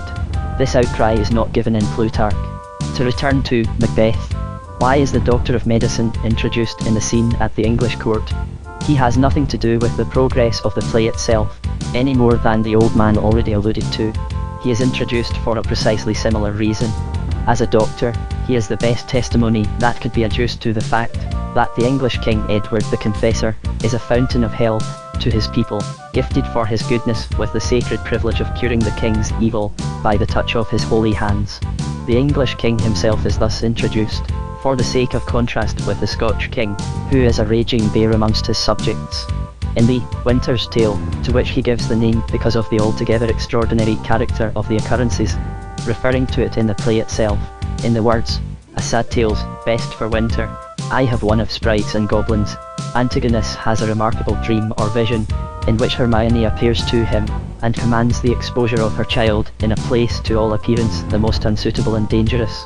Convinced of the reality of the vision, Antigonus obeys, and the whole marvellous result depends upon this obedience. Therefore the vision must be intended for a genuine one. But how could it be such, if Hermione was not dead, as, from her appearance to him, Antigonus firmly believed she was? I should feel this to be an objection to the art of the play, but for the following answer. At the time she appeared to him, she was still lying in that death-like swoon, into which she fell when the news of the loss of her son reached her as she stood before the judgment seat of her husband, at a time when she ought not to have been out of her chamber. Note likewise, in the first scene of the second act of the same play, the changefulness of Hermione's mood with regard to her boy, as indicative of her condition at the time. If we do not regard this fact, we shall think the words introduced only for the sake of filling up the business of the play. In Twelfth Night, both ladies make the first advances in love. Is it not worthy of notice that one of them has lost her brother, and that the other believes she has lost hers? In this respect, they may be placed with Phoebe, in As You Like It, who, having suddenly lost her love by the discovery that its object was a woman, immediately and heartily accepts the devotion of her rejected lover, Silvius. Along with these may be classed Romeo, who, rejected and, as he believes, inconsolable, falls in love with Juliet the moment he sees her. That his love for Rosaline, however, was but a kind of calf love compared with his love for Juliet, may be found indicated in the differing tones of his speech under the differing conditions. Compare what he says in his conversation with Benvolio, in the first scene of the first act, with any of his many speeches afterwards, and, while conceit will be found prominent enough in both, the one will be found to be ruled by the fancy, the other by the imagination. In this same play, there is another similar point which I should like to notice. In Arthur Brooke's story, from which Shakespeare took his, there is no mention of any communication from Lady Capulet to Juliet of their intention of marrying her to Count Paris. Why does Shakespeare insert this? To explain her falling in love with Romeo so suddenly. Her mother has set her mind moving in that direction. She has never seen Paris. She is looking about her, wondering which may be he, and whether she shall be able to like him, when she meets the love-filled eyes of Romeo fixed upon her, and is at once overcome. What a significant speech is that given to Paulina in the Winter's Tale, Act V. Scene 1. How? Not women. Paulina is a thorough partisan, siding with women against men, and strengthened in this by the treatment her mistress has received from her husband. One has just said to her, that, if Perdita would begin a sect, she might make proselytes of who she bid but follow. How? Not women. Paulina rejoins. Having received assurance that women will love her, she has no more to say. I had the following explanation of a line in Twelfth Night, from a stranger I met in an old bookshop. Malvolio, having built his castle in the air, proceeds to inhabit it. Describing his own behaviour in a supposed case, he says, Act E, Scene 5, I frowned a while, and perchance, wind up my watch, or play with my some rich jewel, a dash ought to come after my. Malvolio was about to say chain, but remembering that his chain was the badge of his office of steward, and therefore of his servitude, he alters the word to some rich jewel, uttered with pretended carelessness. In Hamlet, Act E, Scene 1, did not Shakespeare intend the passionate soliloquy of Ophelia, a soliloquy which no maiden, knowing that she was overheard, would have uttered, coupled with the words of her father? How now, Ophelia? You need not tell us what Lord Hamlet said. We heard it all, to indicate that, weak as Ophelia was, she was not false enough to be accomplice in any plot for betraying Hamlet to her father and the king. In any plot for betraying Hamlet to her father and the king. They had remained behind the arras, and had not gone out as she must have supposed. Next, let me request my reader to refer once more to the poem, and having considered the physiognomy of Ajax and Ulysses, as described in the 5th stanza, to turn then to the play of Troilus and Cressida, and there contemplate the description as metamorphosed into the higher form of revelation in speech. Then, if you will associate the general principles in that stanza with the 3rd, especially the last 2 lines, I will apply this to the character of Lady Macbeth. Of course, Shakespeare does not mean that one regarding that portion of the picture alone could see the eyes looking sad, but that the sweet observance of the whole so roused the imagination that it supplied what distance had concealed, keeping the far off likewise in sweet observance with the whole. The rest pointed that way. In a manner something like this are we conducted to a right understanding of the character of Lady Macbeth. First put together these her utterances. You do unbend your noble strength to think so brainsically of things. Get some water, and wash this filthy witness from your hands. The sleeping and the dead are but as pictures. A little water clears us of this deed. When all's done, you look but on a stool. You lack the season of all nature's sleep. Had these passages stood in the play unmodified by others, we might have judged from them that Shakespeare intended to represent Lady Macbeth as an utter materialist, believing in nothing beyond the immediate communications of the senses. But when we find them associated with such passages as these, memory, the warder of the brain, shall be a fume, and the receipt of reason a limbeck only. Had he not resembled my father as he slept, I had done it. These deeds must not be thought after these ways, so, it will make us mad. Then we find that our former theory will not do, for here are deeper and broader foundations to build upon. We discover that Lady Macbeth was an unbeliever morally, and so found it necessary to keep down all imagination, which is the upheaving of that inward world whose very being she would have annihilated. Yet out of this world arose at last the phantom of her slain self, and possessing her sleeping frame, sent it out to wander in the night, and rub its distressed and blood-stained hands in vain. For, as in this same rape of Lucrece, the soul's fair temple is defaced, to whose weak ruins muster troops of cares, to ask the spotted princess how she fares. But when so many lines of delineation meet, and run into, and correct one another, assuming such a natural and vital form, that there is no making of a point anywhere, and the woman is shown after no theory, but according to the natural laws of human declension, we feel that the only way to account for the perfection of the representation is to say that, given a shadow, Shakespeare had the power to place himself so that that shadow became his own, was the correct representation as shadow, of his form coming between it and the sunlight. and this is the highest dramatic gift that a man can possess. But we feel at the same time that this is, in the main, not so much art as inspiration. There would be, in all probability, a great mingling of conscious art with the inspiration, but the lines of the former being lost in the general glow of the latter, we may be left where we were as to any certainty about the artistic consciousness of Shakespeare. I will now therefore attempt to give a few plainer instances of such sweet observance in his own work as he would have admired in a painting. First, then, I would request my reader to think how comparatively seldom Shakespeare uses poetry in his plays. The whole play is a poem in the highest sense, but truth forbids him to make it the rule for his characters to speak poetically. Their speech is poetic in relation to the whole and the end, not in relation to the speaker, or in the immediate utterance. And even although their speech is immediately poetic, in the sense that every character is idealized, yet it is idealized after its kind, and poetry certainly would not be the ideal speech of most of the characters. This granted, let us look at the exceptions. We shall find that such passages not only glow with poetic loveliness and fervour, but are very jewels of sweet observance, whose setting allows them their force as lawful, and their prominence as natural. I will mention a few of such. In Julius Caesar, Act I, Scene 3, we are inclined to think the way Casca speaks quite inconsistent with the sour fashion which Cassius very justly attributes to him, till we remember that he is speaking in the midst of an almost supernatural thunderstorm. The hidden electricity of the man's nature comes out in poetic forms and words, in response to the wild outburst of the overcharged heavens and earth. Shakespeare invariably makes the dying speak poetically, and generally prophetically, recognizing the identity of the poetic and prophetic moods, in their highest development, and the justice that gives them the same name. Even Sir John, poor ruined gentleman, babbles of grain fields. Everyone knows that the passage is disputed. I believe that if this be not the restoration of the original reading, Shakespeare himself would justify it, and wish that he had so written it. Romeo and Juliet talk poetry, as a matter of course. In King John, Act V, Scenes 4 and 5, see how differently the dying Milan and the living and victorious Lewis regard the same sunset. Milan. This night, whose black contagious breath already smokes about the burning crest of the old, feeble, and day-wearied sun. Lewis. The sun in heaven, methought, was loath to set, but stayed, and made the western welkin blush, when the English measured backward their own ground. The exquisite duet between Lorenzo and Jessica, in the opening of the 5th act of The Merchant of Venice, finds for its subject the circumstances that produce the mood, the lovely night and the crescent moon, which first make them talk poetry, then call for music, and next speculate upon its nature. Let us turn now to some instances of sweet observance in other kinds. There is observance, more true than sweet, in the character of Jacques, in As You Like It. The fault finder in age was the fault doer in youth and manhood.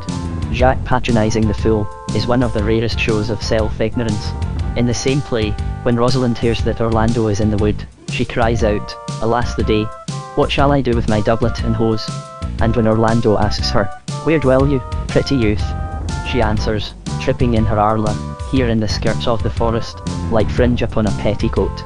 In the second part of King Henry IV, Active, Scene 3, Falstaff says of Prince John, "Good faith, this same young sober-blooded boy doth not love me, nor a man cannot make him laugh, but that's no marvel, he drinks no wine." This is the Prince John who betrays the insurgents afterwards by the falsest of quibbles, and gains his revenge through their good faith. In King Henry IV, Act I, Scene 2, Poins does not say Falstaff is a coward like the other two, but only, if he fight longer than he sees reason, I'll forswear arms. Associate this with Falstaff's soliloquy about honour in the same play, Act V, Scene 1, and the true character of his courage or cowardice, for it may bear either name, comes out.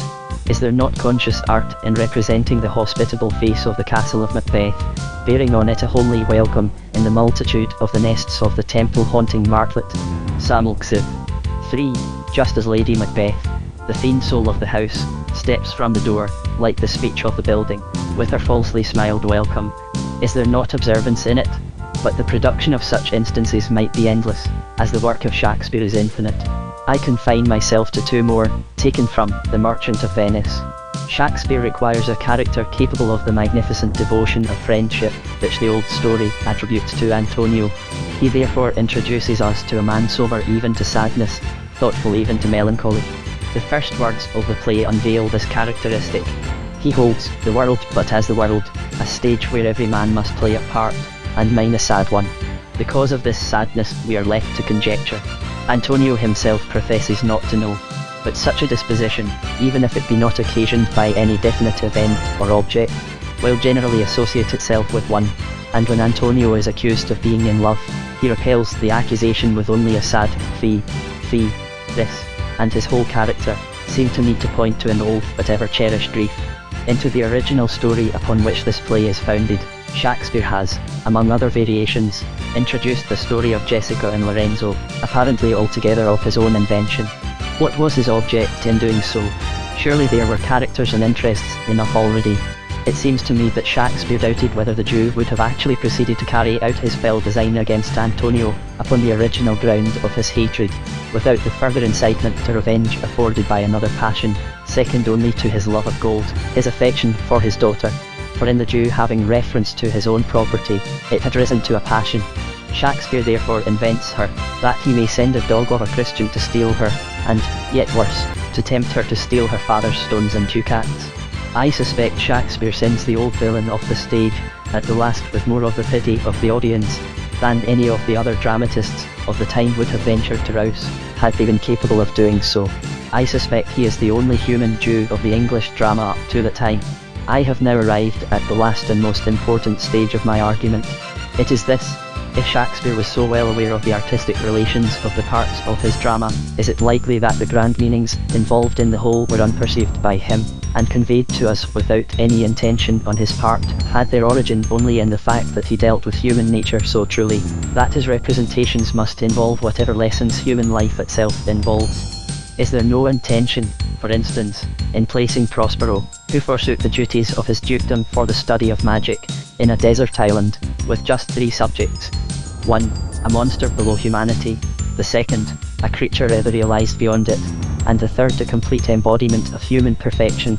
Is it not that he may learn how to rule, and, having learned, return, by the aid of his magic wisely directed, to the home and duties from which exclusive devotion to that magic had driven him?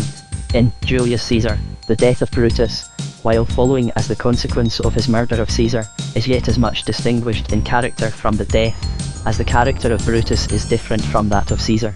Caesar's last words were to Brute. Brutus, when resolved to lay violent hands on himself, takes leave of his friends with these words: "Countrymen, my heart doth joy, that yet, in all my life, I found no man, but he was true to me." Here Shakespeare did not invent. He found both speeches in Plutarch. But how honouring his choice. Is the final catastrophe in Hamlet such, because Shakespeare could do no better? It is, he could do no better than the best. Where but in the regions beyond could such questionings as Hamlet's be put to rest? It would have been a fine thing indeed for the most nobly perplexed of thinkers to be left, his love in the grave, the memory of his father a torment, of his mother a blot, with innocent blood on his innocent hands, and but half understood by his best friend, to ascend in desolate dreariness the contemptible height of the degraded throne, and shine the first in a drunken court. Before bringing forward my last instance, I will direct the attention of my readers to a passage, in another play, in which the lesson of the play I am about to speak of, is directly taught. The first speech in the second act of As You Like It, might be made a text for the exposition of the whole play of King Lear. The banished Duke is seeking to bring his courtiers to regard their exile as a part of their moral training. I am aware that I point the passage differently, while I revert to the old text. Are not these woods more free from peril than the envious court? Here feel we not the penalty of Adam, the season's difference, as the icy fine, and churlish chiding of the winter's wind, which, when it bites and blows upon my body, even till I shrink with cold, I smile and say, this is no flattery, these are counsellors that feelingly persuade me what I am. Sweet are the uses of adversity. The line here, feel we not the penalty of Adam, has given rise to much perplexity. The expounders of Shakespeare do not believe he can mean that the uses of adversity are really sweet. But the Duke sees that the penalty of Adam is what makes the woods more free from peril than the envious court, that this penalty is in fact the best blessing, for it feelingly persuades man what he is, and to know what we are, to have no false judgments of ourselves, he considers so sweet, that to be thus taught, the churlish chiding of the winter's wind is well endured. Now let us turn to Lear. We find in him an old man with a large heart, hungry for love, and yet not knowing what love is. An old man as ignorant as a child in all matters of high import, with a temper so unsubdued, and therefore so unkingly, that he storms because his dinner is not ready by the clock of his hunger. A child, in short, in everything but his grey hairs and wrinkled face, but his failing, instead of growing, strength. If a life ends so, let the success of that life be otherwise, what it may, it is a wretched and unworthy end. But let Lear be blown by the winds and beaten by the rains of heaven, till he pities poor naked wretches, till he feels that he has ta'en too little care of such, till Plumb no longer conceals from him what a poor, bare, forked animal he is, and the old king has risen higher in the real social scale, the scale of the country to which he is bound, far higher than he stood while he still held his kingdom undivided to his thankless daughters. Then let him learn at last that love is the only good in the world. Let him find his Cordelia, and plot with her how they will in their dungeon, singing like birds, aye, the cage, and, dwelling in the secret place of peace, look abroad on the world like God's spies, and then let the generous great old heart swell, till it breaks at last, not with rage and hate and vengeance, but with love, and all is well. It is time the man should go to overtake his daughter, henceforth to dwell with her in the home of the true, the eternal, the unchangeable. All his suffering came from his own fault, but from the suffering has sprung another crop, not of evil but of good, the seeds of which had lain unfruitful in the soil, but were brought within the blessed influences of the air of heaven, by the sharp tortures of the ploughshare of ill. The elder Hamlet. Footnote 1875. The elder Hamlet. Footnote 1875. 'Tis bitter cold, and I am sick at heart. The ghost in Hamlet is as faithfully treated as any character in the play. Next to Hamlet himself, he is to me the most interesting person of the drama. The rumour of his appearance is wrapped in the larger rumour of war. Loud preparations for uncertain attack fill the ears of the subject of the land. The state is troubled. The new king has hardly come past his election before his marriage with his brother's widow swaths the court in the dust cloud of shame, which the merriment of its forced revelry can do little to dispel. A feeling is in the moral air to which the words of Francisco, the only words of significance he utters, give the key. 'Tis bitter cold, and I am sick at heart. Into the frosty air, the pallid moonlight, the drunken shouts of Claudius and his court, the bellowing of the cannon from the rampart for the enlargement of the insane clamour, that it may beat the drum of its own disgrace at the portals of heaven, glides the silent prisoner of hell, no longer a king of the day walking about his halls, the observed of all observers, but a thrall of the night, wandering between the bell and the cock, like a jailer on each side of him. A poet tells the tale of the king who lost his garments and ceased to be a king. Here is the king who has lost his body, and in the eyes of his court has ceased to be a man. Is the cold of the earth's night pleasant to him after the purging fire? What crimes had the honest ghost committed in his days of nature? He calls them foul crimes. Could such be his? Only who can tell how a ghost, with his doubled experience, may think of this thing or that. The ghost and the fire may between them distinctly recognise that as a foul crime, which the man and the court regarded as a weakness at worst, and indeed in a king laudable. Alas, poor ghost! Around the house he flits, shifting and shadowy. Over the ground he once paced in ringing armour, armed still, but his very armour a shadow. It cannot keep out the arrow of the cock's cry, and the heart that pierces is no shadow. Where now is the loaded axe with which, in angry dispute, he is no shadow?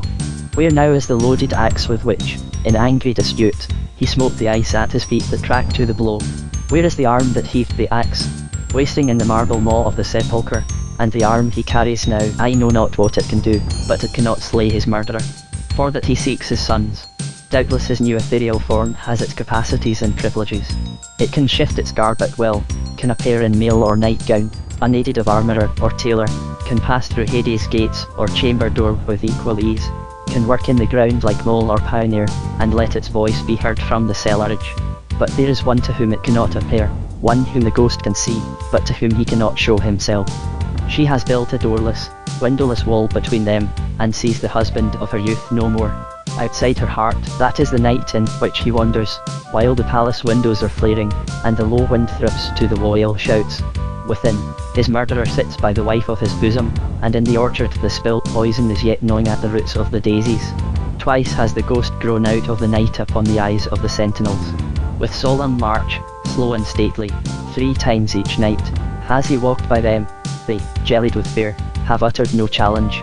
They seek Horatio, who the third night speaks to him as a scholar can.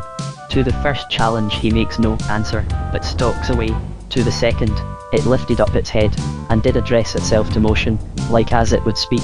But the Gowler cock calls him, and the kingly shape started like a guilty thing upon a fearful summons, and then shrunk in haste away, and vanished from our sight. Ah, that summons, at which majesty welks and shrivels, the king and soldier starts and cowers, and, armour and all, withers from the air. But why has he not spoken before? Why not now ere the cock could claim him? He cannot trust the men. His court has forsaken his memory, crowds with as eager discontent about the mild ear as ever about his wholesome brother, and how should he trust mere sentinels? There is but one who will heed his tale. A word to any other would but defeat his intent. Out of the multitude of courtiers and subjects, in all the land of Denmark, there is but one whom he can trust, his student son. Him he has not yet found, the condition of a ghost involving strange difficulties. Or did the horror of the men at the sight of him wound and repel him? Does the sense of regal dignity, not yet exhausted for all the fasting and fires, unite with that of grievous humiliation to make him shun their speech? But Horatio, why does the ghost not answer him ere the time of the cock is come?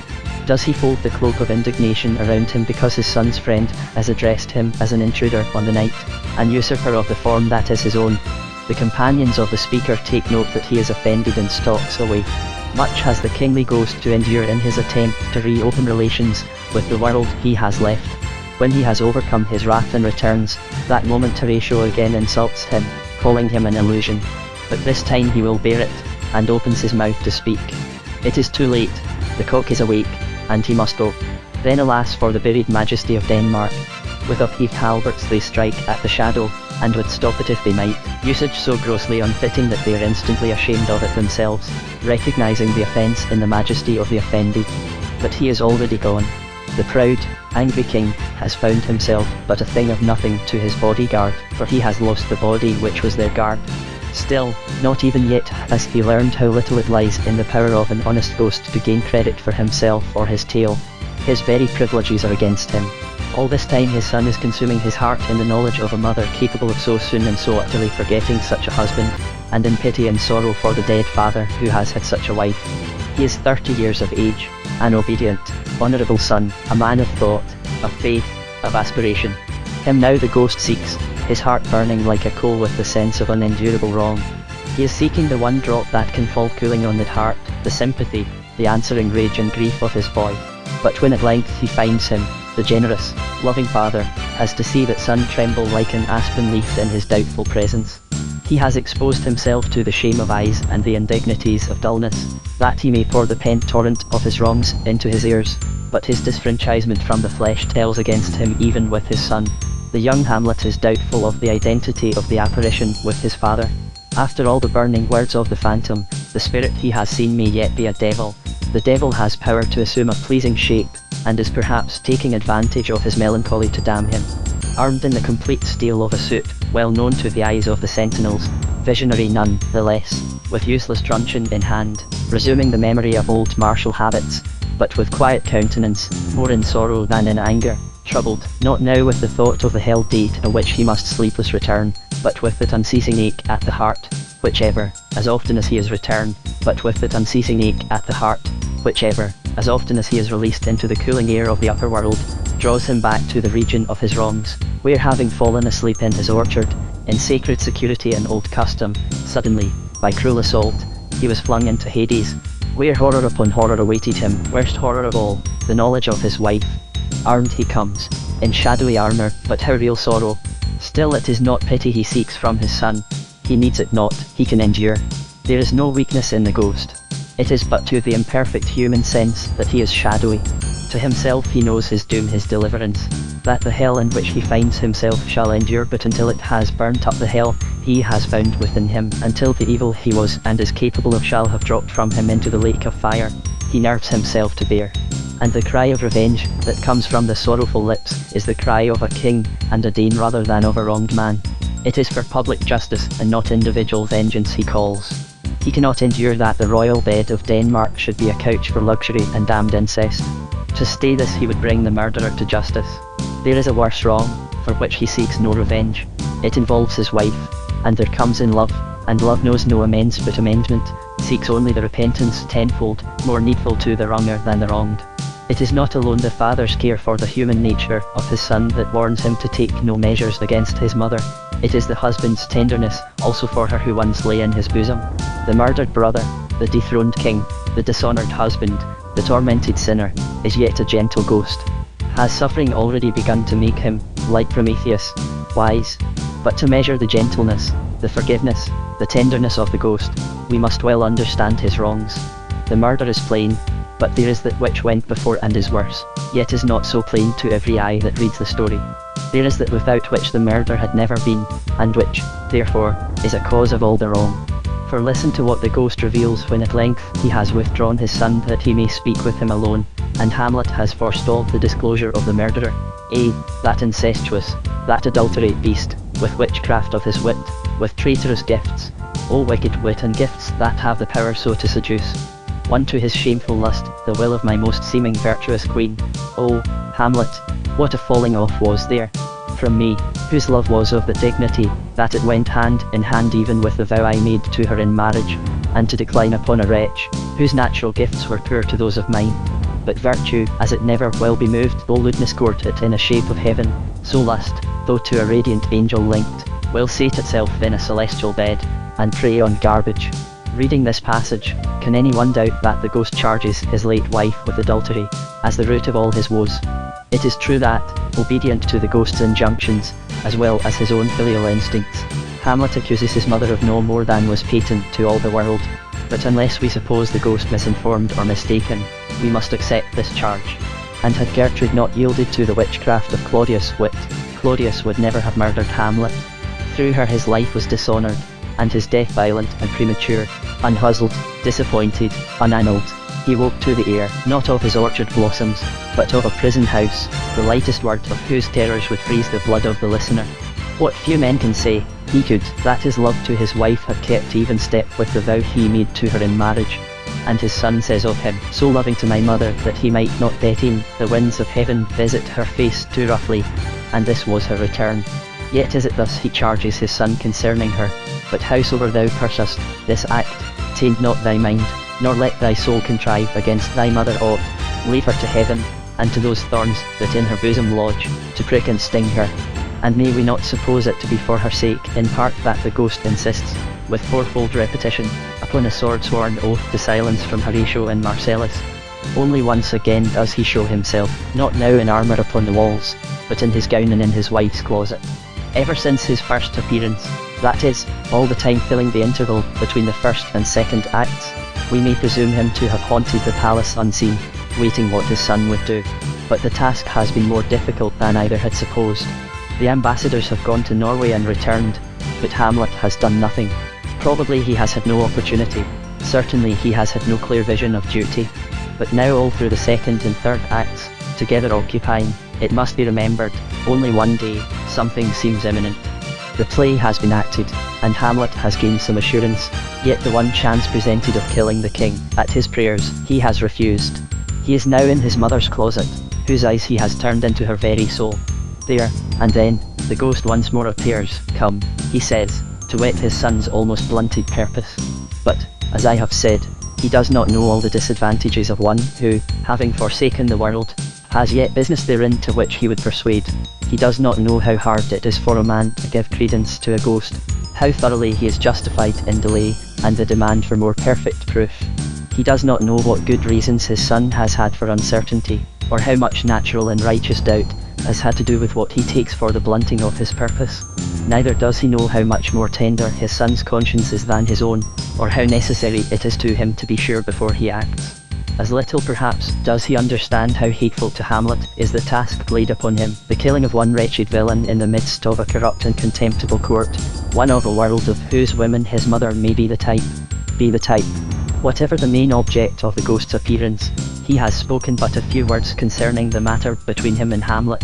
When he turns abruptly from it to plead with his son for his wife, the ghost sees and mistakes the terror of her looks, imagines that, either from some feeling of his presence, or from the power of Hamlet's words, her conscience is thoroughly roused, and that her vision, her conception of the facts, is now more than she can bear.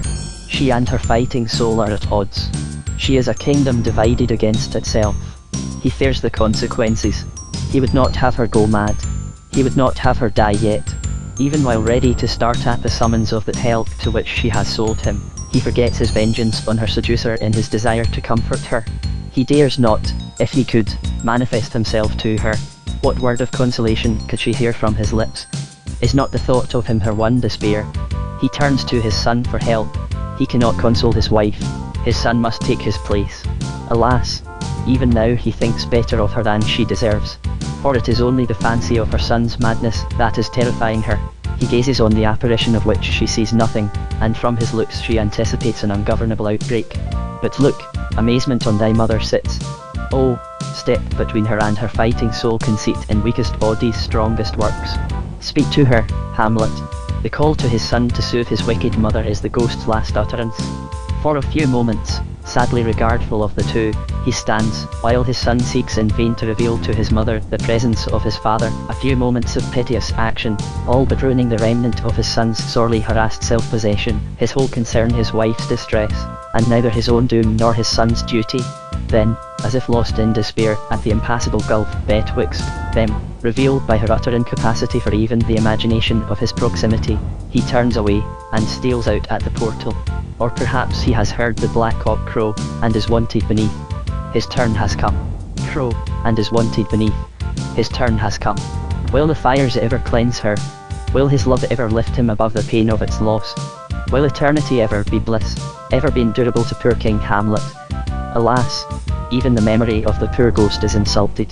Night after night on the stage his effigy appears, cadaverous, sepulchral, no longer as Shakespeare must have represented him, aerial, shadowy, gracious, the thin corporeal husk of an eternal, shall I say ineffaceable, sorrow. It is no hollow monotone that can rightly upbear such words as his, but a sound mingled of distance and wind in the pine tops, of agony and love, of horror and hope and loss and judgment, a voice of endless and sweetest inflection, yet with a shuddering echo in it as from the caves of memory, on whose walls are written the eternal blazon that must not be to ears of flesh and blood. The spirit that can assume form at will must surely be able to bend that form to completest and most delicate expression, and the part of the ghost in the play offers work worthy of the highest artist. The would-be actor takes from it vitality and motion, endowing it instead with the rigidity of death, as if the soul had resumed its cast-off garment, the stiffened and mouldy corpse, whose frozen deadness it could ill model to the utterance of its lively will. On Polish. Footnote 1865. By Polish I mean a certain well-known and immediately recognizable condition of surface. But I must request my reader to consider well what this condition really is. For the definition of it appears to us to be that condition of surface which allows the inner structure of the material to manifest itself. Polish is, as it were, a translucent skin, in which the life of the inorganic comes to the surface, as in the animal skin, the animal life. Once clothed in this, the inner glories of the marble rock, of the jasper, of the porphyry, leave the darkness behind, and glow into the day. From the heart of the agate the mossy landscape comes dreaming out. From the depth of the green chrysolite looks up the eye of its gold.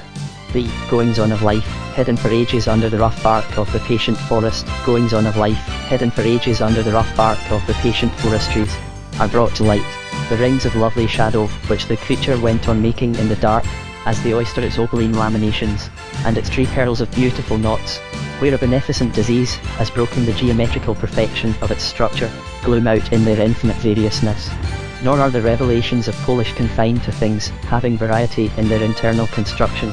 They operate equally in things of homogeneous structure. It is the polished ebony or jet which gives the true blank, the material darkness. It is the polished steel that shines keen and remorseless and cold, like that human justice whose symbol it is. And in the polished diamond, the distinctive purity is most evident, while from it, I presume, will the light absorbed from the sun gleam forth on the dark most plentifully. But the mere fact that the end of Polish's revelation can hardly be worth setting forth except for some ulterior object, some further revelation in the fact itself. I wish to show that in the symbolic use of the word, the same truth is involved, or, if not involved, at least suggested. But let me first make another remark on the preceding definition of the word. There is no denying that the first notion suggested by the word Polish is that of smoothness, which will indeed be the sole idea associated with it before we begin to contemplate the matter. But when we consider what things are chosen to be clothed upon with this smoothness, then we find that the smoothness is scarcely desired for its own sake, and remember besides that in many materials and situations, it is elaborately avoided. We find that here it is sought because of its faculty of enabling other things to show themselves, to come to the surface. I proceed then to examine how far my pregnant interpretation of the word will apply to its figurative use in two cases, _polish of style and polish of manners. The two might be treated together, seeing that style may be called the manners of intellectual utterance, and manners the style of social utterance, but it is more convenient to treat them separately. I will begin with the polish of style.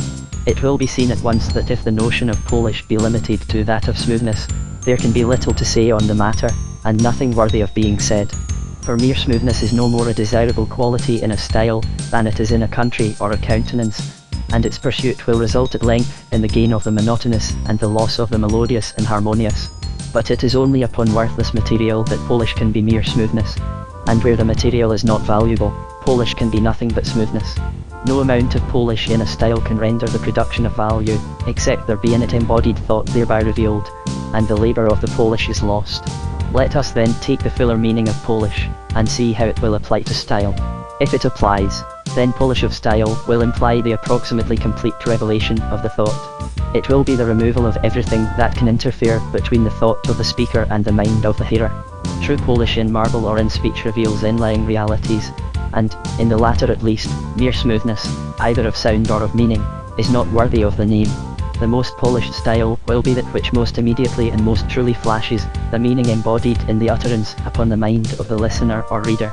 Will you then, I imagine a reader objecting, admit of no ornament in style?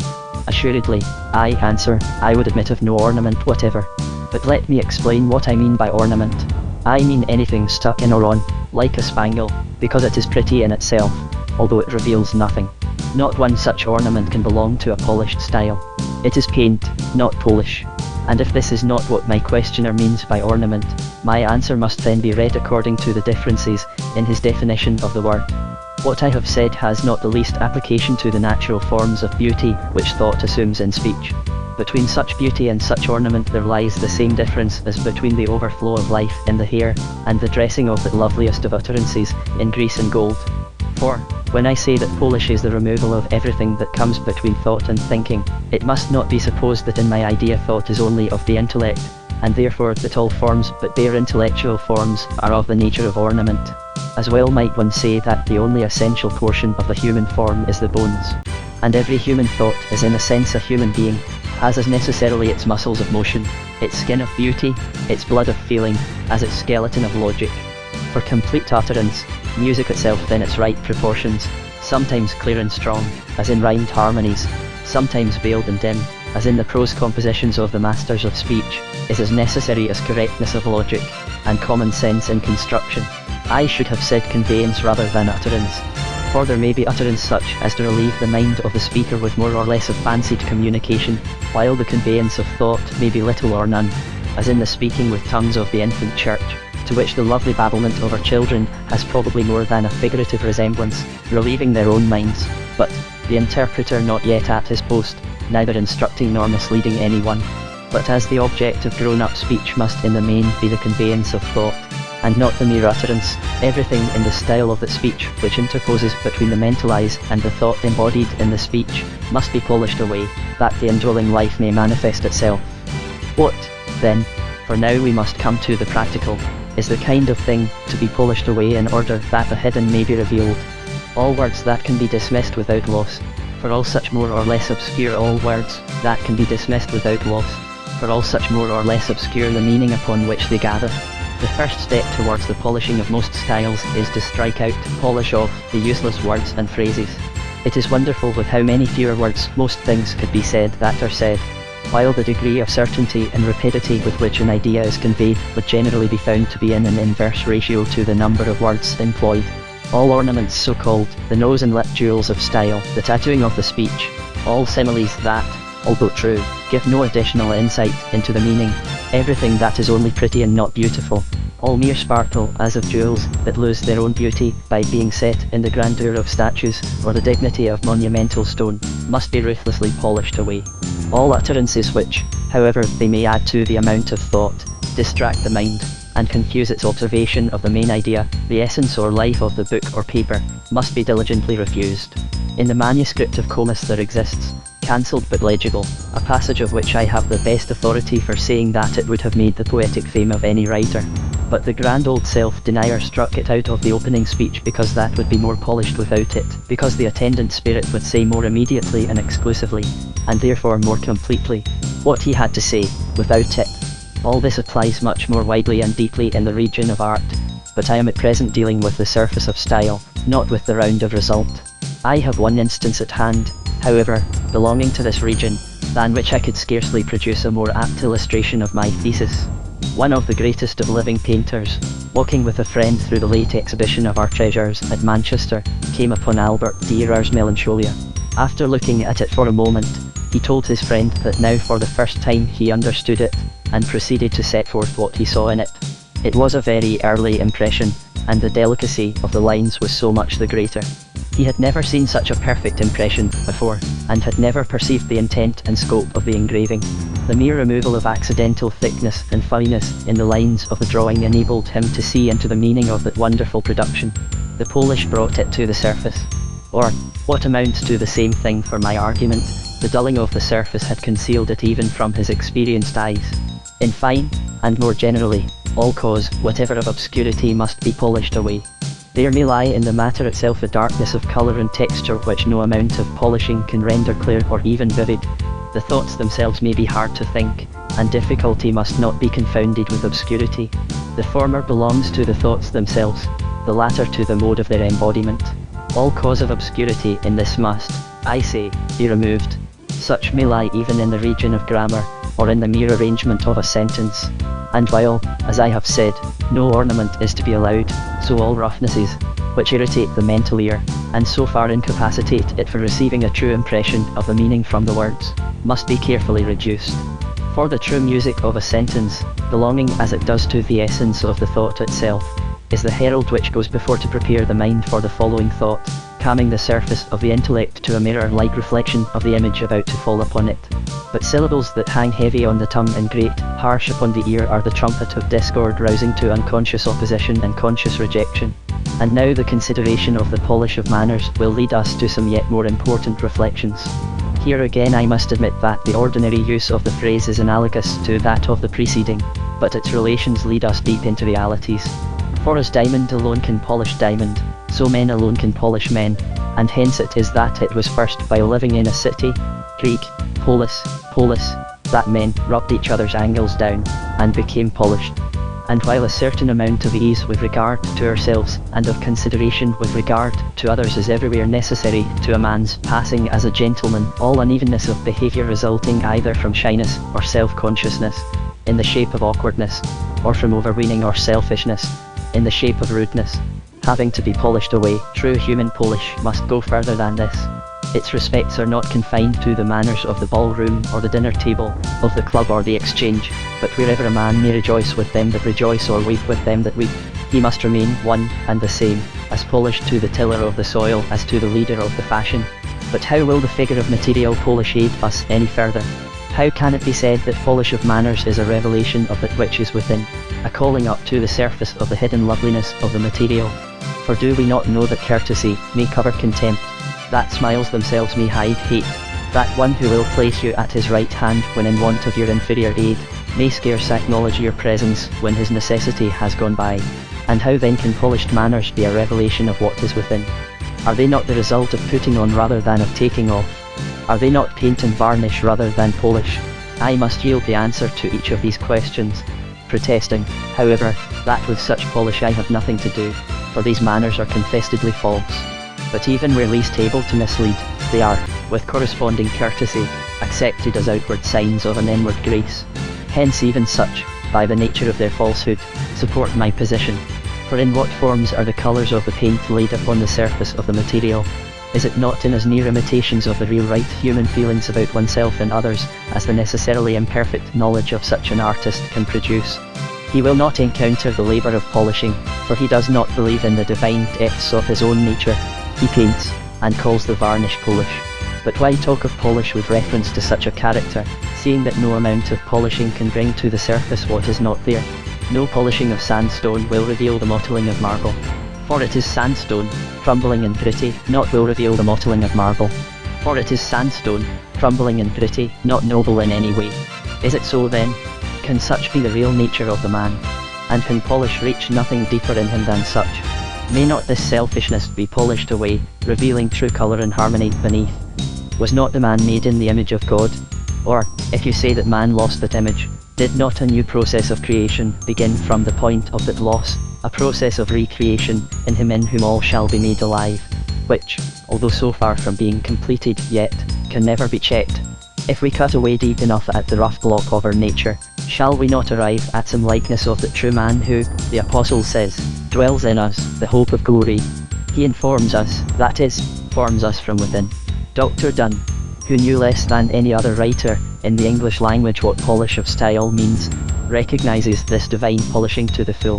He says in a poem called The Cross, as perchance carvers do not faces make, but that away, which hid them there, do take, let crosses so take what hid Christ in thee, and be his image, or not his, but he.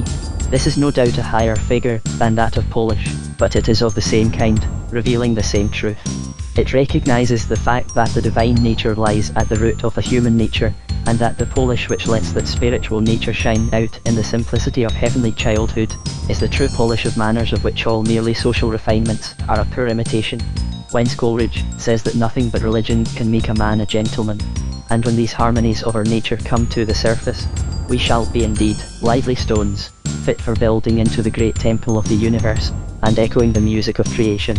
Dr. Donne recognizes, besides, the notable fact that crosses or afflictions are the polishing powers by means of which the beautiful realities of human nature are brought to the surface. One can tell at once by the peculiar loveliness of certain persons that they have suffered. But, to look for a moment less profoundly into the matter, have we not known those whose best never could get to the surface just from the lack of polish? Persons who, if they could only reveal the kindness of their nature, would make men believe in human nature, but in whom some roughness of awkwardness or of shyness prevents the true self from appearing. Even the dread of seeming to claim a good deed or to patronize a fellow man will sometimes spoil the last touch of tenderness, which would have been the final polish of the act of giving, and would have revealed infinite depths of human devotion. For let the truth out, and it will be seen to be true. Simplicity is the end of all polish, as of all art, culture, morals, religion, and life. The Lord our God is one Lord, and we and our brothers and sisters are one humanity, one body of the head. Now to the practical. What are we to do for the polish of our manners? Just what I have said we must do for the polish of our style. Take off, do not put on. Polish away this rudeness, that awkwardness. Correct everything self-assertive, which includes 9/10 of all vulgarity. Imitate no one's behaviour, that is to paint. Do not think about yourself, that is to varnish. Put what is wrong right, and what is in you will show itself in harmonious behaviour. But no one can go far in this track without discovering that true polish reaches much deeper, that the outward exists but for the sake of the inward, and that the manners, as they depend on the morals, must be forgotten in the morals of which they are but the revelation. Look at the high-shouldered, ungainly child in the corner. His mother tells him to go to his book, and he wants to go to his play. Regard the swollen lips, the skin tightened over the nose, the distortion of his shape, the angularity of his whole appearance. Yet he is not an awkward child by nature. Look at him again the moment after he has given in and kissed his mother. His shoulders have dropped to their place. His limbs are free from the fetters that bound them. His motions are graceful, and the one blends harmoniously with the other. He is no longer thinking of himself. He has given up his own way. The true childhood comes to the surface, and you see what the boy is meant to be always. Look at the jerkiness of the conceited man. Look at the quiet fluency of motion in the modest man. Look how anger itself, which forgets self, which is unhating and righteous, will elevate the carriage and ennoble the movements. But how far can the same rule of omission or rejection be applied with safety to this deeper character, the manners of the spirit? It seems to me that in morals too the main thing is to avoid doing wrong, for then the active spirit of life in us will drive us onto the right. But on such a momentous question I would not be dogmatic. Only as far as regards the feelings I would say, it is of no use to try to make ourselves feel thus or thus. Let us fight with our wrong feelings. Let us polish away the rough ugly distortions of feeling. Then the real and the good will come of themselves. Or rather, to keep to my figure, they will then show themselves of themselves, as the natural whole may produce, the indwelling facts of our deepest, that is, our divine nature.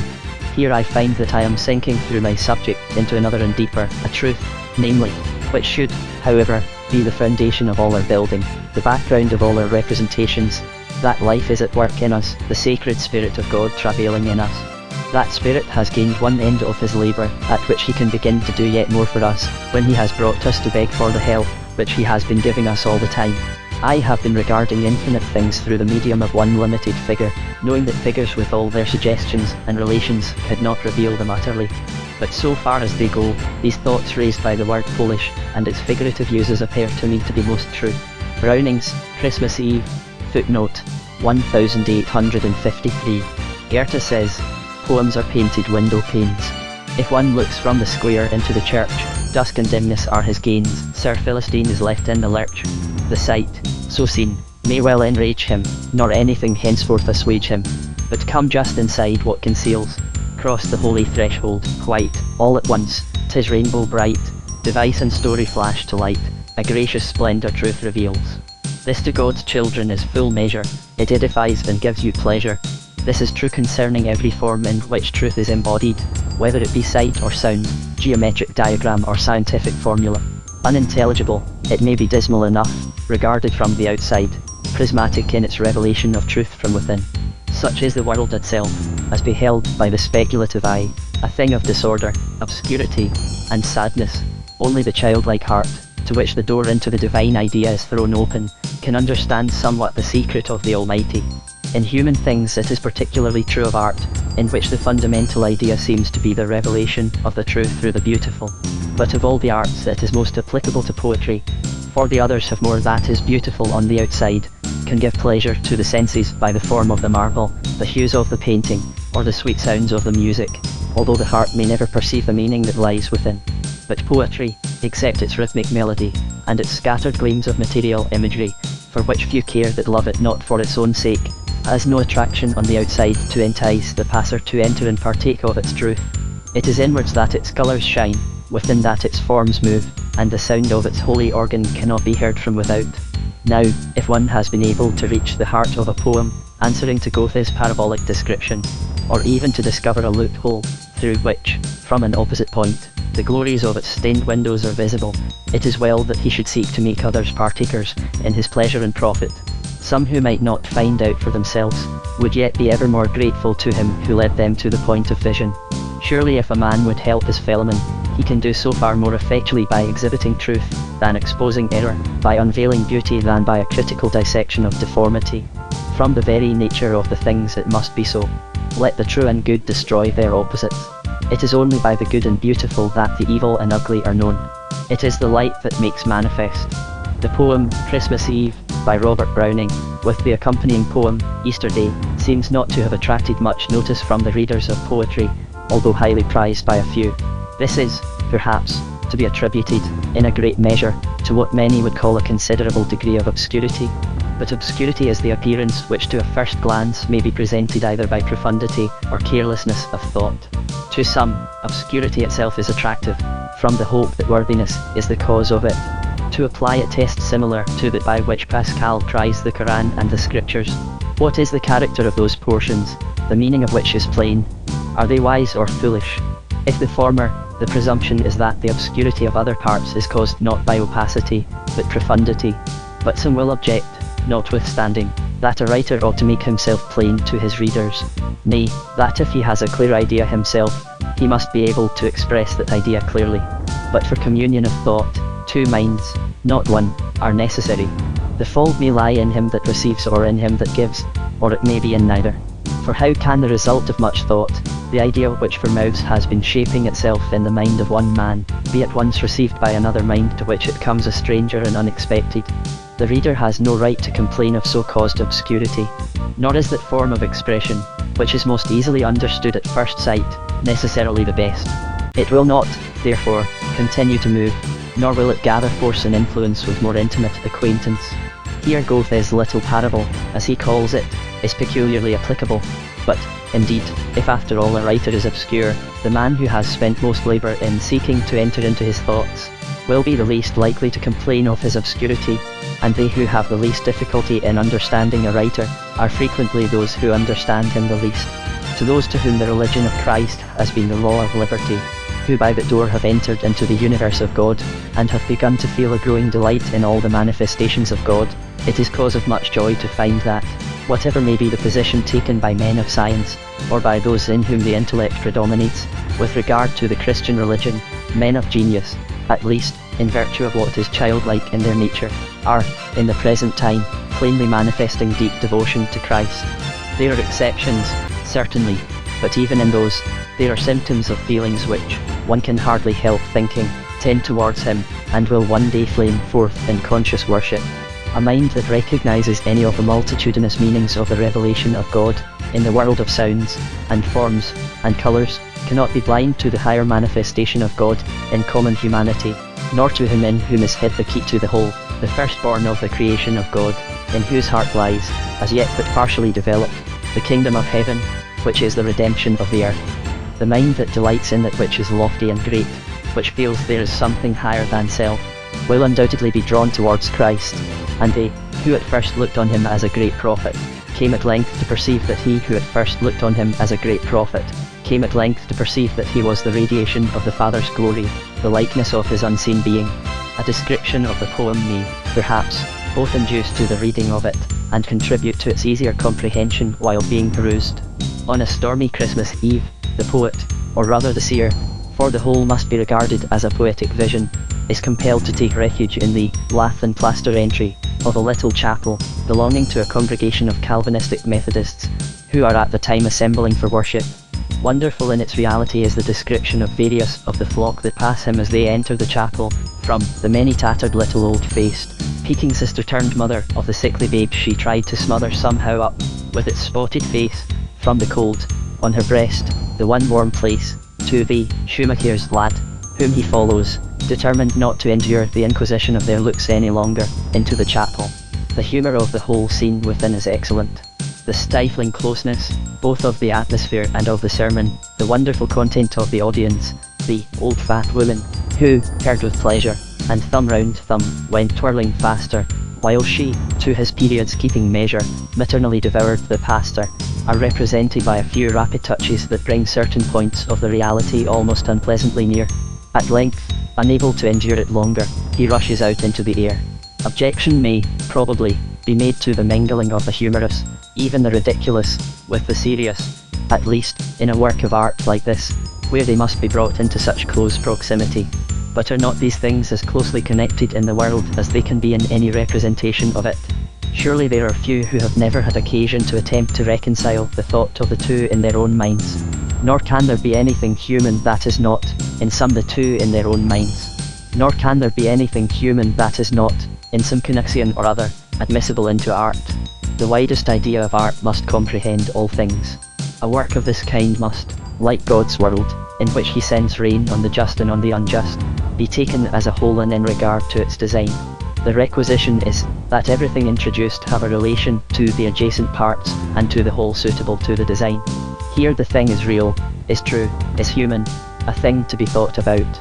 It has its place amongst other phenomena, with which, however apparently incongruous, it is yet vitally connected within. A coolness and delight visit us, on turning over the page and commencing to read the description of sky, and moon, and clouds, which greet him outside the chapel. It is as a vision of the vision-bearing world itself, in one of its fine, though not, at first, one of its rarest moods. And here a short digression to notice like feelings in unlike dresses, one thought differently expressed will, perhaps, be pardoned. The moon is prevented from shining out by the blocks of cloud built up in the west, and the empty other half of the sky seemed in its silence as if it knew what, any moment, might look through a chance gap in the fortress massy. Old Henry Vaughan says of the dawning, the whole creation shakes off night, and for thy shadow looks the light. Stars now vanish without number, sleepy planets set in slumber, the Persea clouds disband and scatter, all expect some sudden matter. Calmness settles down on his mind. He walks on, thinking of the scene he had left, and the sermon he had heard. In the latter he sees the good and the bad intimately mingled, and is convinced that the chief benefit derived from it is a reproducing of former impressions. The thought crosses him, in how many places and how many different forms the same thing takes place, a convincing of the convinced, and he rejoices in the contrast which his church presents to these.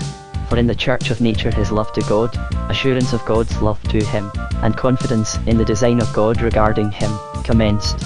While exulting in God and the knowledge of him to be attained hereafter, he is favoured with a sight of a glorious moon rainbow, which elevates his worship to ecstasy. During which, all at once I looked up with terror. He was there, he himself with his human air, on the narrow pathway, just before I saw the back of him. No more, he had left the chapel. Then, as I forgot all about the sky.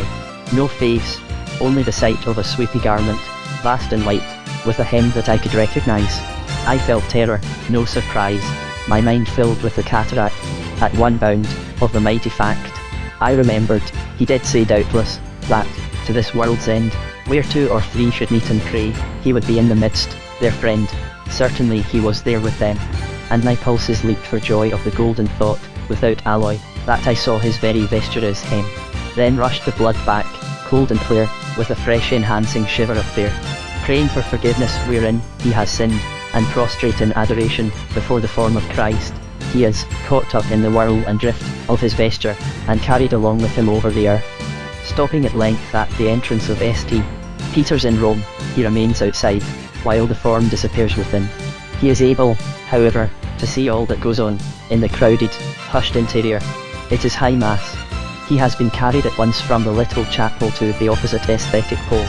From the entry, where the flame of a single tallow candle in the cracked square lantern I stood under shot its blue light at me, to this miraculous dome of God, this colonnade with arms wide open to embrace the entry of the human race to the breast of, what is it?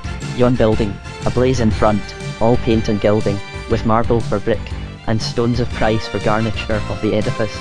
To those fountains, growing up eternally each to a musical water tree, whose blossoms drop, a glittering boon, before my eyes, in the light of the moon, to the granite lavers underneath, from the singing of the chapel to the organ self-restrained, that holds his breath and grovels latent, while expecting the elevation of the host. Christ is within, he is left without. Reflecting on the matter, he thinks his Lord would not require him to go in, though he himself entered, because there was a way to reach him there. By and by, however, his heart awakes and declares that love goes beyond error with them, and if the intellect be kept down, yet love is the oppressor. So next time he resolves to enter and praise along with them. The passage commencing, "Oh, love of those first Christian days," describing love's victory over intellect, is very fine. Again he is caught up and carried along as before. This time halt is made at the door of a college in a German town, in which the classroom of one of the professors is open for lecture this Christmas Eve. It is, intellectually considered, the opposite pole to both the Methodist chapel and the Roman basilica. The poet enters, fearful of losing the society of any but call themselves his friends. He describes the assembled company, and the entrance of the hawk-nosed, high-cheekboned professor, of part of whose Christmas Eve's discourse he proceeds to give the substance. The professor takes it for granted that, plainly no such life was livable, and goes on to inquire what explanation of the phenomena of the life of Christ it were best to adopt. Not that it mattered much, so the idea be left the same, taking the popular story, for convenience sake, and separating all the same. Taking the popular story, for convenience sake, and separating all extraneous matter from it, he found that Christ was simply a good man, with an honest, true heart, whose disciples thought him divine, and whose doctrine, though quite mistaken by those who received and published it, had yet a meaning quite as respectable.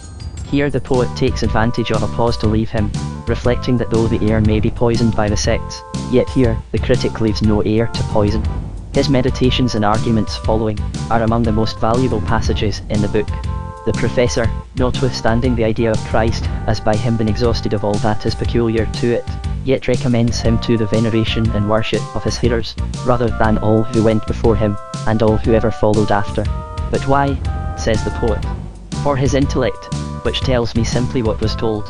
If mere morality, bereft of the God in Christ, be all that's left, elsewhere by voices manifold, with which must be combined the fact that this intellect of his did not save him from making the important stumble of saying that he and God were one. But his followers misunderstood him, says the objector. Perhaps so, but the stumbling block, his speech, who laid it? Well then, is it on the score of his goodness that he should rule his race? You pledge your fealty to such rule. What, all, from heavenly John and Attic Paul, and that brave weather battered Peter, whose stout faith only stood completer for buffets, sinning to be pardoned, as the more his hands balled nets, they hardened, all, down to you, the man of men, professing here at Gettingen, compose Christ's flock. So, you and I are sheep of a good man. And why? Did Christ invent goodness? Or did he only demonstrate that of which the common conscience was judge? I would decree worship for such mere demonstration and simple work of nomenclature, only the day I praised, not nature, but Harvey, for the circulation. The worst man, says the poet, knows more than the best man does. God in Christ appeared to men to help them to awaken the life within them. Morality to the uttermost, supreme in Christ as we all confess. Why need we prove would avail no jot to make him God, if God he were not? What is the point where himself lays stress? Does the precept run, believe in good, in justice, truth, now understood for the first time? Or, believe in me, who lived and died, yet essentially am Lord of life? Whoever can take the same to his heart, and for mere love's sake conceive of the love, that man obtains a new truth, no conviction gains of an old one only, made intense by a fresh appeal to his faded sense. In this lies the most direct practical argument with regard to what is commonly called the divinity of Christ. Here is a man who knows that magnify him the least confess to be a good man, the best of men. He says, I and the Father are one. Will an earnest heart, knowing this, be likely to draw back, or will it draw nearer to behold the great sight? Will not such a heart feel, a good man like this would not have said so, were it not so? In all probability the great truth of God lies behind this veil. The reality of Christ's nature is not to be proved by argument. He must be beheld. The manifestation of him must gravitate inwards, on the soul. It is by looking that one can know. As a mathematical theorem is to be proved only by the demonstration of the theorem itself, not by talking about it, so Christ must prove himself to the human soul through being beheld. The only proof of Christ's divinity is his humanity. Because his humanity is not comprehended, his divinity is doubted, and while the former is uncomprehended, an assent to the latter is of little avail.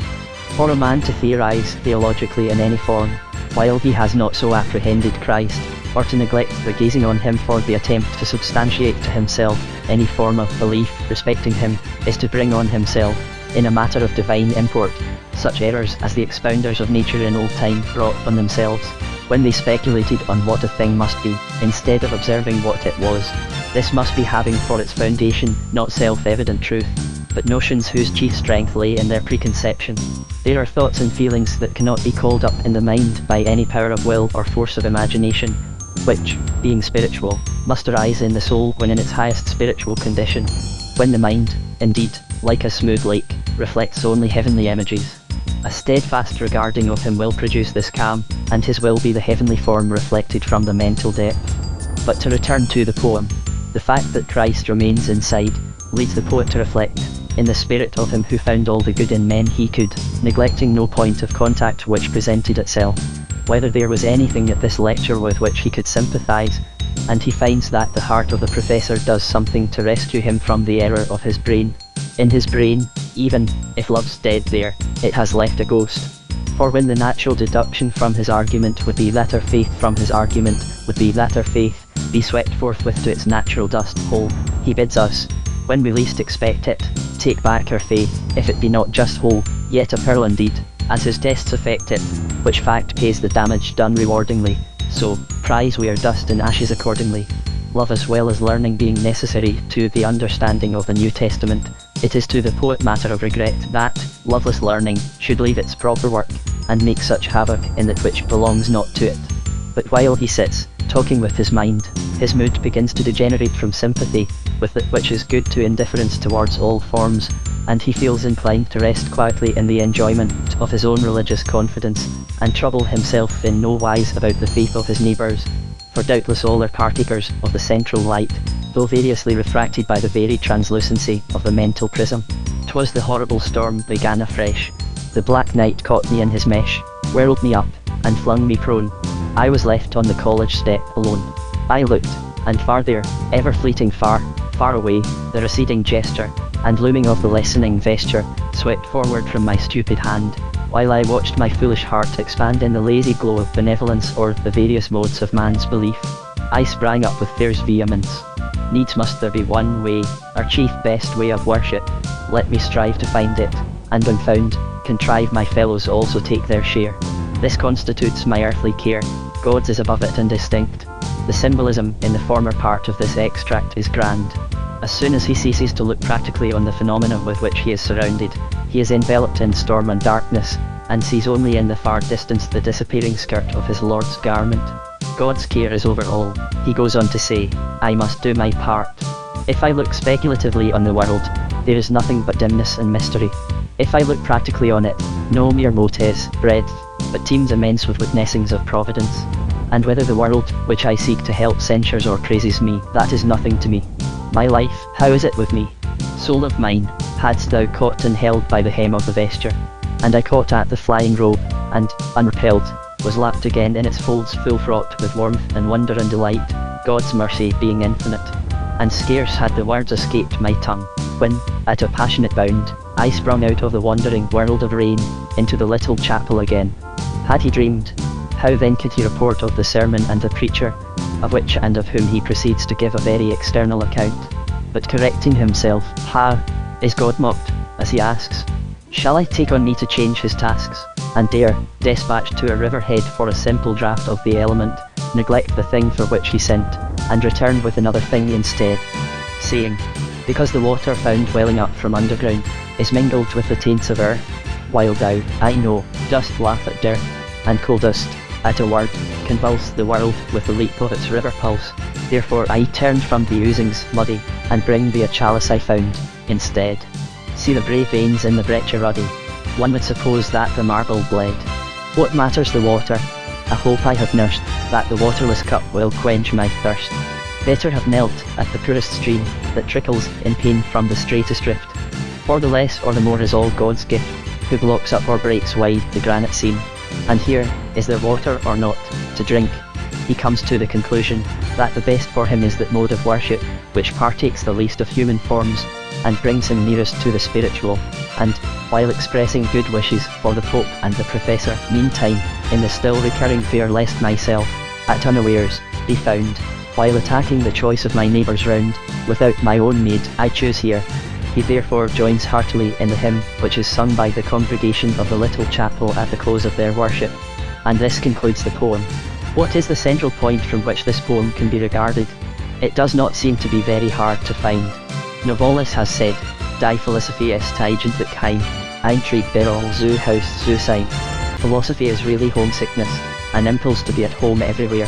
The life of a man here, if life it be, and not the vain image of what might be a life, is a continual attempt to find his place, his centre of recipiency, and active agency. He wants to know where he is, and where he ought to be and can be, for, rightly considered, the position a man ought to occupy is the only one he truly can occupy.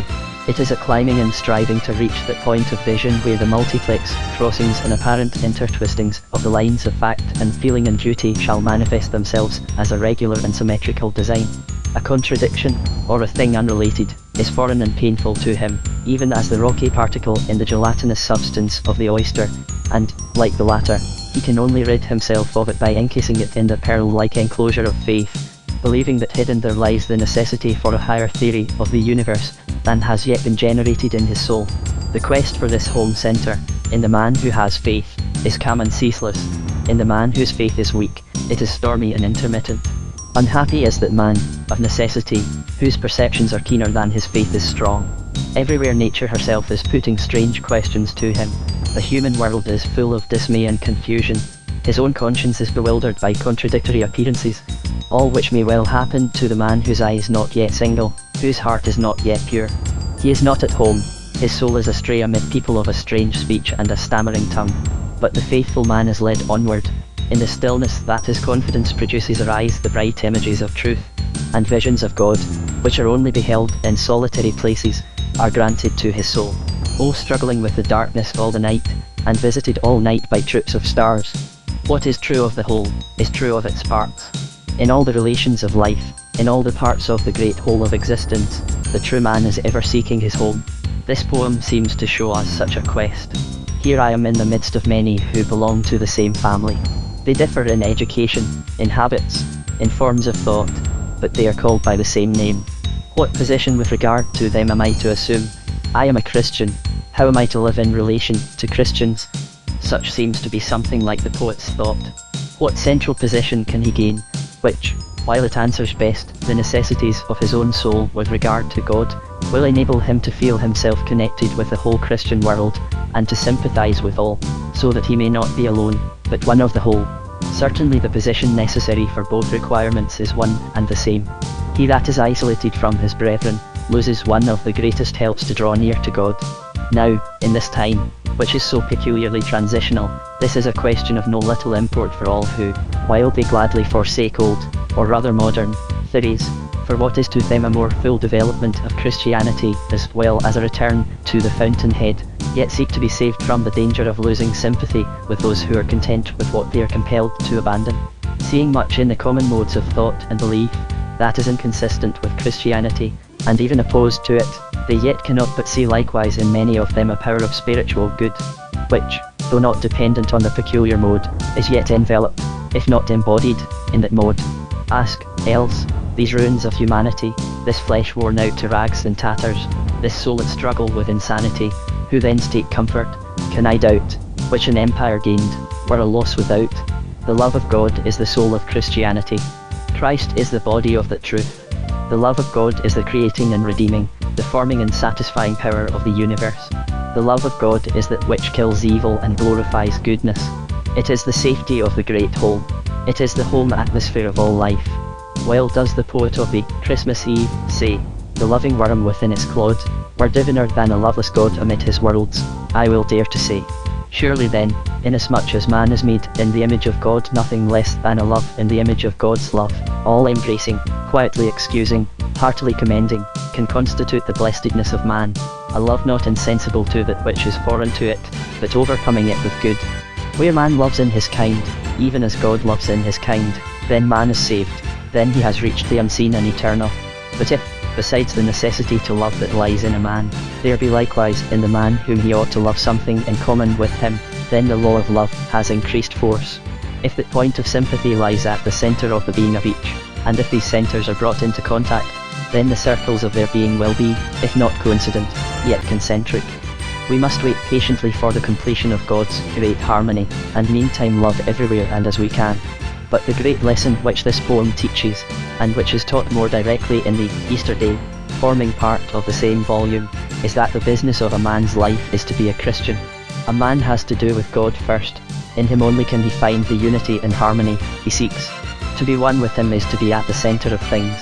If one acknowledges that God has revealed himself in Christ, that God has recognized man as his family, by appearing among them in their form, surely that very acknowledgement carries with it the admission that man's chief concern is with this revelation. What does God say and mean, teach and manifest, herein?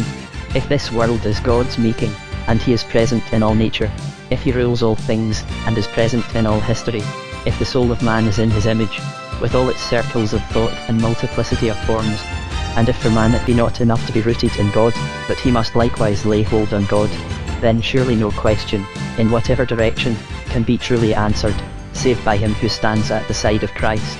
The doings of God cannot be understood, save by him who has the mind of Christ, which is the mind of God.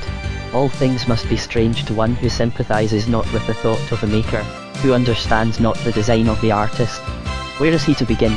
What light has he by which to classify? How will he bring order out of this apparent confusion, when the order is higher than his thought, when the confusion to him is caused by the orders being greater than he can comprehend? Because he stands outside and not within, he sees an entangled maze of forces, where there is in truth an intertwining dance of harmony. There is for no one any solution of the world's mystery, or of any part of its mystery, except he be able to say with a poet, I have looked to thee from the beginning, straight up to thee through all the world, which, like an idle scroll, lay furled to nothingness on either side, and since the time thou wast discreet, spite of the weak heart, so have I lived ever, and so fain would die, living and dying, thee before. Christianity is not the ornament, or even complement, of life, it is its necessity, it is life itself glorified into God's ideal. Dr. Chalmers, from considering the minuteness of the directions given to Moses for the making of the tabernacle, was led to think that he himself was wrong in attending too little to the petite morale of dress. Will this be excuse enough for occupying a few sentences with the rhyming of will this be excuse enough for occupying a few sentences with the rhyming of this poem?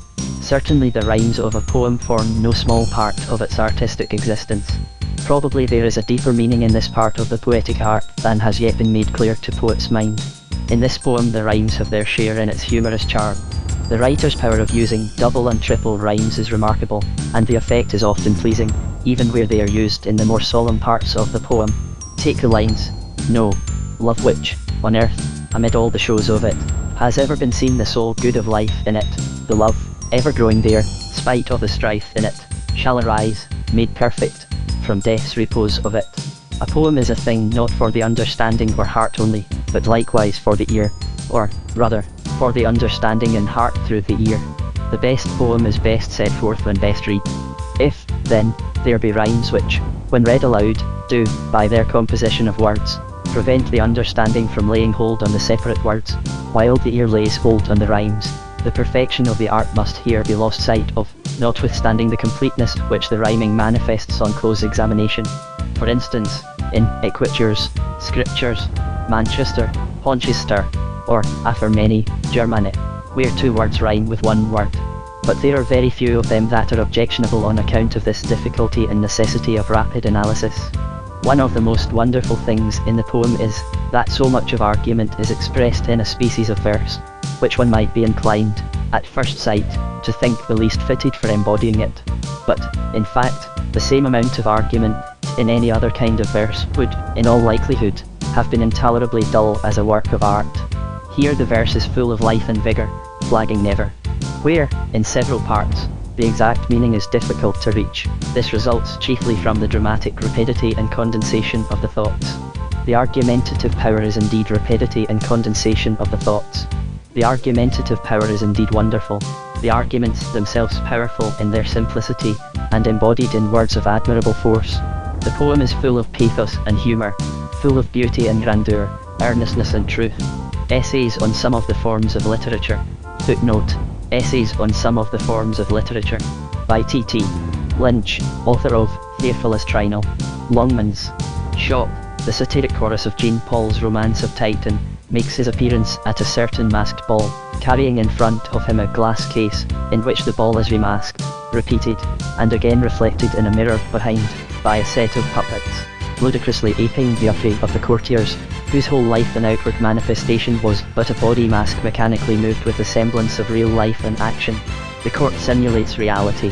The masks are a multiform mockery at their own unreality, and as such are regarded by Shaw, who takes them off with the utmost ridicule in his masked puppet show, which, with its reflection in the mirror, is again indefinitely multiplied in the many-sided reflector of Shaw is, or of Richter's, or of the reader's own imagination. The successive retreating and beholding in this scene is suggested to the reviewer by the fact that the last of these essays by Mr. Lynch is devoted in part to reviews, so that the reviews review books. Lynch reviews the reviews, and the present reviewer finds himself, somewhat presumptuously, it may be, attempting to review Mr. Lynch. In this, however, his office must be very different from that of Shaw, for there is a deeper and more real correspondence between the position of the showman and the reviewer than that outward resemblance which first caused the one to suggest the other. The latter's office, in the present instance, was, by mockery, to destroy the false, the very involution of the satire adding to the strength of the ridicule. His glass case was simply a review uttered by shapes and wires instead of words and handwriting. And the work of the true critic must in wires instead of words and handwriting. And the work of the true critic must sometimes be to condemn, and, as far as his strength can reach, utterly to destroy the false, scorching and withering its seeming beauty, till it is reduced to its essence and original groundwork of dust and ashes. It is only, however, when it wears the form of beauty, which is the garment of truth, and so, like the Eurymedons, has power to bewitch, that it is worth the notice and attack of the critic. Many forms of error, perhaps most, are better left alone to die of their own weakness, for the galvanic battery of criticism only helps to perpetuate their ghastly life. The highest work of the critic, however, must surely be to direct attention to the true, in whatever form it may have found utterance. But on this let us hear Mr. Lynch himself in the last of these 4 lectures, which were delivered by him at the Royal Institution, Manchester, and are now before us in the form of a book. The Criticos, the discerner, if he is ever saying to us, "This is not gold," and never, "This is either very humbly useful, or very perverse, or very unfortunate. This is not gold," he says. "Thank you," we reply, "we perceived as much." "And this is not," he adds. "True," we answer, "but we see gold grains glittering out of its rude, dark mass." "Well, at least, this is not," he proceeds. "Perverse man," we retort, "are you seeking what is not gold?" We are inquiring for what is, and unfortunate indeed are we if, born into a world of nature, and of spirit once so rich, we are born but to find that it has spent or has lost all its wealth. Unhappy man would he be, who, walking his garden, should scent only the earthy savour of leaves dead or dying, never perceiving, and that afar off, the heavenly odour of roses fresh today from the Maker's hands. The discerning by spiritual aroma may lead to discernment by the eye, and to that careful scrutiny, and thence greater knowledge, of which the eye is instrument and minister. And again, the critic criticised, if dealt with in the worst fashion of his own class, must be pronounced a mere monster, seeking whom he may devour, and, therefore, to be hunted and slain as speedily as possible, and stuffed for the museum, where he may be regarded with due horror, but in safety. But if dealt museum, where he may be regarded with due horror, but in safety. But if dealt with after the best fashion of his class, a very honourable and beneficent office is assigned him, and he is warned only, though zealously, against its perversions. A judicial chair in the kingdom of human thought, filled by a man of true integrity, comprehensiveness, and delicacy of spirit, is a seat of terror and praise, whose powers are at once most fostering to whatever is good, most repressive of whatever is evil.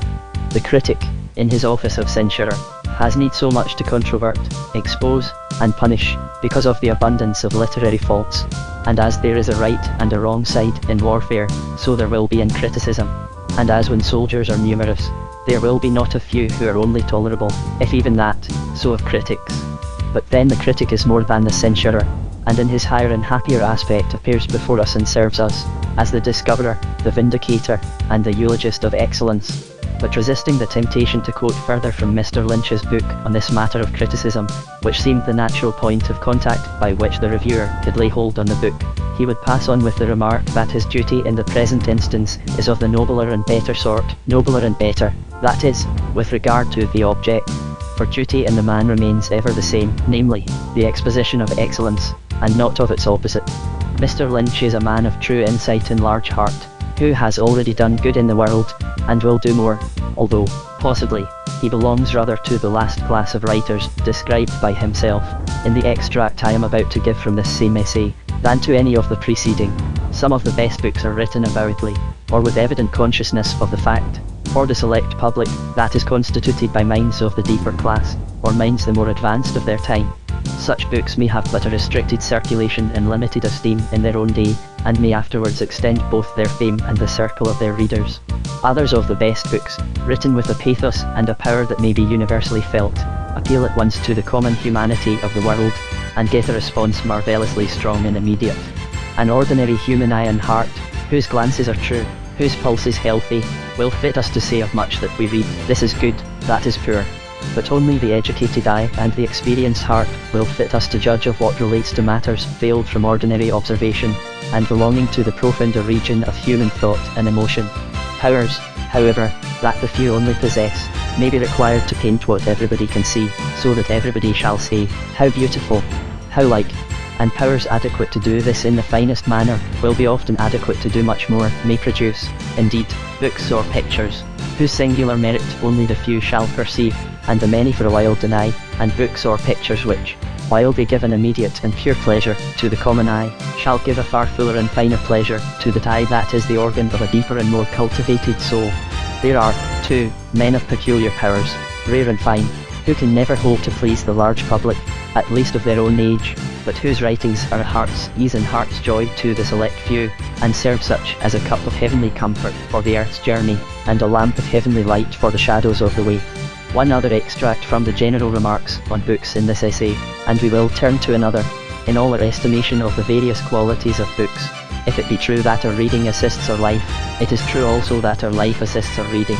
If we let our spirit talk to us in undistracted moments, if we commune with friendly, serious nature, face to face, often, if we pursue honourable aims in a steady progress, if we learn how a man's best work falls below his thought, yet how still his failure prompts a tenderer love of his thought, if we live in sincere, frank relations with some few friends, joying in their joy, hearing the tale and sharing the pain of their grief, and in frequent interchange of honest, household sensibility, if we look about us on character, marking distinctly what we can see, and feeling the prompting of 100 questions concerning what is out of our ken, if we live thus, we shall be good readers and critics of books, and improving ones.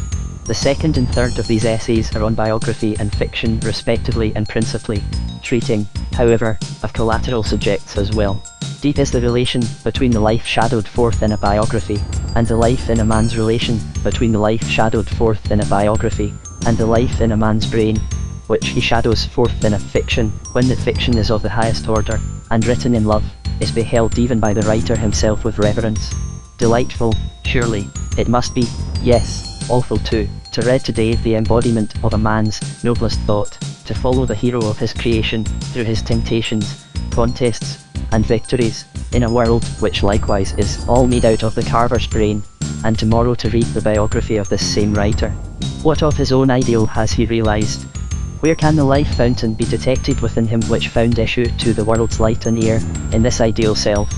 Shall God's fiction, which is man's reality, fall short of man's fiction?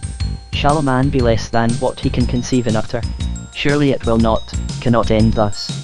If a man live at all in harmony with the great laws of being, if he will permit the working out of God's idea in him, he must one day arrive at something greater than what now he can project and behold. Yet, in biography, we do not so often find traces of those struggles depicted in the loftier fiction.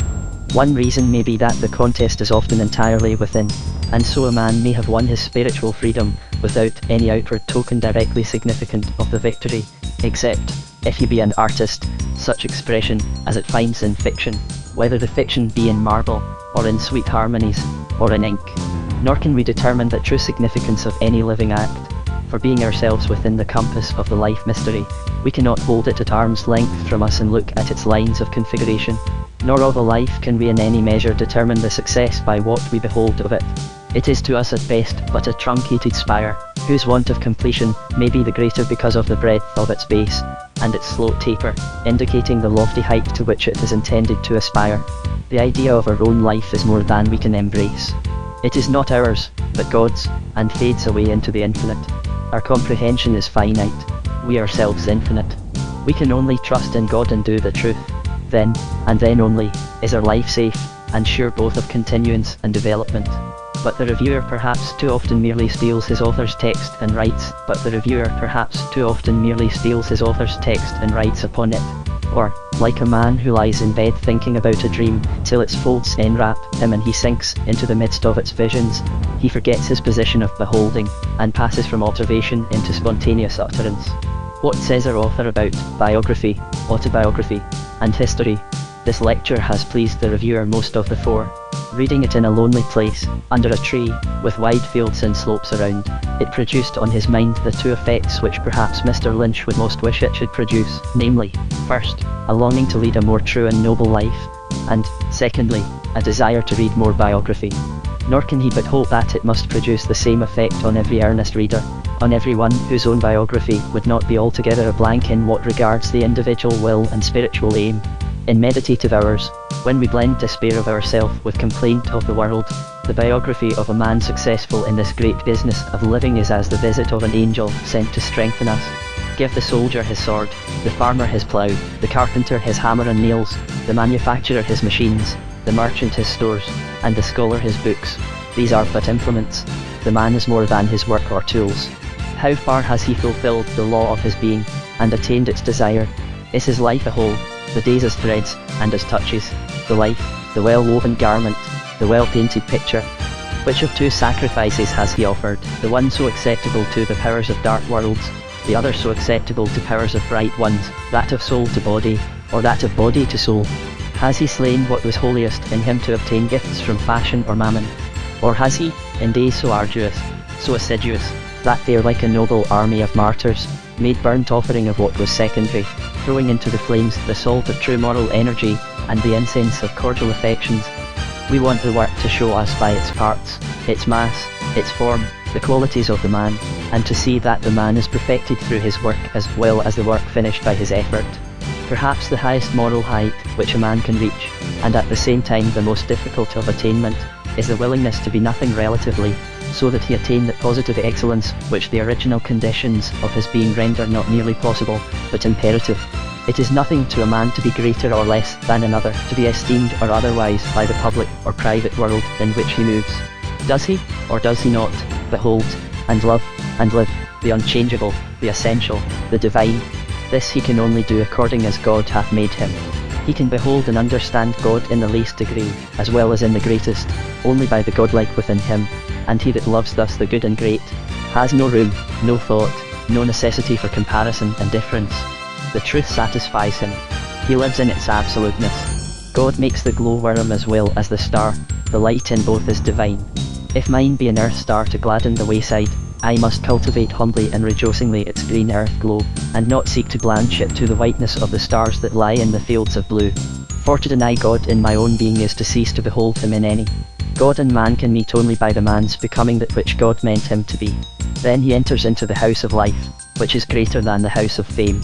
It is better to be a child in a green field than a knight of many orders in a state ceremonial. One biography may help conjecture or satisfy reason concerning the story of 1,000 unrecorded lives, and how few even of the deserving among the multitude can deserve, as, dear sons of memory, to be shown in the public heart. Few of us die unwept, but most of us unwritten. We shall find a grave, less certainly a tombstone, and with much less likelihood a biographer. Those bright particular stars that at evening look towards us from afar, yet still are individual in the distance, are at clearest times but about 1,000, but the milky lustre that runs through mid-heaven is composed of 1,000,000 lights, which are not the less separate because seen undistinguishably, absorbed, not lost, in the multitude of the unrecorded.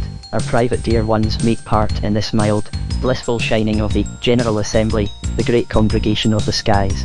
Thus the past is aglow with the unwritten, the nameless. The leaders, sons of fame, conspicuous in lustre, eminent in place, these are the few, whose great individuality burns with distinct, starry light through the dark of ages. Such stars, without the starry way, would not teach us the vastness of heaven, and the way, without these, were not sufficient to gladden and glorify the night with pomp of hierarchical ascents of domination. There are many passages in this essay with which the reviewer would be glad to enrich his notice of the book, but limitation of space, and perhaps justice to the essay itself, which ought to be read in its own completeness, forbid. Mr. Lynch looks to the heart of the matter, and makes one put the question, would not a biography written by Mr. Lynch himself be a valuable addition to this kind of literature? His would not be an interesting account of outward events and relationships and progress, nor even a succession of revelations of inward conditions, but we should expect to find ourselves elevated by him to a point of view from which the life of the man would assume an artistic individuality, as it were an isolation of existence. For the supposed author could not choose for his regard any biography for which this would be impossible, or in which the reticulated nerves of purpose did not combine the whole, with more or less of success, into a true and remarkable unity. One passage more from this essay, biography, then, makes life known to us as more wealthy in character, and much more remarkable in its everyday stories, than we had deemed it. Another good it does us is this. It introduces us to some of our most agreeable and stimulative friendships. People may be more beneficially intimate with one they never saw than even with a neighbour or brother. Many a solitary, puzzled, incommunicative person has found society provided, his riddle read, and his heart's secret, that longed and strove for utterance, outspoken for him in a biography. And both a love purer than any yet entertained may be originated, and a pure but ungratified love already existing, find an object, by the visit of a biography. In actual life you see your friend today, and will see him again tomorrow or next year, but in the dear book, you have your friend in all his experiences at once and ever. He is with you wholly, and may be with you at any time. He lives for you, and has already died for you, to give finish to the meaning, fullness, and sanctity, to the comfort of his days. He is mysteriously above as well as before you, by this fact, that he has died. Thus your intimate is your superior, your solace, but your support, too, and an example of the victory to which he calls you. His end, or her end, is our own in view, and the flagging spirit revives. We see the goal, and gird our loins anew for the race. Or, speaking of things minor, there is fresh prospect of the game, there is companionship in the hunt, and spirit for the winning. Such biography, too, is a mirror in which we see ourselves, and we see that we may trim or adorn, or that the plain signs of our deficient health, or ill-ruled temper, may set us to look for, and to use the means of improvement. But such a mirror is as a water one, in which first you may see your face, and but such a mirror is as a water one, in which first you may see your face, and which then becomes for you a bath to wash away the stains you see, and to offer its pure, cool stream as a restorative and cosmetic for your wrinkles and pallors. And what a pleasure there will be sometimes as we peruse a biography, in finding another who is so like ourselves, saying the same things, feeling the same dreads, and shames, and flutterings, hampered and harassed much as poor self is. Then, the escapes of such a friend give us hope of deliverance for ourselves, and his better, or if not better, yet rewarded, patience, freshens our iron sinews, and puts a staff into our hand, and certain seals of impossibility that we had put on this stone, and on that, beneath which our hopes lay buried, are by this biography, as by a visiting angel, effectually broken, and our hopes arise again. Our view of life becomes more complete because we see the whole of his, or of hers. We view life, too, in a more composed, tender way. Wavering faith, in its chosen determining principles, is confirmed. In quiet comparison of ourselves with one of our own class, or one who has made the mark for which we are striving, we are shamed to have done no better, and stirred to attempt former things again, or fresh ones in a stronger and more patient spirit. It is, indeed, well with him who has found a friend whose spirit touches his own and illuminates it. I missed him when the sun began to bend. I found him not when I had lost his rim. With many tears I went in search of him, climbing high mountains which did still ascend, and gave me echoes when I called my friend. Through cities vast and charnel houses grim, and high cathedrals where the light was dim, through books, and arts, and works without an end, but found him not, the friend whom I had lost. And yet I found him, as I found the lark, a sound in fields I heard but could not mark. I found him nearest when I missed him most. I found him in my heart, a life in frost, a light I knew not till my soul was dark. Next to possessing a true, wise, and victorious friend seated by your fireside, it is blessed to have the spirit of such a friend embodied, for spirit can assume any blessed to have the spirit of such a friend embodied, for spirit can assume any embodiment, on your bookshelves. But in the latter case the friendship is all on one side. For full friendship your friend must love you, and know that you love him.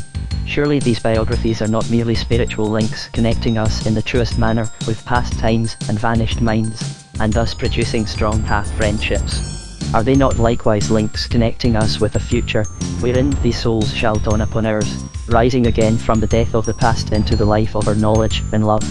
Are not these biographies letters of introduction, forwarded, but not yet followed by him whom they introduce, for whose step we listen, and whose voice we long to hear, and whom we shall yet meet somewhere in the infinite? Shall I not one day, somewhere, somehow, clasp the large hand of Novalis, and, gazing on his face, compare his features with those of St. John? The essay on light literature must be left to the spontaneous appreciation of those who are already acquainted with this book, or who may be induced, by the representations here made, to become acquainted with it. Before proceeding to notice the first essay in the little volume, namely, that on poetry, its subject suggests the fact of the publication of a second edition of the Memorials of Theophilus Trinal, by the same author, a portion of which consists of interspersed poems.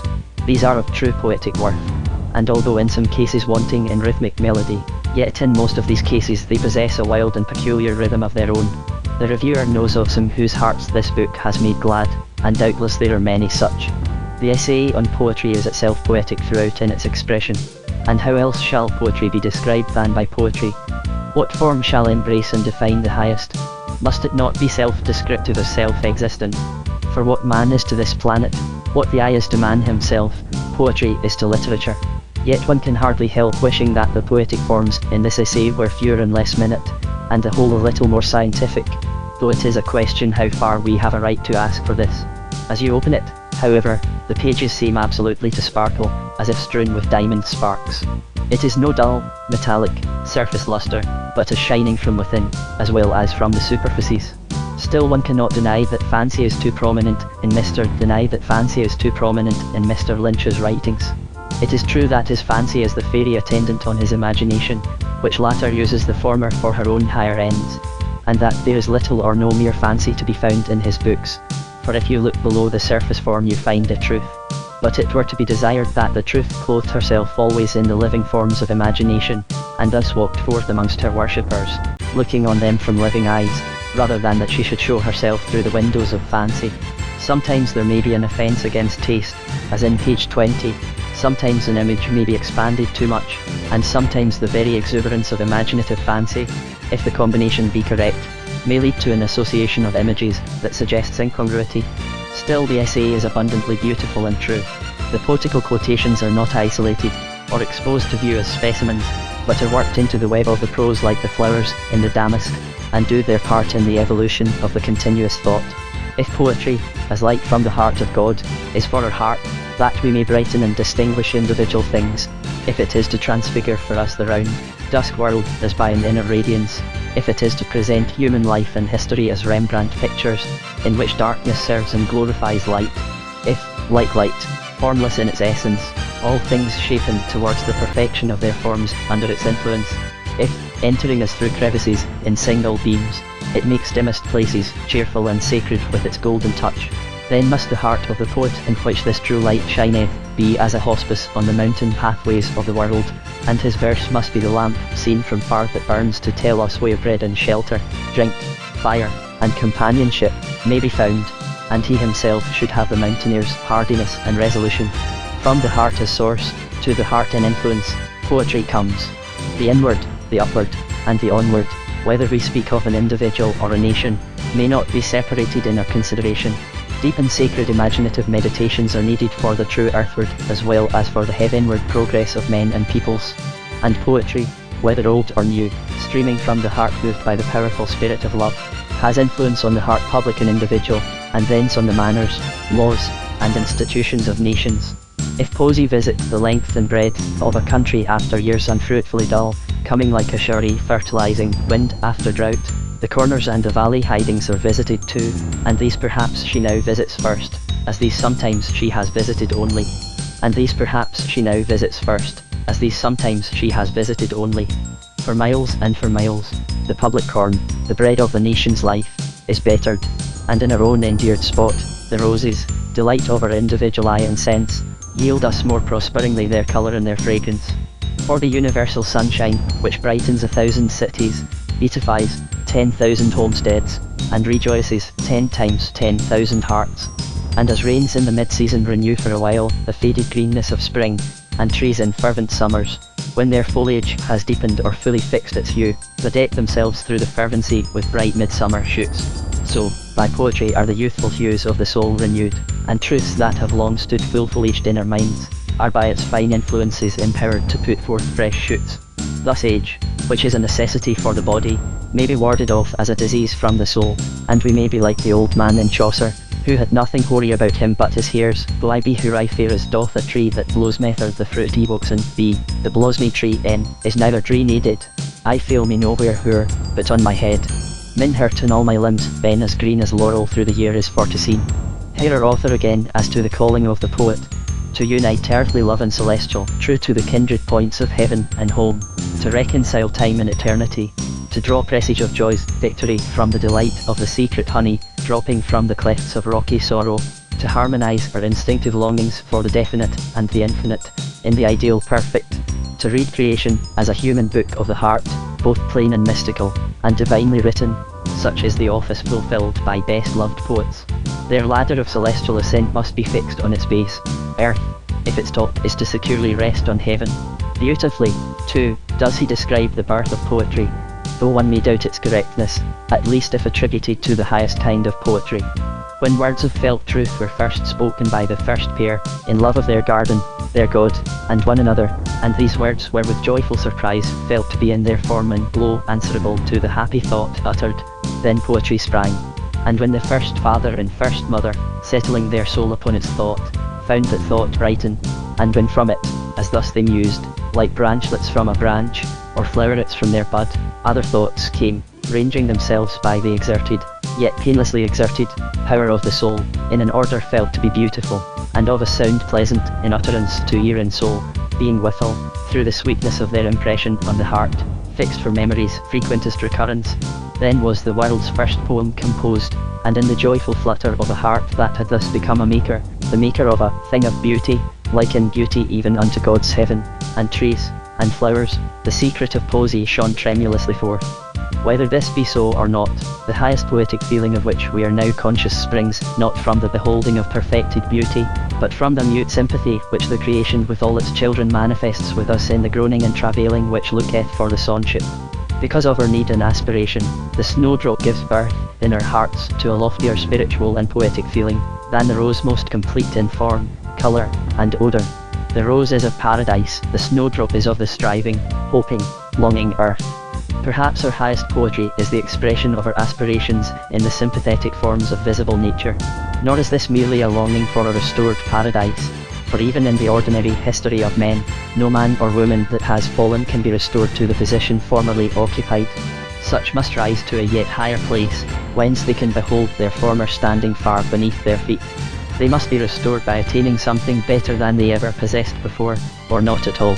If the law be a weariness, we must escape it by being filled with the Spirit, for not otherwise can we fulfill the law than by being above the law. There is for us no escape, save as the poet counsels us. Is thy straight horizon dreary? Is thy foolish fancy chill? Change the feet that have grown weary, for the wings that never will. Burst the flesh and live the spirit. Haunt the beautiful and far. Thou hast all things to inherit, and a soul for every star. But the reviewer must hasten to take leave, though unwillingly, of this pleasing, earnest, and profitable book. Perhaps it could be wished that the writer helped his readers a little more into the channel of his thought, made it easier for them to see the direction in which he is leading them, called out to them, "Come up hither," before he said, "I will show you a thing." But the reviewer says this with deference, and takes his leave with the hope that Mr. Lynch will be listened to for two good reasons. First, that he speaks the truth. Last, that he has already suffered for the truth's sake. The History and Heroes of Medicine. Footnote, by J. Rutherford Russell, N.D. In this volume, Dr. Russell has not merely aimed at the production of a book that might be serviceable to the faculty, by which the history of its own art is not at all sufficiently studied, but has aspired to the far more difficult success of writing a history of medicine, which shall be readable to all who care for true history, that history, namely, in which not merely growth and change are represented, but the secret supplies and influences as well, which minister to the one and occasion the other. If the difficulty has been greater, although with his evidently wide sympathies and keen insight into humanity, we doubt if it has, the success is the more honourable, for a success it certainly is. The partially biographical plan on which he has constructed his work has no doubt aided in the accomplishment of this purpose, for it is much easier to present the subject in its human relations, when its history is given in connection with the lives of those who were most immediately associated with it. But it would be a great mistake to conclude from this, that it is the less a history of the art itself, for no art or science has life in itself, apart from the minds which foresee, discover, and verify it. Whatever point in its progress it may have reached, it will there remain until a new man appears, whose new questions shall elicit new replies from nature, replies which are the essential food of the science, by which it lives, grows, and makes itself a history. Nor must our readers suppose that because the book is readable, it is therefore slight, either in material or construction. Much reading and research have provided the material, while real thought and argument have superintended the construction. Nor is it by any means without the adornment that a poetic temperament and a keen sense of humour can supply. Naturally, the central life in the book is that of Lord Bacon, the man who brought out of his treasures things, both new and old. Up to him the story gradually leads from the prehistoric times of Asclepius, the pathway first becoming plainly visible in the life and labours of Hippocrates. His fine intellect and powers of acute observation afforded the material necessary for the making of a true physician. The Greek mind, partly, perhaps, from its artistic tendencies, seems to have been peculiarly impatient of incomplete forms, and therefore, to have much preferred the construction of a theory from the most shadowy material, to the patient experiment and investigation necessary for the procuring of the real substance. And Hippocrates, not knowing how to advance to a theory by rational experiment, and too honest to invent one, assumes that traditional theories, founded on the vaguest and most obtrusive generalizations. Those which his experience taught him to reject, were adopted and maintained by Galen and all who followed him for centuries, the chief instance of progress being only the substitution, by the Arabians, of some of the milder medicines now in use, for the terrible and often fatal drugs employed by the Greek and Roman physicians.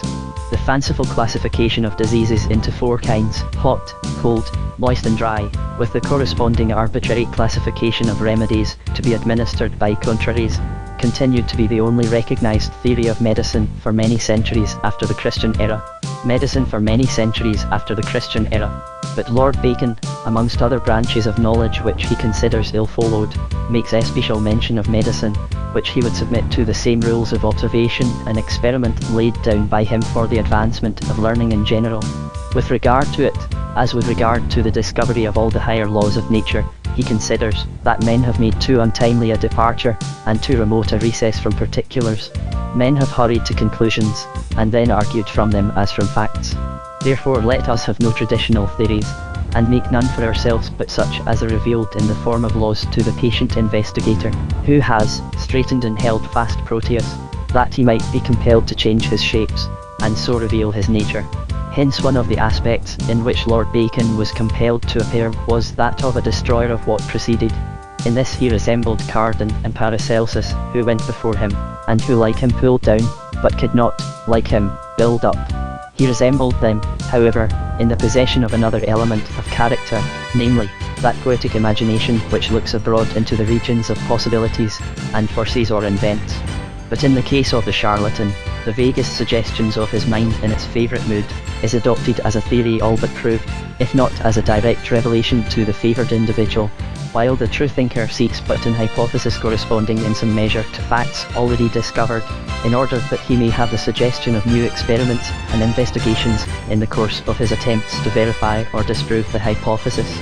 Lord Bacon considered hypothesis invaluable in the discovery of truth, but he only used it as a board upon which to write his questions to nature, or, to use another figure, hypothesis with him is as the next stepping stone in the swollen river, which he supposes to be here or there, and so feels for with his staff. But it must be proved before it be regarded as a law, and greatly corroborated before it be even adopted as a theory. Cardan and Paracelsus were destroyers and mystics only. They destroyed on the earth that they might build in the air. Lord Bacon united both characters in the philosopher. He looked abroad into the regions of the unknown, whence all knowledge comes. He called wonder the seed of knowledge, but he would build nowhere but on the earth, on the firm land of ascertained truth. That which kept him right was his practical humanity. It was for the sake of delivering men from the ills of life, by discovering the laws of the elements amidst which that life must be led, that he laboured in thought. This object kept him true, made him able to discover the very laws of discovery, brought him so far into rapport with the heart of nature herself, that, like a physical prophet, his seeing could outspeed his knowing, and behold the law dimly, it is true, but yet behold it long before his intellect, which had to build bridges and find straw to make the bricks, could dare to affirm its approach to the same conclusion. Truth to humanity made him true to fact, and truth to fact made him true in theory. It was in this spirit of devotion to his kind that he said, "Therefore here is the deficiency which I find, that physicians have not set down and delivered over certain experimental medicines for the cure of particular diseases." Dr. Russell's true insight into the relation of Lord Bacon to the medical as well as to all science has suggested the above remarks. What our author chiefly desires is, that the same principles which made medicine what it is, should be allowed to carry it yet further, and make it what it ought to be, and must become.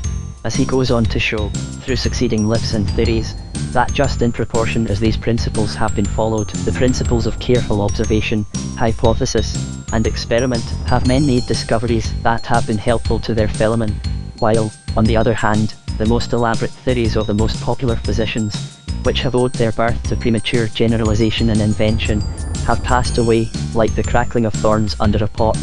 Belonging to the latter class of men, we have Stahl, Hoffman, Boerhaave, Cullen, and Brown, while to the former belong Harvey, Sydenham, Jenner, and Hanman. After the last name, there is no need to say that our author is a homoepath.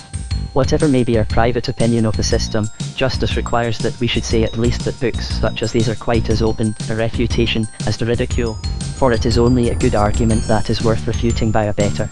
but we fear there are few books on this subject that treat of it with the calmness and fairness which would incline an honest homoepath to put them into the hands of one of the opposite party as an exposition of his opinions. There is no excitement in these pages. They are the work of a man of liberal education, of refinement, and of truthfulness, with power to understand, and facility to express, one of whose main objects is to vindicate for homoeopathy, on the most rightful of all grounds, those on which alone science can stand, on the ground, that is, of laws discovered by observation and experiment, the place not only of a fact in the history of medicine, but the right to be considered as one of the greatest advances towards the establishment of a science of curing. Certainly if he and the rest of its advocates should fail utterly in this, the heresy will yet have established for itself a memorial in history, as one of the most powerful illusions that have ever deceived both priests and people. But the chief advantage which the system will derive from Dr. Russell's book will spring, it seems to us, from his attempt, a successful one it must be confessed, to prove that homoeopathy is a development, and not a mere reaction, that it has its roots far down in the history of science.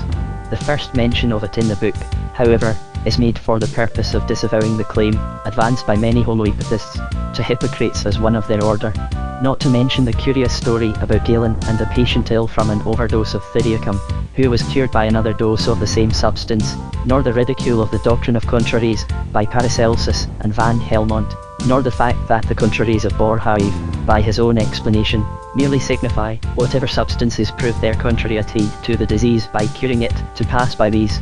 We find one of the main objects of homoeopathy, the discovery of specifics, insisted upon by Lord Bacon in his words already quoted. Not that homoeopaths, while they depend upon specifics, believe that there is any such thing as a specific for a disease being as various as the individuality of the human beings whom it may attack, but that an approximate specific may be found for every well-defined stage in every individual disease, a disease having its process of change, development, and decline, like a vegetable or animal life, besides an equally strong desire for specifics, and a determined opposition to compound medicines. Boyle, who was born the year of Bacon's death, and inherited the mantle of the great philosopher, manifests a strong belief in the power of the infinitesimal dose. Neither Bacon nor Boyle, however, were medical men by profession, but Sydenham followed them, according to Dr. Russell, in their tendency towards specifics. It is almost needless to mention Jenner's victory over the smallpox, as, in the eyes of the homoeopaths, a grand step in the development of their system. It gives Dr. Russell an opportunity of showing in a strong instance that the best discoveries for delivering mankind from those ills, even of which they are most sensible, have been received with derision, with more than bare unbelief. This is sensible have been received with derision, with more than bare unbelief. This is one of his objects in the book, and while it is no proof whatever of the truth of homoeopathy, it shows at least that the opposition manifested to it is no proof of its falsehood. This is enough, for it seeks to be tried on its own merits, and its foes are bound to accord it this when it is advocated in such an honest and dignified manner as in the book before us. The need of man, in physics as well as in higher things, is the guide to truth. With evils of any sort we need no further acquaintance than may be gained in the endeavour to combat them. The discovery of what will cure diseases seems the only natural mode of rising by generalization to the discovery of the laws of cure and the nature of disease. Those portions of the volume which discuss the influence of Christianity on the healing art, likewise those relating to the different feelings with which at different times, in different countries physicians have been regarded, are especially interesting. The only portion of the book we should be inclined to find fault with, as to the quality of the thought expended upon it, is the dissertation in the second chapter on the Greek Sutra and Greek Pneuma. We doubt likewise whether the author gives the Archaeus of Van Helmont quite fair play, but these are questions so purely theoretical that they scarcely admit of discussion here. We rise from the perusal of the book, whatever may be our feelings with regard to the truth or falsehood of the system it advocates, with increased respect for the profession of medicine, with enlarged hope for its future, and with a strong feeling of the nobility conferred by the art upon every one of its practitioners who is aware of the dignity of his calling. Wordsworth's poetry. Footnote. Delivered extempore at Manchester. The history of the poetry of Wordsworth is a true reflex of the man himself. The life of Wordsworth was not outwardly eventful, but his inner life was full of conflict, discovery, and progress. His outward life seems to have been so ordered by Providence as to favour the development of the poetic life within. Educated in the country, and spending most of his life in the society of nature, He was not subjected to those violent, external changes which have been the lot of some poets. Perfectly fitted as he was to cope with the world, and to fight his way to any desired position, he chose to retire from it, and in solitude to work out what appeared to him to be the true destiny of his life. The very element in which the mind of Wordsworth lived and moved was a Christian pantheism. Allow me to explain the word. The poets of the Old Testament speak of everything as being the work of God's hand. We are the work of his hand. The world was made by him. But in the New Testament there is a higher form used to express the relation in which we stand to him. We are his offspring, not the work of his hand, but the children that came forth from his heart. Our own poet Goldsmith, with the high instinct of genius, speaks of God as having loved us into being. Now I think this is not only true with regard to man, but true likewise with regard to the world in which we live. This world is not merely a thing which God hath made, subjecting it to laws, but it is an expression of the thought, the feeling, the heart of God himself. And so it must be, because, if man be the child of God, would he not feel to be out of his element if he lived in a world which came, not from the heart of God, but only from his hand? This Christian pantheism, this belief that God is in everything, and showing himself in everything, has been much brought to the light by the poets of the past generation, and has its influence still, I hope, upon the poets of the present. We are not satisfied that the world should be a proof and varying indication of the intellect of God. That was how Paley viewed it. He taught us to believe there is a God from the mechanism of the world. But, allowing all the argument to be quite correct, what does it prove? A mechanical God, and nothing more. Let us go further, and, looking at beauty, believe that God is the first of artists, that he has put beauty into nature, knowing how it will affect us, and intending that he has put beauty into nature, knowing how it will affect us, and intending that it should so affect us, that he has embodied his own grand thoughts, thus that we might see them and be glad. Then, let us go further still, and believe that whatever we feel in the highest moments of truth shining through beauty, whatever comes to our souls as a power of life, is meant to be seen and felt by us, and to be regarded not as the work of his hand, but as the flowing forth of his heart, the flowing forth of his love of us, making us blessed in the union of his heart and ours. Now, Wordsworth is the high priest of nature thus regarded. He saw God present everywhere, not always immediately, in his own form, it is true, but whether he looked upon the awful mountain peak, sky encompassed with loveliness, or upon the face of a little child, which is as it were eyes in the face of nature, in all things, he felt the solemn presence of the divine spirit. By Keats this presence was recognized only as the spirit of beauty. To Wordsworth, God, as the spirit of truth, was manifested through the forms of the external world. I have said that the life of Wordsworth was so ordered as to bring this out of him, in the forms of his art, to the ears of men. In childhood even his conscience was partly developed through the influences of nature upon him. He thus retrospectively describes this special influence of nature. One summer evening, led by her, I found a little boat, tied to a willow tree, within a rocky cave, its usual home. Straight I unloosed her chain, and stepping in, pushed from the shore. It was an act of stealth, and troubled pleasure, nor without the voice of mountain echoes did my boat move on, leaving behind her still, on either side, small circles glittering idly in the moon, until they melted all into one track of sparkling light. But now, like one who rows proud of his skill, to reach a chosen point with an unswerving line, I fixed my view upon the summit of a craggy ridge, the horizon's utmost boundary. Far above was nothing but the stars and the grey sky. She was an elf in pinnace. Lustily I dipped my oars into the silent lake, and, as I rose upon the stroke, my boat went heaving through the water like a swan, when, from behind the craggy steep, till then the horizon's bound, a huge peak, black and huge, as if with voluntary power instinct, upreared its head. I struck and struck again, and, growing still in stature, the grim shape towered up between me and the stars, and still, for so it seemed, with purpose of its own, and measured motion like a living thing, strode after me. With trembling oars I turned, and through the silent water stole my way back to the covert of the willow tree. There in her mooring place I left my bark, and through the meadows homeward went, in grave and serious mood. But after I had seen that spectacle, for many days, my brain worked with a dim and undetermined sense of unknown modes of being. O'er my thoughts there hung a darkness, call it solitude, or blank desertion. No familiar shapes remained, no pleasant images of trees, of sea, or sky, no colours of green fields, but huge and mighty forms, that do not live like living men, moved slowly through the mind by day, and were a trouble to my dreams. Here we see that a fresh impulse was given to his life even in boyhood, by the influence of nature. If we have had any similar experience, we shall be able to enter into this feeling of Wordsworth's. If not, the tale will be almost incredible. One passage more I would refer to as showing what Wordsworth felt with regard to nature, in his youth, and the growth that took place in him in consequence. Nature laid up in the storehouse of his mind and heart her most beautiful and grand forms, whence they might be brought, afterwards, to be put to the highest human service. I quote only a few lines from that poem, deservedly a favourite with all the lovers of Wordsworth, lines written above Tintern Abbey. I cannot paint what then I was. The sounding cataract haunted me like a passion. The tall rock, the mountain, and the deep and bloomy wood, their colours and their forms, were then to me an appetite, a feeling and a love, that had no need of a remoter charm by thought supplied, nor any interest unborrowed from the eye. That time is past, and all its aching joys are now no more, and all its dizzy raptures. Not for this faint eye, nor mourn nor murmur, other gifts have followed. For such loss, I would believe, abundant recompense. For I have learned to look on nature, not as in the hour of thoughtless youth, but hearing oftentimes the still, sad music of humanity, nor harsh, nor grating, though of ample power to chasten and subdue.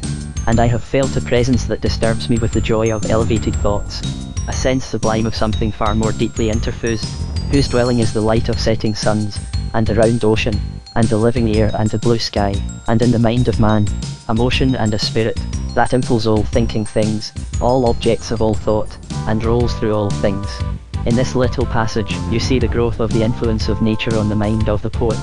You observe, too, that nature passes into poetry, that form is sublimed into speech.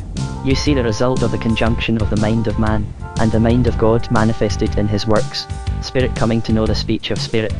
The outflowing of spirit in nature is received by the poet, and he utters again, in his form, what God has already uttered in his. Wordsworth wished to give to man what he found in nature. It was to him a power of good, a world of teaching, a strength of life. He knew that nature was not his, and that his enjoyment of nature was given to him that he might give it to man. It was the birthright of man. But what did Wordsworth find in nature? To begin with the lowest, he found amusement in nature. Right amusement is a part of teaching, it is the childish form of teaching, and if we can get this in nature, we get something that lies near the root of good. In proof that Wordsworth found this, I refer to a poem which you probably know well, The Daisy. You probably know well, The Daisy. The poet sits playing with the flower, and listening to the suggestions that come to him of odd resemblances that this flower bears to other things.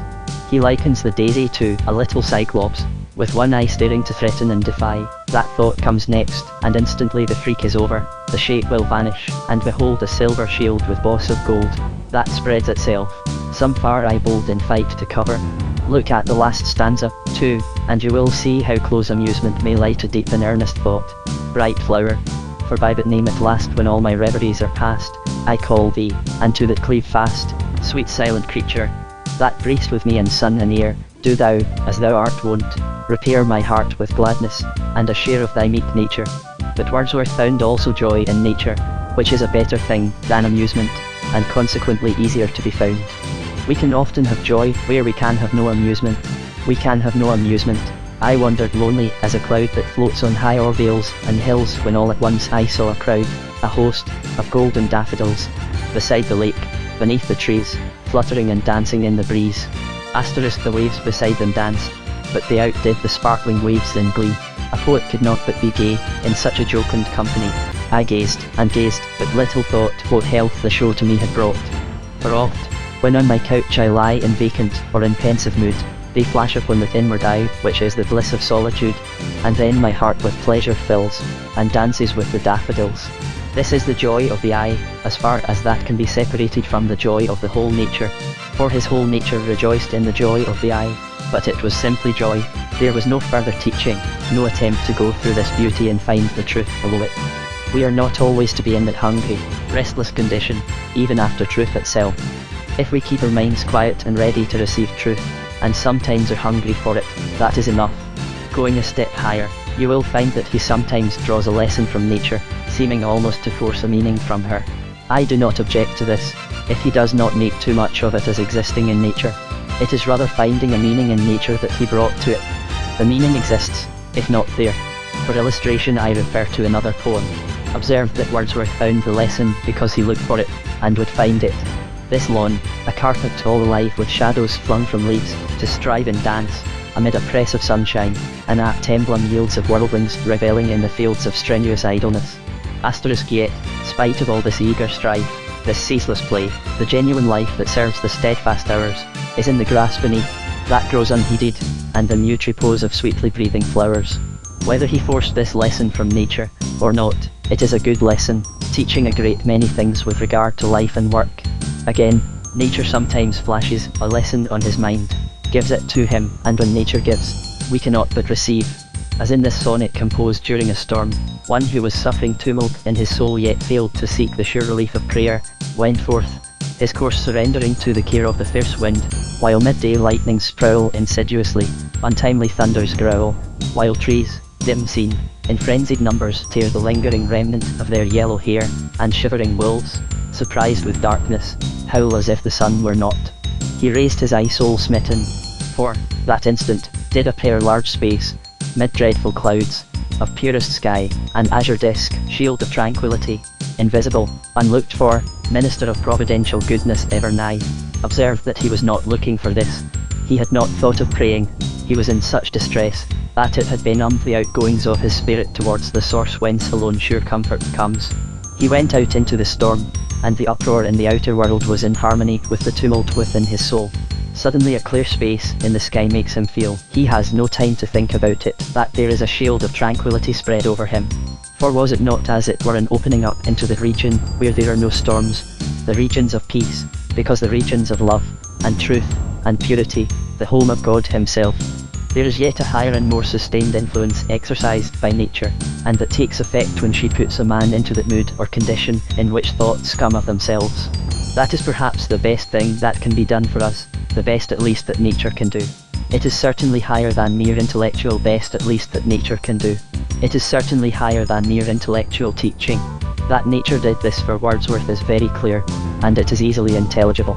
If the world proceeded from the imagination of God, and man proceeded from the love of God, it is easy to believe that that which proceeded from the imagination of God would rouse the best thoughts in the mind of a being who proceeded from the love of God.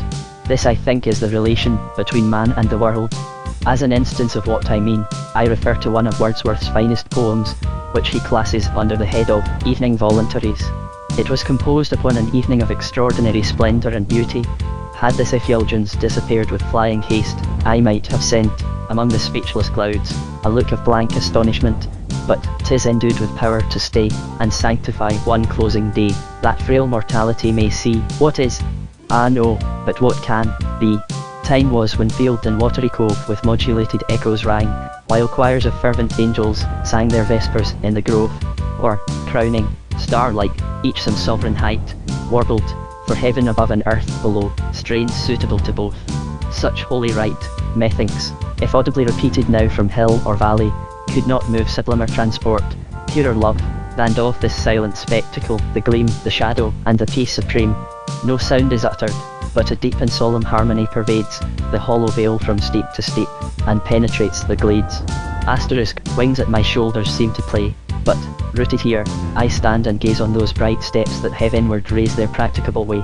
Come forth, ye drooping old men, look abroad, and see to what fair countries ye are bound. Dread power, whom peace and calmness serve no less than nature's threatening voice, from thee, if I would swerve, oh, let thy grace remind me of the light full early lost, and fruitlessly deplored, which, at this moment, on my waking sight appears to shine, by miracle restored. My soul, though yet confined to earth, rejoices in a second birth. Picture the scene for yourselves, and observe how it moves in him the sense of responsibility, and the prayer, that if he has in any matter wandered from the right road, if he has forgotten the simplicity of childhood in the toil of life, he may, from this time, remember the vow that he now records, from this time to press on towards the things that are unseen, but which are manifested through the things that are seen. I refer you likewise to the poem, Resolution and Independence, commonly called, The Leech Gatherer, also to the grandest ode that has ever been written, the Ode on Immortality. You will find there, whatever you may think of his theory, in the latter, sufficient proof that nature was to him a divine teaching power. Do not suppose that I mean that man can do without more teaching than nature's. or that a man with only nature's teaching would have seen these things in nature. No, the soul must be tuned to such things. Wordsworth could not have found such things, had he not known something that was more definite and helpful to him. But this known, then nature was full of teaching. When we understand the Word of God, then we understand the works of God. When we know the nature of an artist, we know his pictures. When we have known and talked with a poet, we understand his poetry far better. To the man of God, all nature will be but changeable reflections of the face of God. Loving man as Wordsworth did, he was most anxious to give him this teaching. How was he to do it? By poetry. Nature put into the crucible of a loving heart becomes poetry. We cannot explain poetry scientifically, because poetry is something beyond science. The poet may be man of science, and the man of science may be a poet, but poetry includes science, and the man who will advance science most is the man who, other qualifications being equal, has most of the poetic faculty in him. Wordsworth defines poetry to be the impassioned expression which is on the face of science. Science has to do with the construction of things, the casting of the granite ribs of the mighty earth, and all the thousand operations that result in the manifestations on its surface. This is the domain of science. But when there come the grass-bearing meadows, the heaven-reared hills, the great streams that go ever downward, the bubbling fountains that ever arise, the wind that wanders amongst the leaves, and the odours that are wafted upon its wings, when we have colour, and shape, and sound, then we have the material with which poetry has to do. Science has to do with the underwork. For what does this great central world exist, with its hidden with the underwork? For what does this great central world exist, with its hidden winds and waters, its upheavings and its downsinkings, its strong frame of rock, and its heart of fire? What do they all exist for? Not for themselves surely, but for the sake of this outspreading world of beauty, that floats up, as it were, to the surface of the shapeless region of force. Science has to do with the one, and poetry with the other. Poetry is the impassioned expression that is on the face of science. To illustrate it still further, you are walking in the woods, and you find the first primrose of the year. You feel almost as if you had found a child. You know in yourself that you have found a new beauty and a new joy, though you have seen it 1,000 times before. It is a primrose, a little flower that looks at me, thinks itself into my heart, and gives me a pleasure distinct in itself, and which I feel as if I could not do without. The impassioned expression on the face of this little outspread flower is its childhood. It means trust, consciousness of protection, faith, and hope. Science, in the person of the botanist, comes after you, and pulls it to pieces to see its construction, and delights the intellect. But the science itself is dead, and kills what it touches. The flower exists not for it, but for the expression on its face, which is its poetry, that expression which you feel to mean a living thing, that expression which makes you feel that this flower is, as it were, just growing out of the heart of God. The intellect itself is but the scaffolding for the uprearing of the spiritual nature. It will make all this yet plainer, if you can suppose a human form to be created without a soul in it. Divine science has put it together, but only for the sake of the outshining soul that shall cause it to live, and move, and have a being of its own in God. When you see the face lighted up with soul, when you recognize in it thought and feeling, joy and love, then you know that here is the end for which it was made. Thus you see the relation that poetry has to science, and you find that, to speak in an apparent paradox, the surface is the deepest after all, for, through the surface, for the sake of which all this building went on, we have, as it were, a window into the depths of truth. There is not a form that lives in the world, but is a window cloven through the blank darkness of nothingness, to let us look into the heart, and feeling, and nature of God. So the surface of things is the best and the deepest, provided it is not mere surface, but the impassioned expression, for the sake of which the science of God has thought and laboured. Satisfied that this was the nature of poetry, and wanting to convey this to the minds of his fellowmen, what vehicle, Wordsworth may be supposed to have asked himself, shall I use? How shall I decide what form of words to employ? Where am I to find the right language for speaking such great things to men? He saw that the poetry of the 18th century, he was born in 1770, was not like nature at all, but was an artificial thing, with no more originality in it than there would be in a picture 100 times copied, the copyists never reverting to the original. You cannot look into this 18th century poetry, excepting, of course, a great proportion of the poetry of Cowper and Thomson, without being struck with a sort of agreement that nothing should be said naturally. A certain set form and mode was employed for saying things that ought never to have been said twice in the same way. Wordsworth resolved to go back to the root of the thing, to the natural simplicity of speech. He would have none of these stereotyped forms of expression.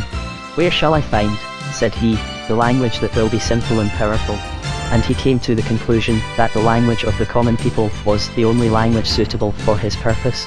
Your experience of the everyday language of the common people may be that it is not poetical. True, but not even a poet can speak poetically in his stupid moments. Wordsworth's idea was to take the language of the common people in their uncommon moods, in their high and, consequently, simple moods, when their minds are influenced by grief, hope, reverence, worship, love, for then he believed he could get just the language suitable for the poet. As far as that language will go, I think he was right, if I may venture to give an opinion in support of Wordsworth. Of course, there will occur necessities to the poet which would not be comprehended in the language of a man whose thoughts had never moved in the same directions, but the kind of language will be the right thing, and I have heard such amongst the common people myself, language which they did not know to be poetic, but which fell upon my ear and heart as profoundly poetic both in its feeling and its form. In attempting to carry out this theory, I am not prepared to say that Wordsworth never transgressed his own self-imposed laws, but he adhered to his theory to the last.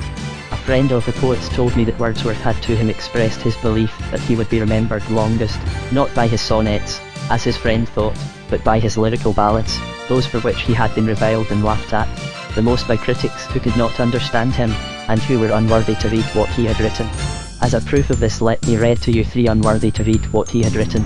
As a proof of this, let me read to you three verses, composing a poem that was especially marked for derision. She dwelt among the untrodden ways, beside the springs of Dove, a maid whom there were none to praise, and very few to love. A violet by a mossy stone, half hidden from the eye, fair as a star, when only one is shining in the sky. She lived unknown, and few could know when Lucy ceased to be, but she is in her grave, and oh, the difference to me. The last line was especially chosen as the object of ridicule, but I think with most of us the feeling will be that its very simplicity of expression is overflowing in suggestion. It throws us back upon our own experience, for, instead of trying to utter what he felt, he says in those simple and common words, "You who have known anything of the kind, will know what the difference to me is, and only you can know. My intention and desire," he says in one of his essays, "are that the interest of the poem shall owe nothing to the circumstances, but that the circumstances shall be made interesting by the thing itself." In most novels, for instance, the attempt is made to interest us in worthless, commonplace people, whom, if we had our choice, we would far rather not meet at all, by surrounding them with peculiar and extraordinary circumstances, but this is a low source of interest. Wordsworth was determined to owe nothing to such an adventitious cause. For illustration, allow me to read that well-known little ballad, The Reverie of Poor Susan, and you will see how entirely it bears out what he lays down as his theory. The scene is in London, at the corner of Wood Street. When daylight appears, hangs a thrush that sings loud. It has sung for 3 years. Poor Susan has passed by the spot, and has heard, in the silence of morning, the song of the bird. 'Tis a note of enchantment. What ails her? She sees a mountain ascending, a vision of trees, bright volumes of vapour through Lothbury glide, and a river flows on through the vale of Cheapside. Green pastures she views in the midst of the dale, down which she so often has tripped with her pail, and a single small cottage, a nest like a dove is, the one only dwelling on earth that she loves. She looks, and her heart is in heaven, but they fade, the mist and the river, the hill and the shade. The stream will not flow, and the hill will not rise, and the colours have all passed away from her eyes. Is any of the interest here owing to the circumstances? Is it not a very common incident? But has he not treated it so that it is not commonplace in the least? We recognise in this girl just the feelings we discover in ourselves, and acknowledge almost with tears her sisterhood to us all. I have tried to make you feel something of what Wordsworth attempts to do, but I have not given you the best of his poems. Allow me to finish by reading the closing portion of the prelude, the poem that was published after his death. It is addressed to Coleridge. Oh, yet a few short years of useful life, and all will be complete. Thy race be run, thy monument of glory will be raised. Then, though too weak to head the ways of truth, this age fall back to old idolatry. Though men return to servitude as fast as the tide ebbs, to ignominy and shame by nations sink together, we shall still find solace, knowing what we have learned to know, rich in true happiness, if allowed to be faithful alike in forwarding a day of firmer trust, joint labourers in the work, should Providence such grace to us vouchsafe. of their deliverance, surely yet to come. Prophets of nature, we to them will speak a lasting inspiration, sanctified by reason, blessed by faith. What we have loved, others will love, and we will teach them how, instruct them how the mind of man becomes 1,000 times more beautiful than the earth on which he dwells, above this frame of things, which, mid all revolution in the hopes and fears of men, doth still remain unchanged, in beauty exalted, as it is itself of quality and fabric more divine. Shelley. Whatever opinion may be held with regard to the relative position occupied by Shelley as a poet, it will be granted by most of those who have studied his writings, that they are of such an individual and original kind, that he can neither be hidden in the shade, nor lost in the brightness, of any other poet. No idea of his works could be conveyed by instituting a comparison, for he does not. His works could be conveyed by instituting a comparison, for he does not sufficiently resemble any other among English writers to make such a comparison possible. Percy Bysshe Shelley was born at Field Place, near Horsham, in the county of Sussex, on the 4th of August, 1792. He was the son of Timothy Shelley, Esquire, and grandson of Sir Bysshe Shelley, the first baronet. His ancestors had long been large landed proprietors in Sussex. As a child his habits were noticeable.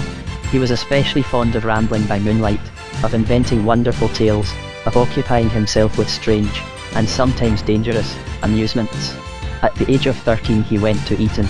In this little world, that determined opposition to whatever appeared to him an invasion of human rights and liberty, which was afterwards the animating principle of most of his writings, was first roused in the mind of Shelley.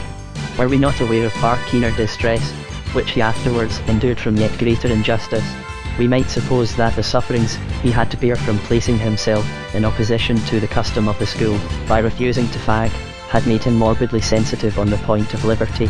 At a time, however, when freedom of speech, as indicating freedom of thought, was especially obnoxious to established authorities, when no allowance could be made on the score of youth, still less on that of individual peculiarity, Shelley became a student at Oxford. He was then 18, devoted to metaphysical speculation, and especially fond of logical discussion. He, in his first year, printed and distributed among the authorities and members of his college a pamphlet, if that can be called a pamphlet, which consisted only of 2 pages, in which he opposed the usual arguments for the existence of a deity, arguments which, perhaps, the most ardent believers have equally considered inconclusive. Whether Shelley wrote this pamphlet as an embodiment of his own opinions, or merely as a logical confutation of certain arguments, the mode of procedure adopted with him was certainly not one which necessarily resulted from the position of those to whose care the education of his opinions was entrusted. Without waiting to be assured that he was the author, and satisfying themselves with his refusal to answer when questioned as to the authorship, they handed him his sentence of expulsion, which had been already authorship. They handed him his sentence of expulsion, which had been already drawn up in due form. About this time Shelley wrote, or commenced writing, Queen Mab, a poem which he never published, although he distributed copies among his friends. In after years he had such a low opinion of it in every respect, that he regretted having printed it at all, and when an edition of it was published without his consent, he applied to the Court of Chancery for an injunction to suppress it.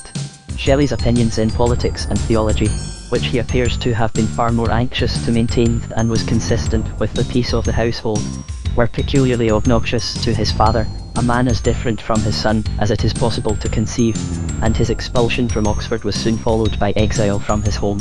He went to London, where, through his sisters, who were at school in the neighbourhood, he made the acquaintance of Harriet Westbrook, whom he eloped with and married, when he was 19 and she 16 years of age. It seems doubtful whether the attachment between them was more than the result of the reception accorded by the enthusiasm of the girl to the enthusiasm of the youth, manifesting itself in wild talk about human rights, and equally wild plans for their recovery and security. However this may be, the result was unfortunate. They wandered about England, Scotland, and Ireland, with frequent and sudden change of residence, for rather more than 2 years. During this time Shelley gained the friendship of some of the most eminent men of the age, of whom the one who exercised the most influence upon his character and future history was William Godwin, whose instructions and expostulations tended to reduce to solidity and form the vague and extravagant opinions and projects of the youthful reformer. Shortly after the commencement of the 3rd year of their married life, an estrangement of feeling, which had been gradually widening between them, resulted in the final separation of the poet and his wife. We are not informed as to the causes of this estrangement, Further than that, it seems to have been owing, in a considerable degree, to the influence of an elder sister of Mrs. Shelley, who domineered over her, and whose presence became at last absolutely hateful to Shelley. His wife returned to her father's house, where, apparently about 3 years after, she committed suicide. There seems to have been no immediate connection between this act and any conduct of Shelley. One of his biographers informs us, between this act and any conduct of Shelley. One of his biographers informs us, that while they were living happily together, suicide was with Mrs. Shelley a favourite subject of speculation and conversation. Shortly after his first wife's death, Shelley married the daughter of William Godwin. He had lived with her almost from the date of the separation, during which time they had twice visited Switzerland. In the following year, 1817, it was decreed in Chancery that Shelley was not a proper person to take charge of his 2 children by his first wife, who had lived with her till her death. The bill was filed in Chancery by their grandfather, Mr. Westbrook. The effects of this proceeding upon Shelley may be easily imagined. Perhaps he never recovered from them, for they were not of a nature to pass away. During this year he resided at Marlow, and wrote The Revolt of Islam, besides portions of other poems, and the next year he left England, not to return. The state of his health, for he had appeared to be in a consumption for some time, and the fear lest his son, by his second wife, should be taken from him, combined to induce him to take refuge in Italy from both impending evils. At Lucca he began his Prometheus, and wrote Julian and Madallo. He moved from place to place in Italy, as he had done in his own country. Their 2 children dying, they were for a time left childless, but the loss of these grieved Shelley less than that of his eldest 2, who were taken from him by the hand of man. In 1819, Shelley finished his Prometheus unbound, writing the greater part at Rome, and completing it at Florence. In this year also he wrote his tragedy, The Cenci, which attracted more attention during his lifetime than any other of his works. The Ode to a Skylark was written at Leghorn in the spring of 1820, and in August of the same year, The Witch of Atlas was written, near Pisa. In the following year Shelley and Byron met at Pisa. They were a good deal together, but their friendship, although real, does not appear to have been of a very profound nature, for though unlikeness be one of the necessary elements of friendship, there are kinds of unlikeness which will not harmonise. During all this time, he was not only maligned by unknown enemies, and abused by anonymous writers, but attempts of other kinds are said to have been made to render his life as uncomfortable as possible. There are grounds, however, for doubting whether Shelley was not subject to a kind of monomania upon this and similar points.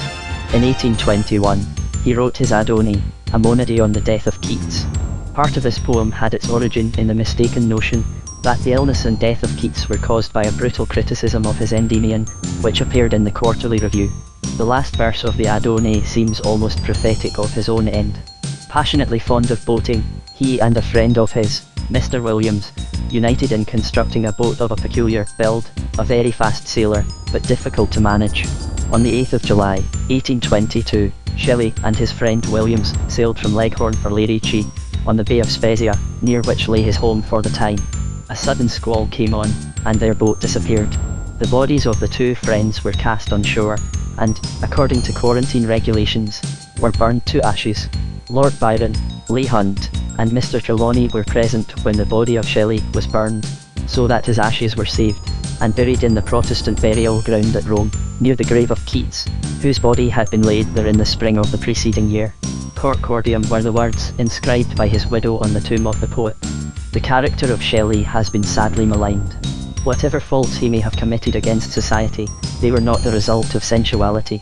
One of his biographers, who was his companion at Oxford, and who does not seem inclined to do him more than justice, asserts that while there his conduct was immaculate. The whole picture he gives of the youth makes it easy to believe this. To discuss the moral question involved in one part of his history would be out of place here, but even on the supposition that a man's conduct is altogether inexcusable in individual instances, there is the more need that nothing but the truth should be said concerning that, and other portions thereof.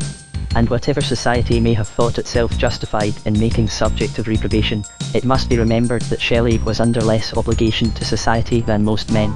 Yet his heart seemed full of love to his kind, and the distress which the oppression of others caused him, was the source of much of that wild denunciation which exposed him to the contempt and hatred of those who were rendered uncomfortable by his unsparing and indiscriminate anathemas.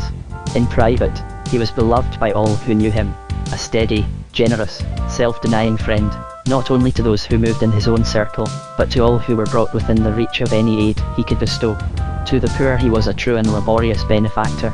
That man must have been good to whom the heart of his widow returns with such earnest devotion and thankfulness in the recollection of the past, and such fond hope for the future, as are manifested by Mrs. Shelley in those extracts from her private journal given us by Lady Shelley.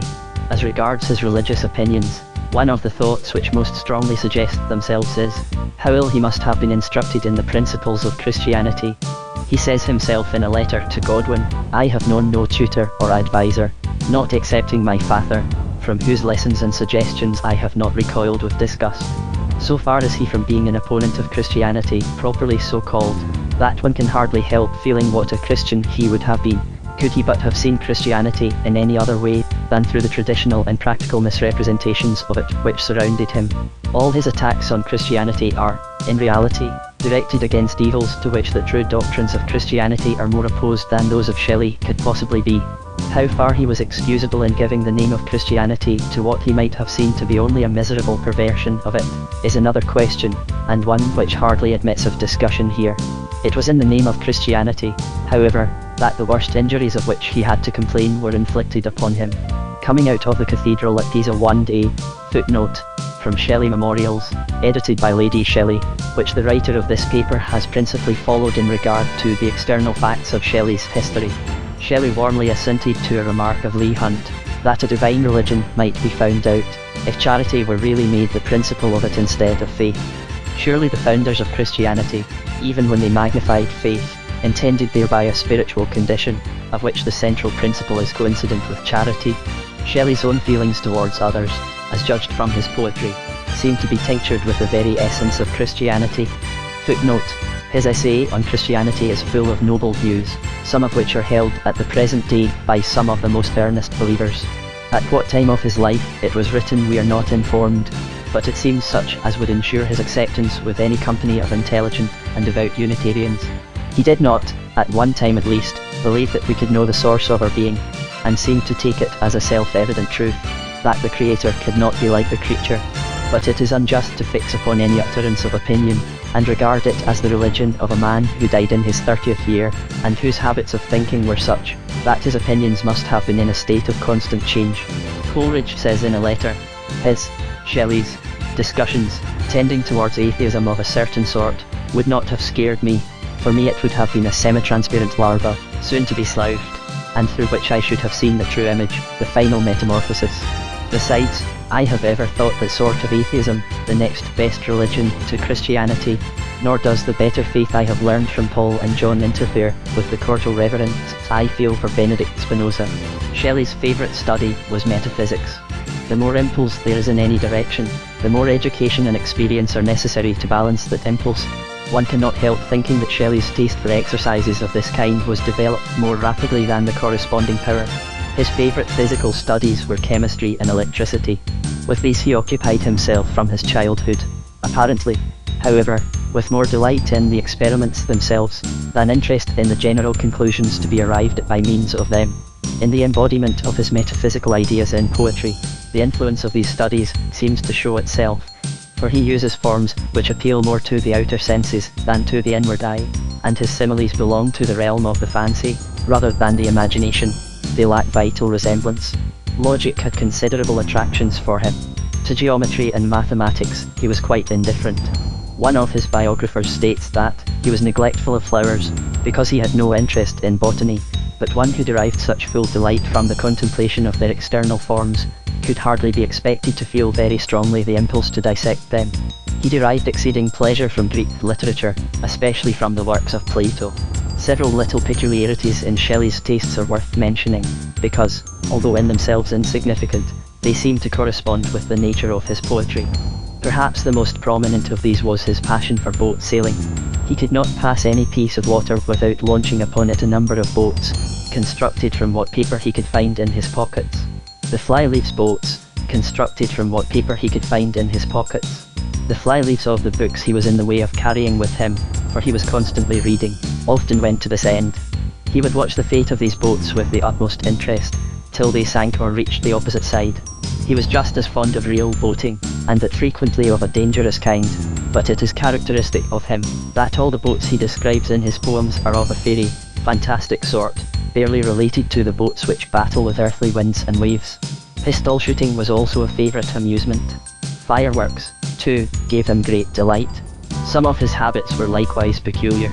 He was remarkably abstemious, preferring bread and raisins to anything else in the way of eating, and very seldom drinking anything stronger than water. Honey was a favourite luxury with him.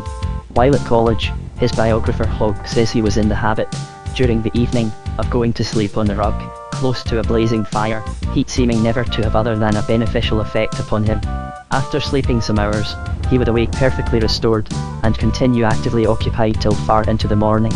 His whole movements are represented as rapid, hurried, and uncertain. He would appear and disappear suddenly and unexpectedly, forget appointments, burst into wild laughter, heedless of his situation, whenever anything struck him as peculiarly ludicrous. His changes of residence were most numerous, and frequently made with so much haste that whole little libraries were left behind, and often lost. He was very fond of children, and used to make humorous efforts to induce them to disclose to him the still remembered secrets of their pre-existence. He seemed to have a peculiar attraction towards mystery, and was ready to believe in a hidden secret, where no one else would have thought of one. His room, while he was at college, was in a state of indescribable confusion. Not only were all sorts of personal necessaries mingled with books and philosophical instruments, but things belonging to one department of service were not unfrequently pressed into the slavery of another. He dressed well but carelessly. In person he was tall, slender, and stooping, awkward in gait, but in manners a thorough gentleman. His complexion was delicate, his head, face, and features, remarkably small, the last not very regular, but in expression, both intellectual and moral, wonderfully beautiful.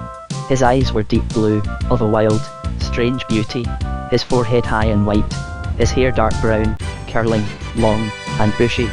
His appearance in later life is described as singularly combining the appearances of premature age and prolonged youth. The only art in which his taste appears to have been developed was poetry. Even in his poetry, taken as a whole, the artistic element is not generally very manifest. His earliest verses, none of which are included in his collected works, can hardly be said to be good in any sense. He seems in these to have chosen poetry as a fitting material for the embodiment of his ardent, hopeful, indignant thoughts and feelings, but, provided he can say what he wants to say, does not seem to care much about how he says it. Indeed, there is too much of this throughout his works, for if the utterance, instead of the conveyance of thought, were the object pursued in art, of course not merely imperfection of language, but absolute external unintelligibility, would be admissible. But his art constantly increases with his sense of its necessity, so that the Cenci, which is the last work of any pretension that he wrote, is decidedly the most artistic of all. There are beautiful passages in Queen Mab, but it is the work of a boy poet, and as it was all but repudiated by himself, it is not necessary to remark further upon it. The Revolt of Islam is a poem of 12 cantos, in the Spenserian stanza, but in all respects except the arrangement of lines and rhymes, his stanza, in common with all other imitations of the Spenserian, has little or nothing of the spirit or individuality of the original. The poem is dedicated to the cause of freedom, and records the efforts, successes, defeats, and final triumphant death of two inspired champions of liberty, a youth and maiden. The adventures are marvellous, not intended to be within the bounds of probability, scarcely of possibility. There are very noble sentiments and fine passages throughout the poem. Now and then there is grandeur, but the absence of art is too evident in the fact that the meaning is often obscure, an obscurity not unfrequently occasioned by the difficulty of the stanza, which is the most difficult mode of composition in English, except the rigid sonnet. The words and forms he employs to express thought seem sometimes mechanical devices for the purpose, rather than an utterance which suggested itself naturally to a mind where the thought was vitally present. The words are more a clothing for the thought than an embodiment of it. They do not lie near enough to the thing which is intended to be represented by them. It is, however, but just to remark, that some of the obscurity is owing to the fact that, even with Mrs. Shelley's superintendence, the works have not yet been satisfactorily edited, or at least not conducted through the press with sufficient care. Footnote: this statement is no longer true.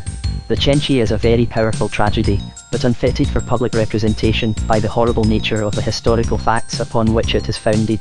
In the execution of it, however, Shelley has kept very much nearer to nature than in any other of his works.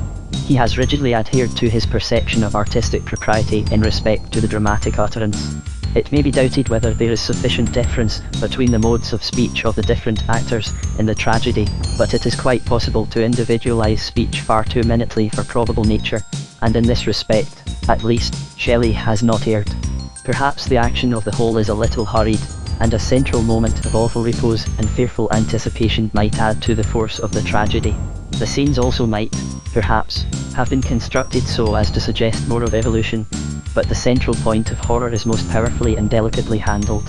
You see a possible spiritual horror yet behind, more frightful than all that has gone before. The whole drama, indeed, is constructed around, not a prominent point, but a dim, infinitely withdrawn, underground perspective of dismay and agony. Perhaps it detracts a little from her interest in the Lady Beatrice, that after all she should wish to live, and should seek to preserve her life by a denial of her crime. She, however, evidently justifies the denial to herself on the ground that, the deed being absolutely right, although regarded as most criminal by her judges, the only way to get true justice is to deny the fact, which, there being no guilt, she might consider as only a verbal lie. Her very purity of conscience enables her to utter this with the most absolute innocence of look, and word, and tone. This is probably a historical fact, and Shelley had to make the best of it.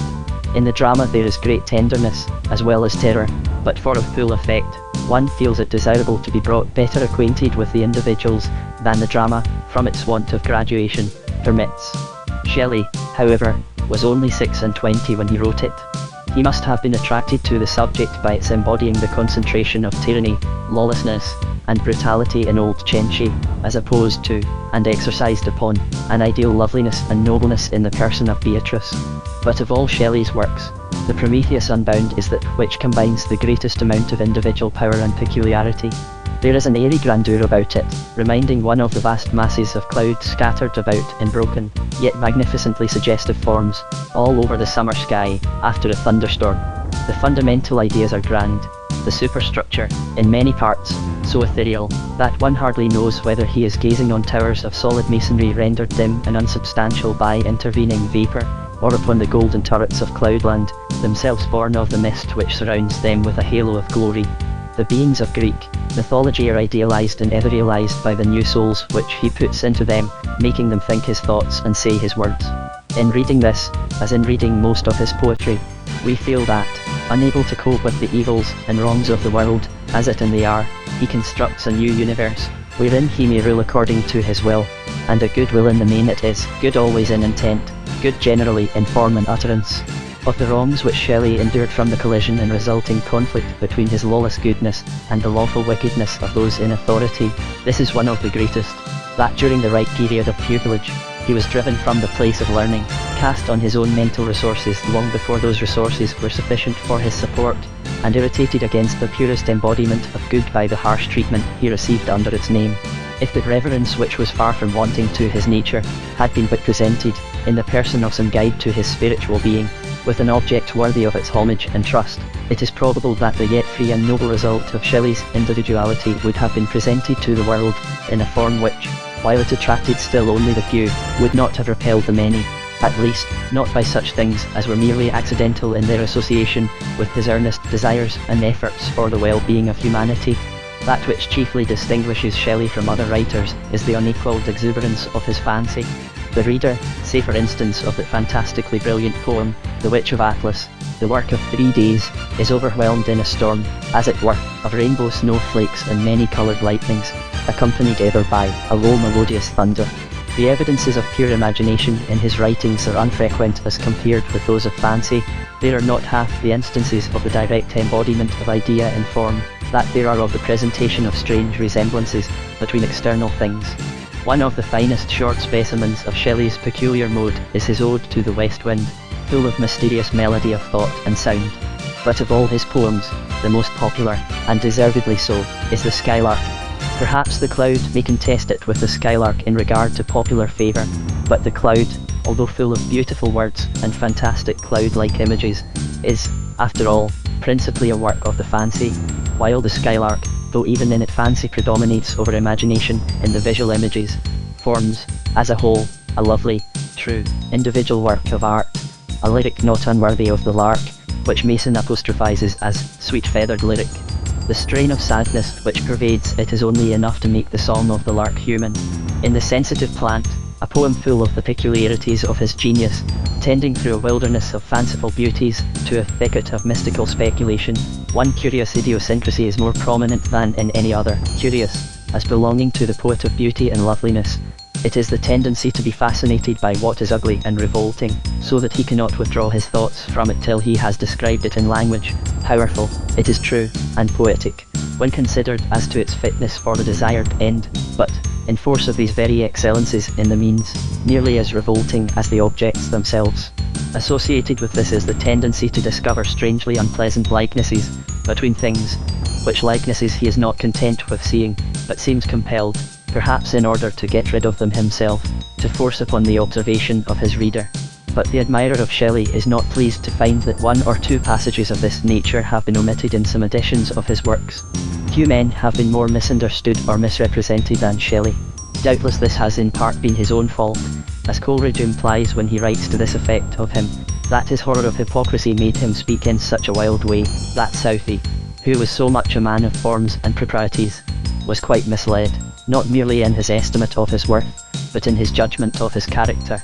But setting aside this consideration altogether, and regarding him merely as a poet, Shelley has written verse which will last as long as English literature lasts, valuable not only from its excellence, but from the peculiarity of its excellence. To say nothing of his noble aims and hopes, Shelley will always be admired for his sweet melodies, lovely pictures, and wild prophetic imaginings. His indignant remonstrances, intermingled with grand imprecations, burst in thunder from a heart overcharged with the love of his kind, and roused to a keener sense of all oppression by the wrongs which sought to overwhelm himself. But as he recedes further in time, and men are able to see more truly the proportions of the man, they will judge that without having gained the rank of a great reformer, Shelley had in him that element of wide sympathy and lofty hope for his kind, which is essential both to the birth and the subsequent making of the greatest of poets. A sermon. Footnote. Read in the Unitarian Chapel, Essex Street, London, 1879. Philippians 15:16. Let us therefore, as many as be perfect, be thus minded, and if in anything ye be otherwise minded, God shall reveal even this unto you. Nevertheless, whereto we have already attained, let us walk by the same. This is the reading of the oldest manuscripts. The rest of the verse is pretty clearly a not overwise marginal gloss that has crept into the text. In its origin, opinion is the intellectual body, taken for utterance and presentation by something necessarily larger than any intellect can afford stuff sufficient for the embodiment of. To the man himself, therefore, in whose mind it arose, an opinion will always represent and recall the spirit whose form it is, so long, at least, as the man remains true to his better self. Hence, a man's opinion may be for him invaluable, the needle of his moral compass, always pointing to the truth whence it issued, and whose form it is. Nor is the man's opinion of the less value to him that it may change. Nay, to be of true value, it must have in it not only the possibility, but the necessity of change. It must change in every man who is alive with that life which, in the New Testament, is alone treated as life at all. For, if a man's opinion be in no process of change whatever, it must be dead, valueless. Hurtful opinion is the offspring of that which is itself born to grow, which, being imperfect, must grow or die. Where opinion is growing, its imperfections, however many and serious, will do but little hurt. Where it is not growing, these imperfections will further the decay and corruption, which must already have laid imperfections, will further the decay and corruption, which must already have laid hold of the very heart of the man.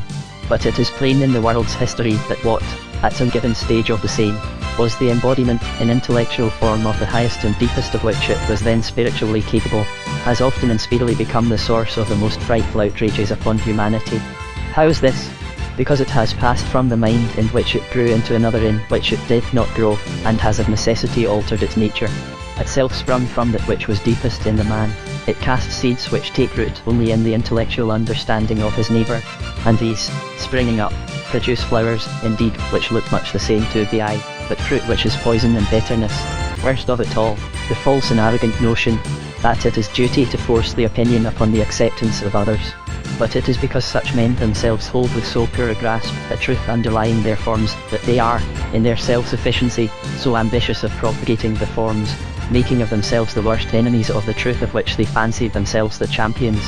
How truly, in the case of all genuine teachers of men, shall a man's foes be they of his own household? For of all the destroyers of the truth, which any man has preached, none have done it so effectually or so grievously as his own followers. So many of them have received but the forms, and know nothing of the truth, which gave him those forms. They lay hold but of the non-essential, the specially perishing in those forms, and these aspects, doubly false and misleading in their crumbling disjunction, they proceed to force upon the attention and reception of men, calling that the truth, which is at best but the draggled and useless fringe of its earth-made garment. Opinions so held belong to the theology of hell, not necessarily altogether false in form, but false utterly in heart and spirit.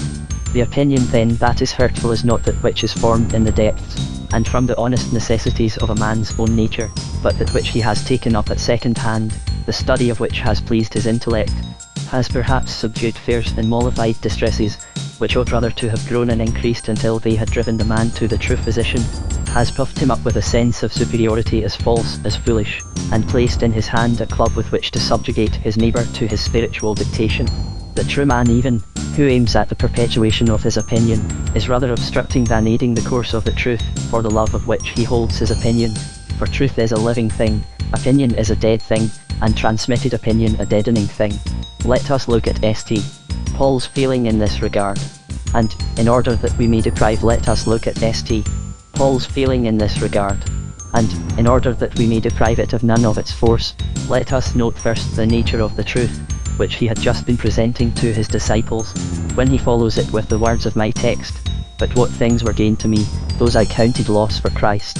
Yea doubtless, and I count all things, but loss for the excellency of the knowledge of Christ Jesus my Lord, for whom I have suffered the loss of all things, and do count them but dung, that I may win Christ, and be found in him, not having mine own righteousness, which is of the law, but that which is through the faith of Christ, the righteousness which is of God by faith, that I may know him, and the power of his resurrection, and the fellowship of his sufferings, being made conformable unto his death, if by any means I might attain unto the resurrection of the dead.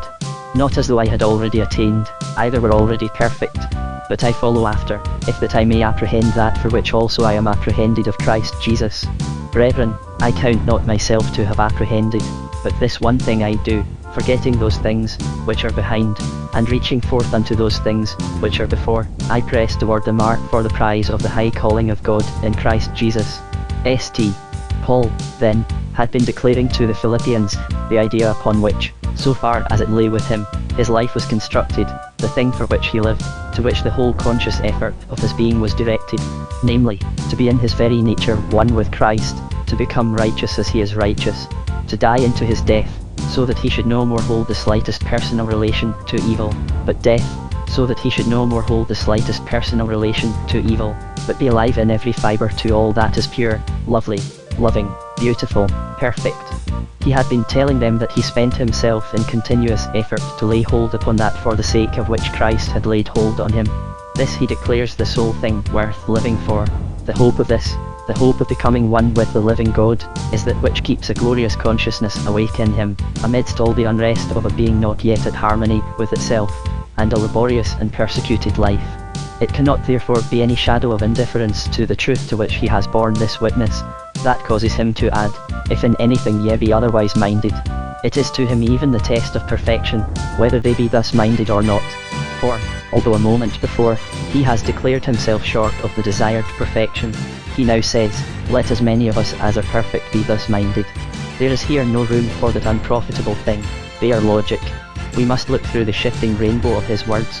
Rather, we must gather all their tint together, then turn our backs upon the rainbow, that we may see the glorious light which is the soul of it. St.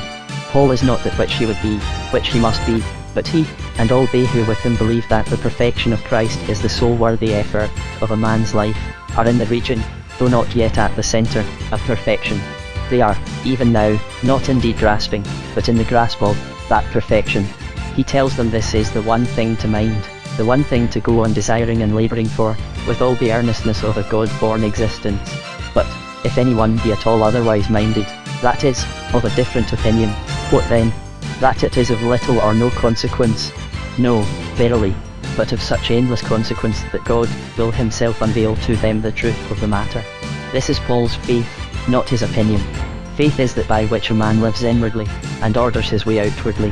Faith is the root, belief the tree, and opinion the foliage that falls and is renewed with the seasons.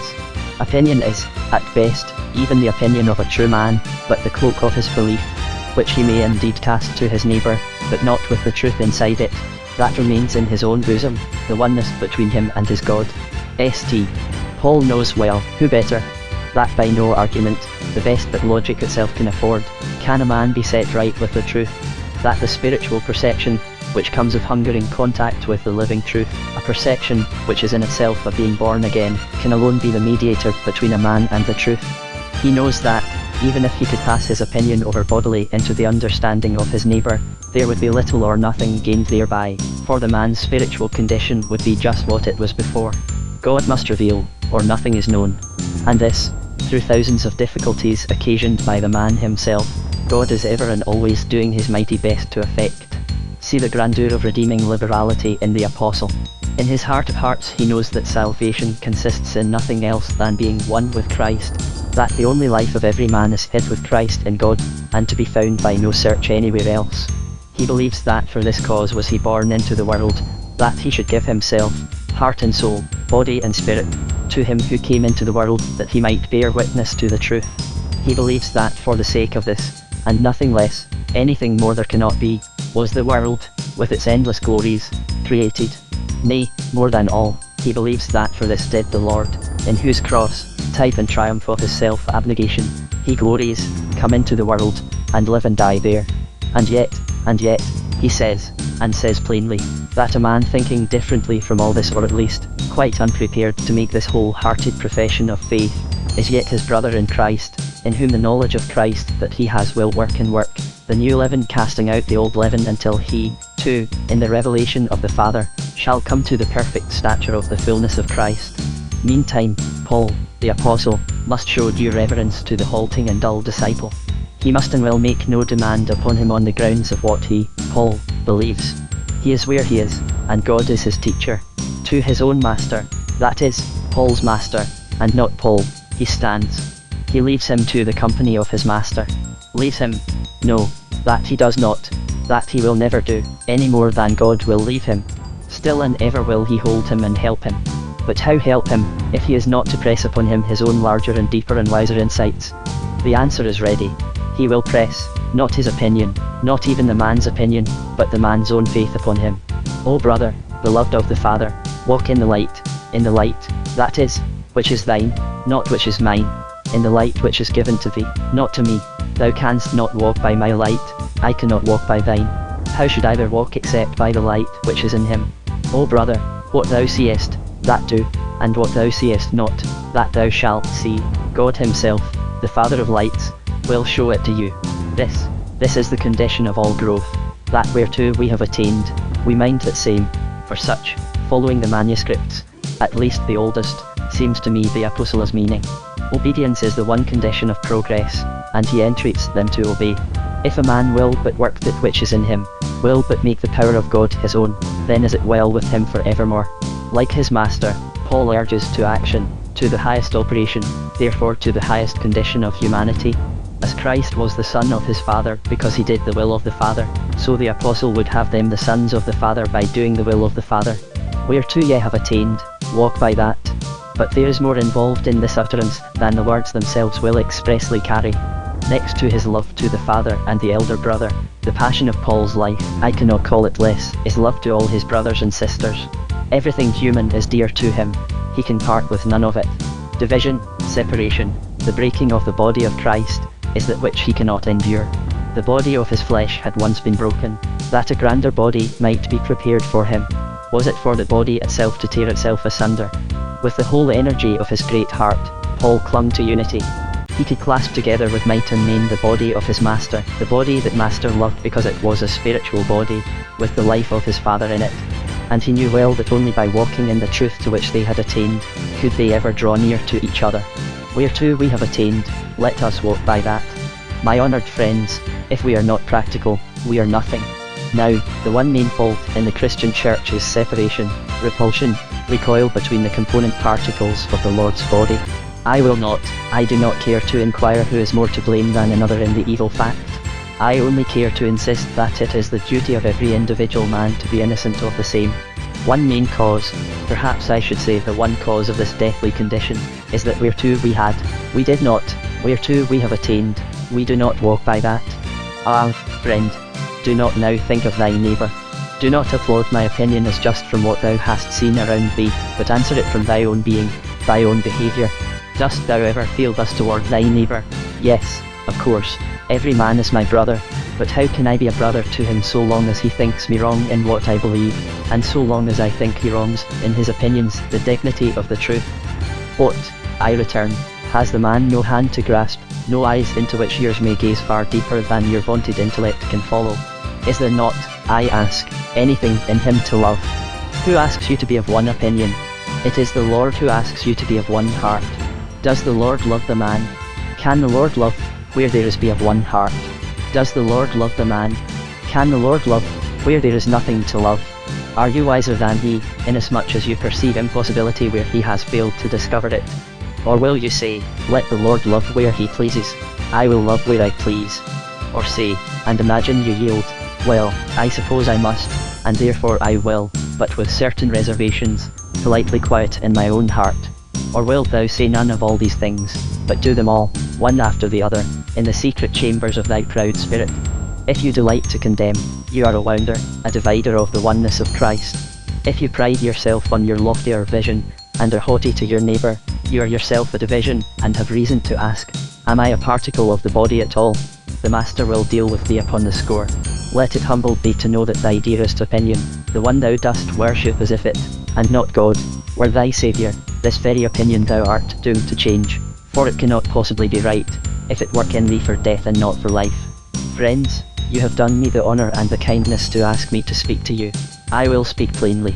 I come before you neither hiding anything of my belief, nor foolishly imagining I can transfer my opinions into your bosoms. If there is one arla I hate, it is that of the proselytizer. But shall I not come to you as a brother to brethren?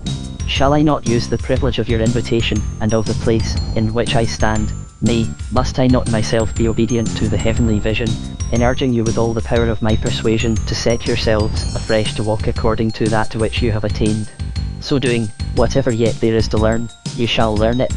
Thus doing, and thus only, can you draw nigh to the centre truth. Thus doing, and thus only, shall we draw nigh to each other, and become brothers and sisters in Christ, caring for each other's honour and righteousness and true well-being. It is to them that keep his commandments that he and his Father will come to take up their abode with them. Whether you or I have the larger share of the truth in that which we hold, of this I am sure, that it is to them that keep his commandments, that it shall be given to eat of the tree of life. I believe that Jesus is the eternal Son of the eternal Father, that in him the ideal humanity sat infinite from all eternity, that as he is the divine man, so is he the human God, that there was no eternity, that as he is the divine man, so is he the human God, that there was no taking of our nature upon himself, but the showing of himself as he really was, and that from evermore. These things, friends, I believe, though never would I be guilty of what in me would be the irreverence of opening my mouth in dispute upon them. Not for a moment would I endeavour by argument to convince another of this, my opinion. If it be true, it is God's work to show it, for logic cannot. But the more, and not the less, do I believe that he, who is no respecter of persons, will, least of all, respect the person of him who thinks to please him by respecting his person, calling him, Lord, Lord, and not doing the things that he tells him. Even if I be right, friend, and thou wrong, to thee who doest his commandments more faithfully than I, will the more abundant entrance be administered. God grant that, when thou art admitted first, I may not be cast out, but admitted to learn of thee that it is truth in the inward parts that he requireth, and they that have that truth, and they alone, shall ever know wisdom. Bear with me, friends, for I love and honour you. I seek but to stir up your hearts, as I would daily stir up my own, to be true to that which is deepest in us, the voice and the will of the Father of our spirits. Friends, I have not said we are not to utter our opinions. I have only said we are not to make those opinions the point of a fresh start, the foundation of a new building, the groundwork of anything. They are not to occupy us in our dealings with our brethren. Opinion is often the very death of love. Love aright, and you will come to think aright, and those who think aright must think the same. In the meantime, it matters nothing. The thing that does matter is that whereto we have attained, by that we should walk. But, while we are not to insist upon our opinions, which is only one way of insisting upon ourselves, however, we may cloak the fact from ourselves in the vain imagination of thereby spreading the truth, we are bound by loftiest duty to spread the truth, for that is the saving of men. Do you ask, how spread it, if we are not to talk about it? Friends, I never said, do not talk about the truth, although I insist upon a better and the only indispensable way, let your light shine. What I said before, and say again, is, do not talk about the lantern that holds the lamp, but make haste, uncover the light, and let it shine. Let your light so shine before men that they may see your good works. I incline to the Vatican reading of good things, and glorify your Father who is in heaven. It is not, let your good works shine, but, let your light shine. Let it be the genuine love of your hearts, taking form in true deeds, not the doing of good deeds to prove that your opinions are right. If ye are thus true, your very talk about the truth will be a good work, a shining of the light that is in you. A true smile is a good work, and may do much to reveal the Father who is in heaven, but the smile that is put on for the sake of looking right, or even for the sake of being right, will hardly reveal him, not being like him. Men say that you are cold. If you fear it may be so, do not think to make yourselves warm by putting on the cloak of this or that fresh opinion. Draw nearer to the central heat, the living humanity of the Son of Man, that ye may have life in yourselves, so heat in yourselves, so light in yourselves. Understand him, obey him, then your light will shine, and your warmth will warm. There is an infection, as in evil, so in good. The better we are, the more will men glorify God. If we trim our lamps so that we have light in our house, that light will shine through our windows, and give light to those that are not in the house.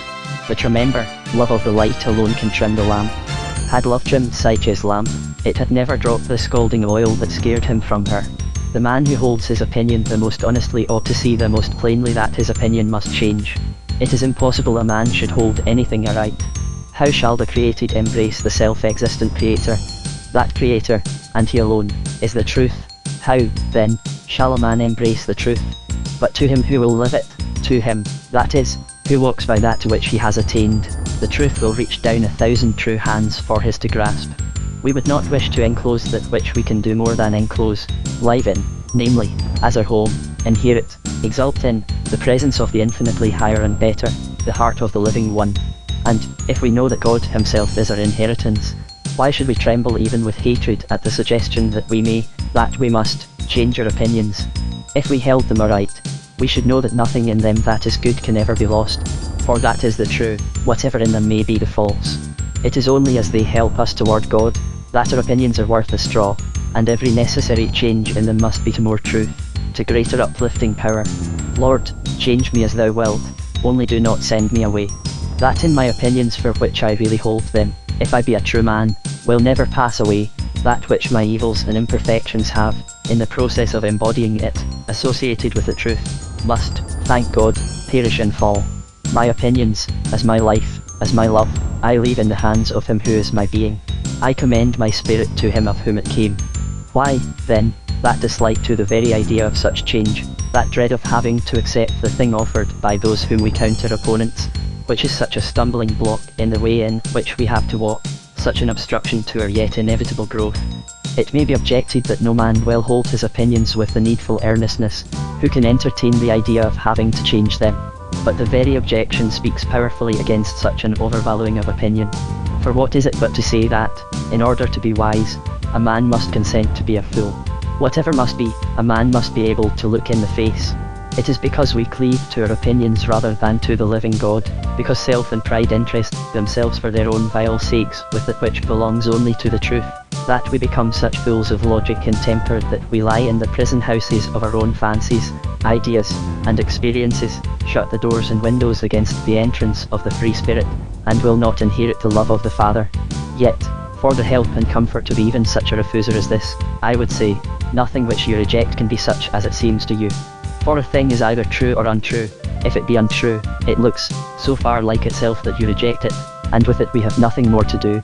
But, if it be true, the very fact that you reject it shows that to you it has not appeared true, has not appeared itself.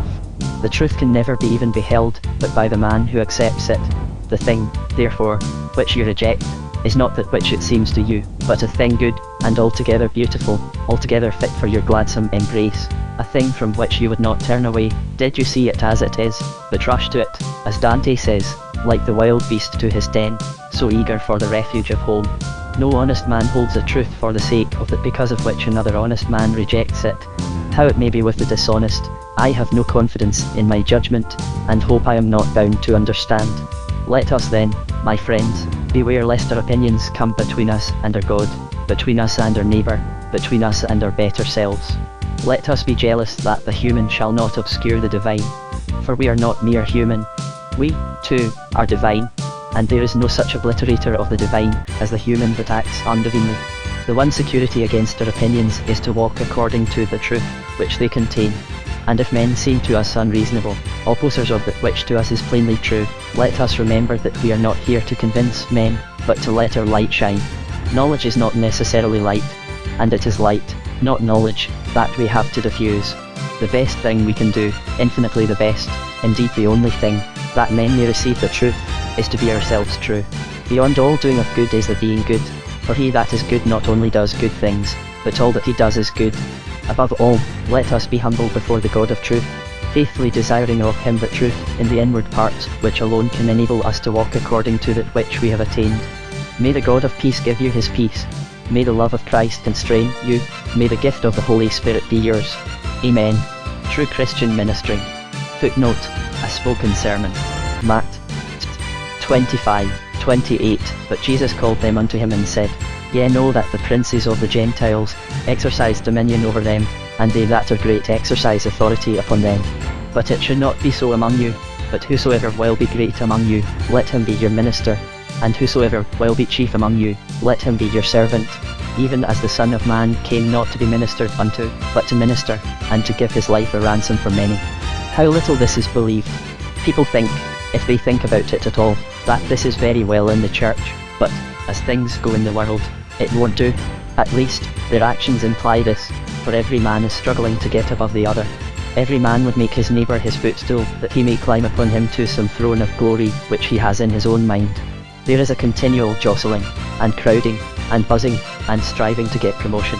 Of course there are known and noble exceptions, but still, there it is. And yet we call ourselves Christians, and we are Christians, all of us, thus far, that the truth is within reach of us all, that it has come nigh to us, talking to us at our door, and even speaking in our hearts, and yet this is the way in which we go on. The Lord said, It shall not be so among you. Did he mean only his 12 disciples? This was all that he had to say to them, but thanks be to him. He says the same to every one of us to say to them, but thanks be to him. He says the same to every one of us now. It shall not be so among you. That is not the way in my kingdom. The people of the world, the people who live in the world, will always think it best to get up, to have less and less of service to do, more and more of service done to them. The notion of rank in the world is like a pyramid. The higher you go up, the fewer are there who have to serve those above them, and who are served more than those underneath them. All who are under serve those who are above, until you come to the apex, and there stands someone who has to do no service, but whom all the others have to serve. Something like that is the notion of position, a social standing and rank. And if it be so in an intellectual way even, to say nothing of mere bodily service, if any man works to a position that others shall all look up to him and that he may have to look up to nobody, he has just put himself precisely into the same condition as the people of whom our Lord speaks, as those who exercise dominion and authority, and really he thinks it a fine thing to be served. But it is not so in the kingdom of heaven. The figure there is entirely reversed. As you may see a pyramid reflected in the water, just so, in a reversed way altogether, is the thing to be found in the kingdom of God. It is in this way, the Son of Man lies at the inverted apex of the pyramid. He upholds, and serves, and ministers unto all, and they who would be high in his kingdom must go near to him at the bottom, to uphold and minister to all that they may or can uphold and minister unto. There is no other law of precedence, no other law of rank and position in God's kingdom. And mind, that is the kingdom. The other kingdom passes away. It is a transitory, ephemeral, passing, bad thing, and away it must go. It is only their own sufferance, because in the mind of God even that which is bad ministers to that which is good, and when the new kingdom is built the old kingdom shall pass away. But the man who seeks this rank of which I have spoken, must be honest to follow it. It will not do to say, I want to be great, and therefore I will serve. A man will not get at it so. He may begin so, but he will soon find that that will not do. He must seek it for the truth's sake, for the love of his fellows, for the worship of God, for the delight in what is good. In the kingdom of heaven, worship of God, for the delight in what is good. In the kingdom of heaven, people do not think whether I am promoted, or whether you are promoted. They are so absorbed in the delight and glory of the goodness that is round about them, that they learn not to think much about themselves. It is the bad that is in us that makes us think about ourselves. It is necessary for us, because there is bad in us, to think about ourselves, but as we go on we think less and less about ourselves, until at last we are possessed with the spirit of the truth, the spirit of the kingdom, and live in gladness and in peace. We are prouder of our brothers and sisters than of ourselves. We delight to look at them. God looks at us, and makes us what he pleases, and this is what we must come to, there is no escape from it. But the Lord says, that, the Son of Man came not to be ministered unto. Was he not ministered unto then? He was ministered unto as never man was, but he did not come for that. Even now we bring to him the burnt offerings of our very spirits, but he did not come for that. It was to help us that he came. We are told, likewise, that he is the express image of the Father. Then what he does, the Father must do, and he says himself, when he is accused of breaking the Sabbath by doing work on it, my Father worketh hitherto, and I work. Then this must be God's way too, or else it could not have been Jesus' way. It is God's way. Oh, do not think that God made us with his hands, and then turned us out to find out our own way. Do not think of him as being always over our heads, merely throwing over us a widespread benevolence. You can imagine the tenderness of a mother's heart who takes her child even from its beloved nurse to soothe and to minister to it, and that is like God, that is God. His hand is not only over us, but recollect what David said, his hand was upon me. I wish we were all as good Christians as David was. Wherever I go, he said, God is there, beneath me, before me, his hand is upon me. If I go to sleep, he is there. When I go down to the dead, he is there. Everywhere is God. The earth underneath us is his hand upholding us. Footnote, the waters are in the hollow of it. Every spring fountain of gladness about us is his making and his delight. He tends us and cares for us. He is close to us, breathing into our nostrils the breath of life, and breathing into our spirit this thought and that thought to make us look up and recognize the love and the care around us. What a poor thing for the little baby would it be if it were to be constantly tended thus tenderly and preciously by its mother, but if it were never to open its eyes to look up and see her mother's face bending over it. A poor thing all its tending would be without that. It is for that the other exists. It is by that the other comes. It is for that the other exists. It is by that the other comes. To recognize and know this loving kindness, and to stand up in it strong and glad, this is the ministration of God unto us. Do you ever think, I could worship God if he was so and so? Do you imagine that God is not as good, as perfect, as absolutely all in all as your thoughts can imagine? You cannot come up to it. Do what you will, you never will come up to it.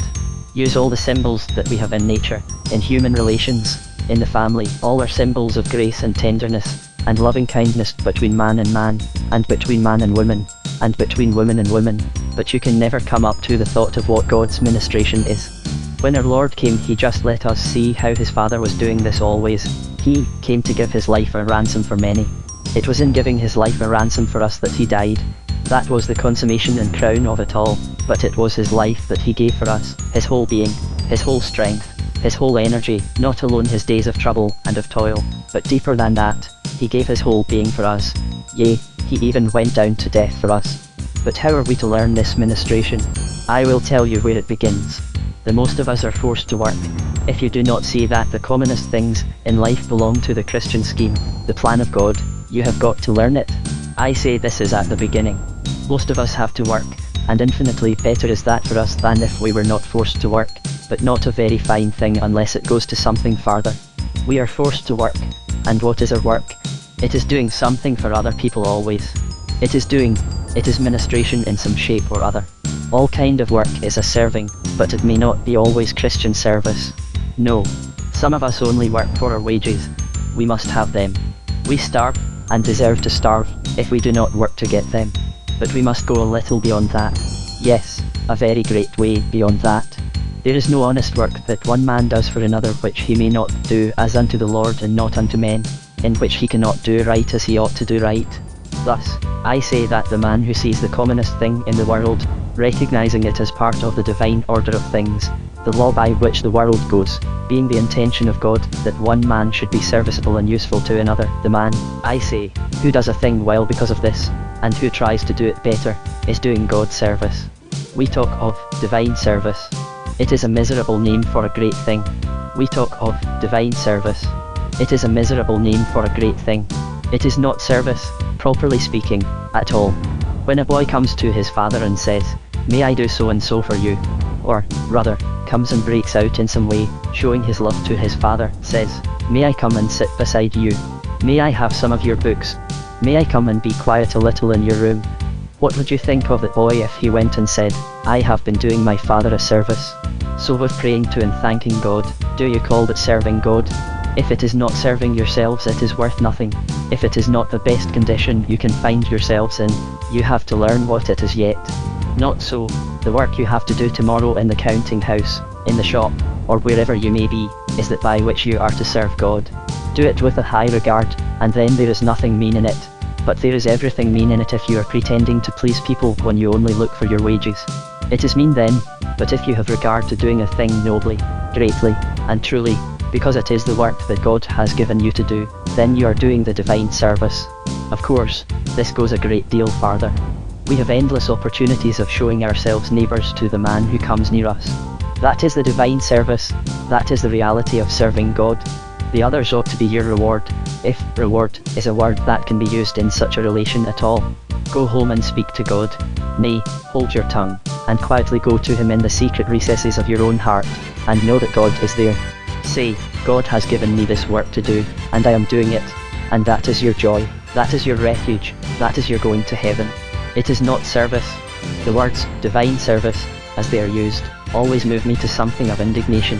It is perfect paganism. It is looking to please God by gathering together your services, something that is supposed to be service to him. He is serving us forever, and our Lord says, "If I have washed your feet, so you ought to wash one another's feet." This will be the way in which to minister for some. But still, when we are beginning to learn this, some of us are looking about us in a blind kind of way, thinking, "I wish I could serve God. I do not know what to do. How is it to be begun? What is it at the root of it? What shall I find out to do? Where is there something to do?" Now, first of all, service is obedience, or it is nothing. This is what I would gladly impress upon you, upon every young man who has come to the point to be able to receive it. There is a tendency in us to think that there is something degrading in obedience, something degrading in service. According to the social judgment there is, according to the judgment of the earth there is. Not so according to the judgment of heaven, for God would only have us do the very thing he is doing himself. You may see the tendency of this nowadays. There is scarcely a young man who will speak of his master. He feels as if there is something that hurts his dignity in doing so. He does just what so many theologians have done about God, who, instead of taking what our Lord has given us, talk about God as the governor of the universe. So a young man talks about his master as the governor. Nay, he even talks of his own father in that way, and then you come in another region altogether, and a worse one. I take these things as symptoms, mind. I know habits may be picked up, when they get common, without any great corresponding feeling, but a wrong habit tends always to a wrong feeling, and if a man cannot learn to honour his father, so as to be able to call him father, I think one or the other of them is greatly to blame. Whether the father or the son I cannot say. I know there are such parents that to tell their children that God is their father is no help to them, but the contrary. I heard of a lady just the other day to whom, in trying to comfort her, someone said, "Remember God is your father. Do not mention the name father to me," she said. Ah, that kind of fault does not lie in God, but in those who, not being like him, cannot use the names aright which belong to him. But now, as to this service, this obedience. Our Lord came to give his life a ransom for the many, and to minister unto all in obedience to his Father's will. We call him equal with God, at least, most of us here, I suppose, do. Of course we do not pretend to explain. We know that God is greater than he, because he said so, but somehow, we can worship him with our God, and we need not try to distinguish more than is necessary about it. But do you think that he was less divine than the Father when he was obedient? Observe his obedience to the will of his father. He was not the ruler there. He did not give the commands. He obeyed them. And yet we say he is God. Ah, that is no difficulty to me. Obedience is as divine in its essence as command. Nay, it may be more divine in the human being far. It cannot be more divine in God, but obedience is far more divine in its essence with regard to humanity than command is. It is not the divine in its essence with regard to humanity than command is. It is not the ruling being who is most like God. It is the man who ministers to his fellow, who is like God, and the man who will just sternly and rigidly do what his master tells him, be that master what he may, who is like as Christ in that one particular matter. Obedience is the grandest thing in the world to begin with. Yes, and we shall end with it too. I do not think the time will ever come when we shall not have something to do, because we are told to do it without knowing why. Those parents act most foolishly who wish to explain everything to their children, most foolishly. No, teach your child to obey, and you give him the most precious lesson that can be given to a child. Let him come to that before you have had him long, to do what he is told, and you have given him the plainest, first, and best lesson that you can give him. If he never goes to school at all, he had better have that lesson than all the schooling in the world. Hence, when some people are accustomed to glorify this age of ours as being so much better in everything than those which went before, I look back to the times of chivalry, which we regard now, almost, as a thing to laugh at, or a merry thing to make jokes about, but I find that the one essential of chivalry was obedience. It is recognized in our army still, but in those times it was carried much farther. When a boy was 7 years old, he was sent into another family, and put with another boy there to do what? To wait with him upon the master and the mistress of the house, and to be taught, as well, what few things they knew in those times in the way of intellectual cultivation. But he also learned stern, strict obedience, such as it was impossible for him to forget. Then, when he had been there 7 years, hard at work, standing behind the chair, and ministering, he was advanced a step. And what was that step? He was made an esquire. He had his armour given him. He had to watch his armour in the chapel all night, laying it on the altar in silent devotion to God. I do not say that all these things were carried out afterwards, but this was the idea of them. He was an esquire, and what was the duty of an esquire? More service, more important service. He still had to attend to his master, the knight. He had to watch him. He had to groom his horse for him. He had to see that his horse was sound. He had to clean his armour for him, to see that every bolt, every rivet, every strap, every buckle was sound, for the life of his master was in his hands. The master, having to fight, must not be troubled with these things, and therefore the squire had to attend to them. Then 7 years after that a more solemn ceremony is gone through, and the squire is made a knight. But is he free of service then? No, he makes a solemn oath to help everybody who needs help. Of service then? No, he makes a solemn oath to help everybody who needs help, especially women and children, and so he rides out into the world to do the work of a true man. There was a grand and essential idea of Christianity in that, no doubt wonderfully broken and shattered, but not more so than the Christian church has been. Wonderfully broken and shattered, but still the essence of obedience. And I say it is recognized in our army still, and in every army, and where it is lost it is a terrible loss, and an army is worth nothing without it. You remember that terrible story from the East, that fearful death charge, one of the grandest things in our history, although one of the most blundering. There's not to make reply, there's not to reason why, there's but to do and die. Into the valley of death rode the 600. So with the Christian man, whatever meets him, obedience is the thing. If he is told by his conscience, which is the candle of God within him, that he must do a thing, why he must do it. He may tremble from head to foot at having to do it, but he will tremble more if he turns his back.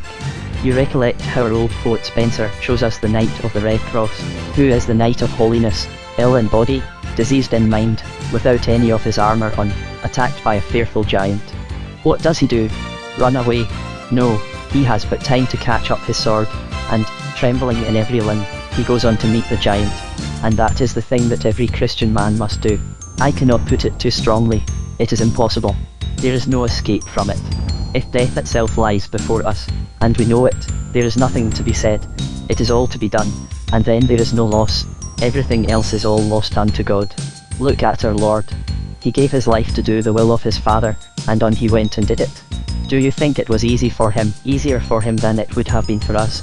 Ah, the greater the man, the more delicate and tender his nature, and the more he shrinks from the opposition even of his fellowmen. because he loves them. It was from the opposition even of his fellowmen, because he loves them. It was a terrible thing for Christ. Even now and then, even in the little touches that come to us in the scanty story, though enough, this breaks out.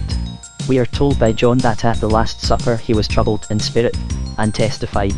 And then how he tries to comfort himself as soon as Judas has gone out to do the thing, which was to finish his great work. Now is the Son of Man glorified, and God is glorified in him. If God be glorified in him, God shall also glorify him in himself. Then he adds, just gathering up his strength, I shall straightway glorify him. This was said to his disciples, but I seem to see in it that some of it was said for himself. This is the grand obedience. Oh, friends, this is a hard lesson to learn. We find every day that it is a hard thing to teach. We are continually grumbling because we cannot get the people about us, our servants, our tradespeople, or whoever they may be, to do just what we tell them. It makes half the misery in the world, because they will have something of their own in it against what they are told. But are we not always doing the same thing? And ought we not to learn something of forgiveness for them, and very much from the fact that we are just in the same position? We only recognize, in part, that we are put here in this world precisely to learn to be obedient. He who is our Lord and our God went on being obedient all the time, and was obedient always. And I say it is as divine for us to obey as it is for God to rule. As I have said already, God is ministering the whole time. Now, do you want to know how to minister? Begin by obeying. Obey everyone who has a right to command you, but above all, look to what our Lord has said, and find out what he wants you to do out of what he left behind, and try whether obedience to that will not give a consciousness of use, of ministering, of being a part of the grand scheme and way of God in this world. In fact, take your place in it as a vital portion of the divine kingdom, or, to use a better figure than that, a vital portion of the Godhead. Try it, and see whether obedience is not salvation, whether service is not dignity, whether you will not feel in yourselves that you have begun to be cleansed from your plague when you begin to say, I will seek no more to be above my fellows, but I will seek to minister to them, doing my work in God's name for them. Who sweeps a room as for thy law, makes that and the action fine. Both the room and the action are good when done for God's sake. That is dear old George Herbert's way of saying the same truth, for every man has his own way of saying it. The gift of the Spirit of God to make you think as God thinks, feel as God feels, judge as God judges, is just the one thing that is promised. I do not know anything else that is promised positively but that, and who dares pray for anything else with perfect confidence? God will not give us what we pray for except it be good for us, but that is one thing that we must have or perish. Therefore, let us pray for that, and with the name of God dwelling in us. If this is not true, the whole world is a heap of ruins. Let us go forth and do this service of God, in ministering to our fellows, and so helping him in his work of upholding, and glorifying and saving all. The fantastic imagination that we have in English, no word corresponding to the German M, drives us to use the word fairy tale, regardless of the fact that the tale may have nothing to do with any sort of fairy. The old use of the word fairy, by Spencer at least, might, however, well be adduced, or justification or excuse necessary where need must. Were I asked, what is a fairy tale? I should reply, read Undine, that is a fairy tale, then read this and that as well, and you will see what is a fairy tale.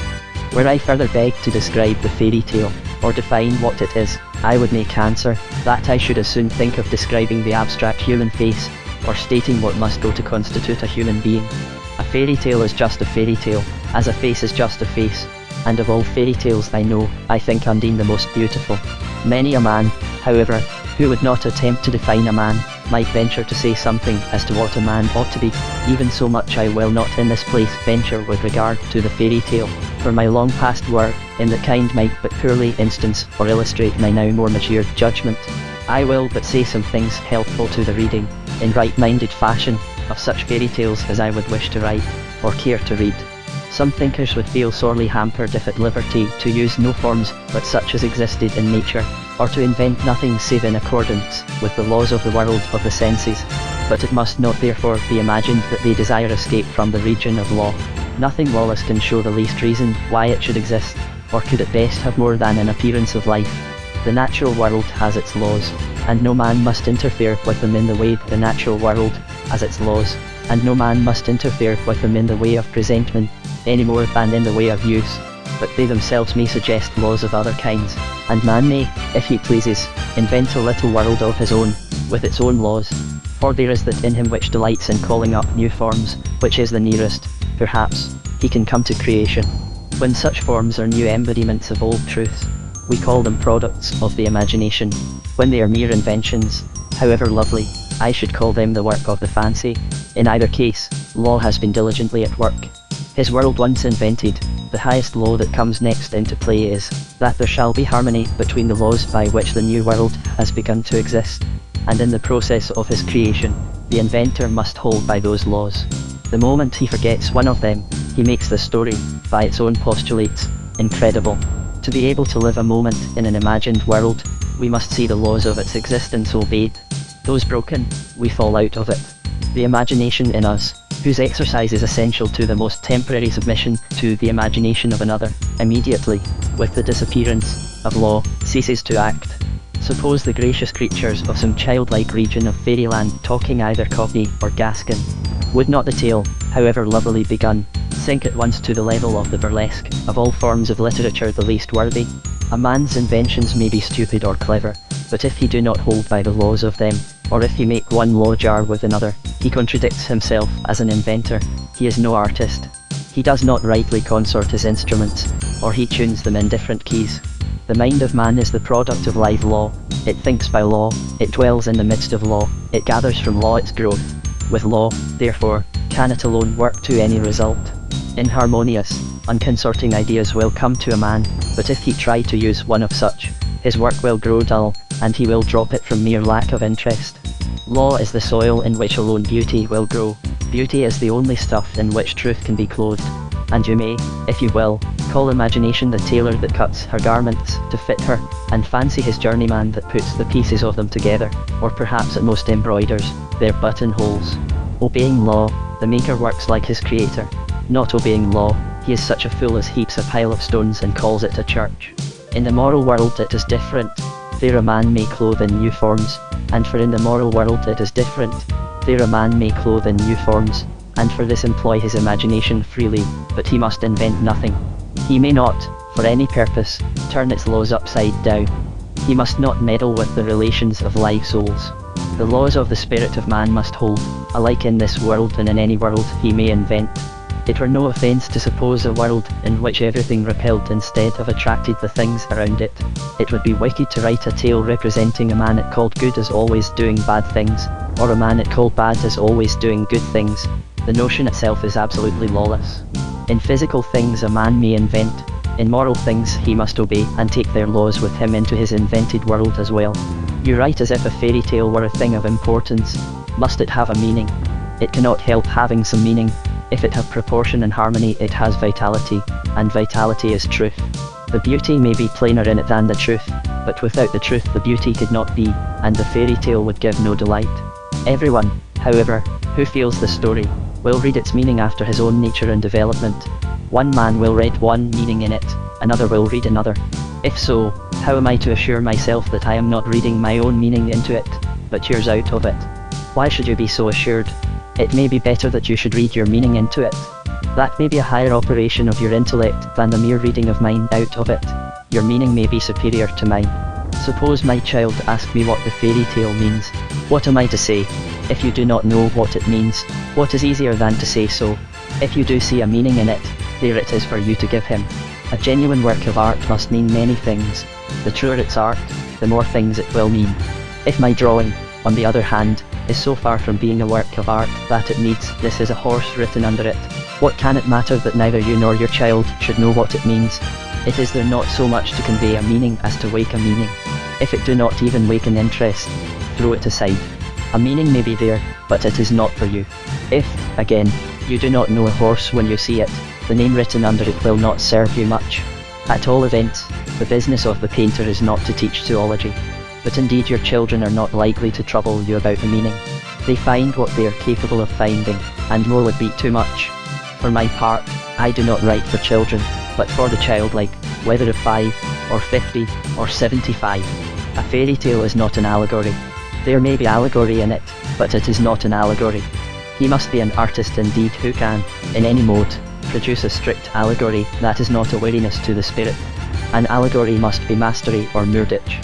A fairy tale, like a butterfly or a bee, helps itself on all sides, sips at every wholesome flower, and spoils not one.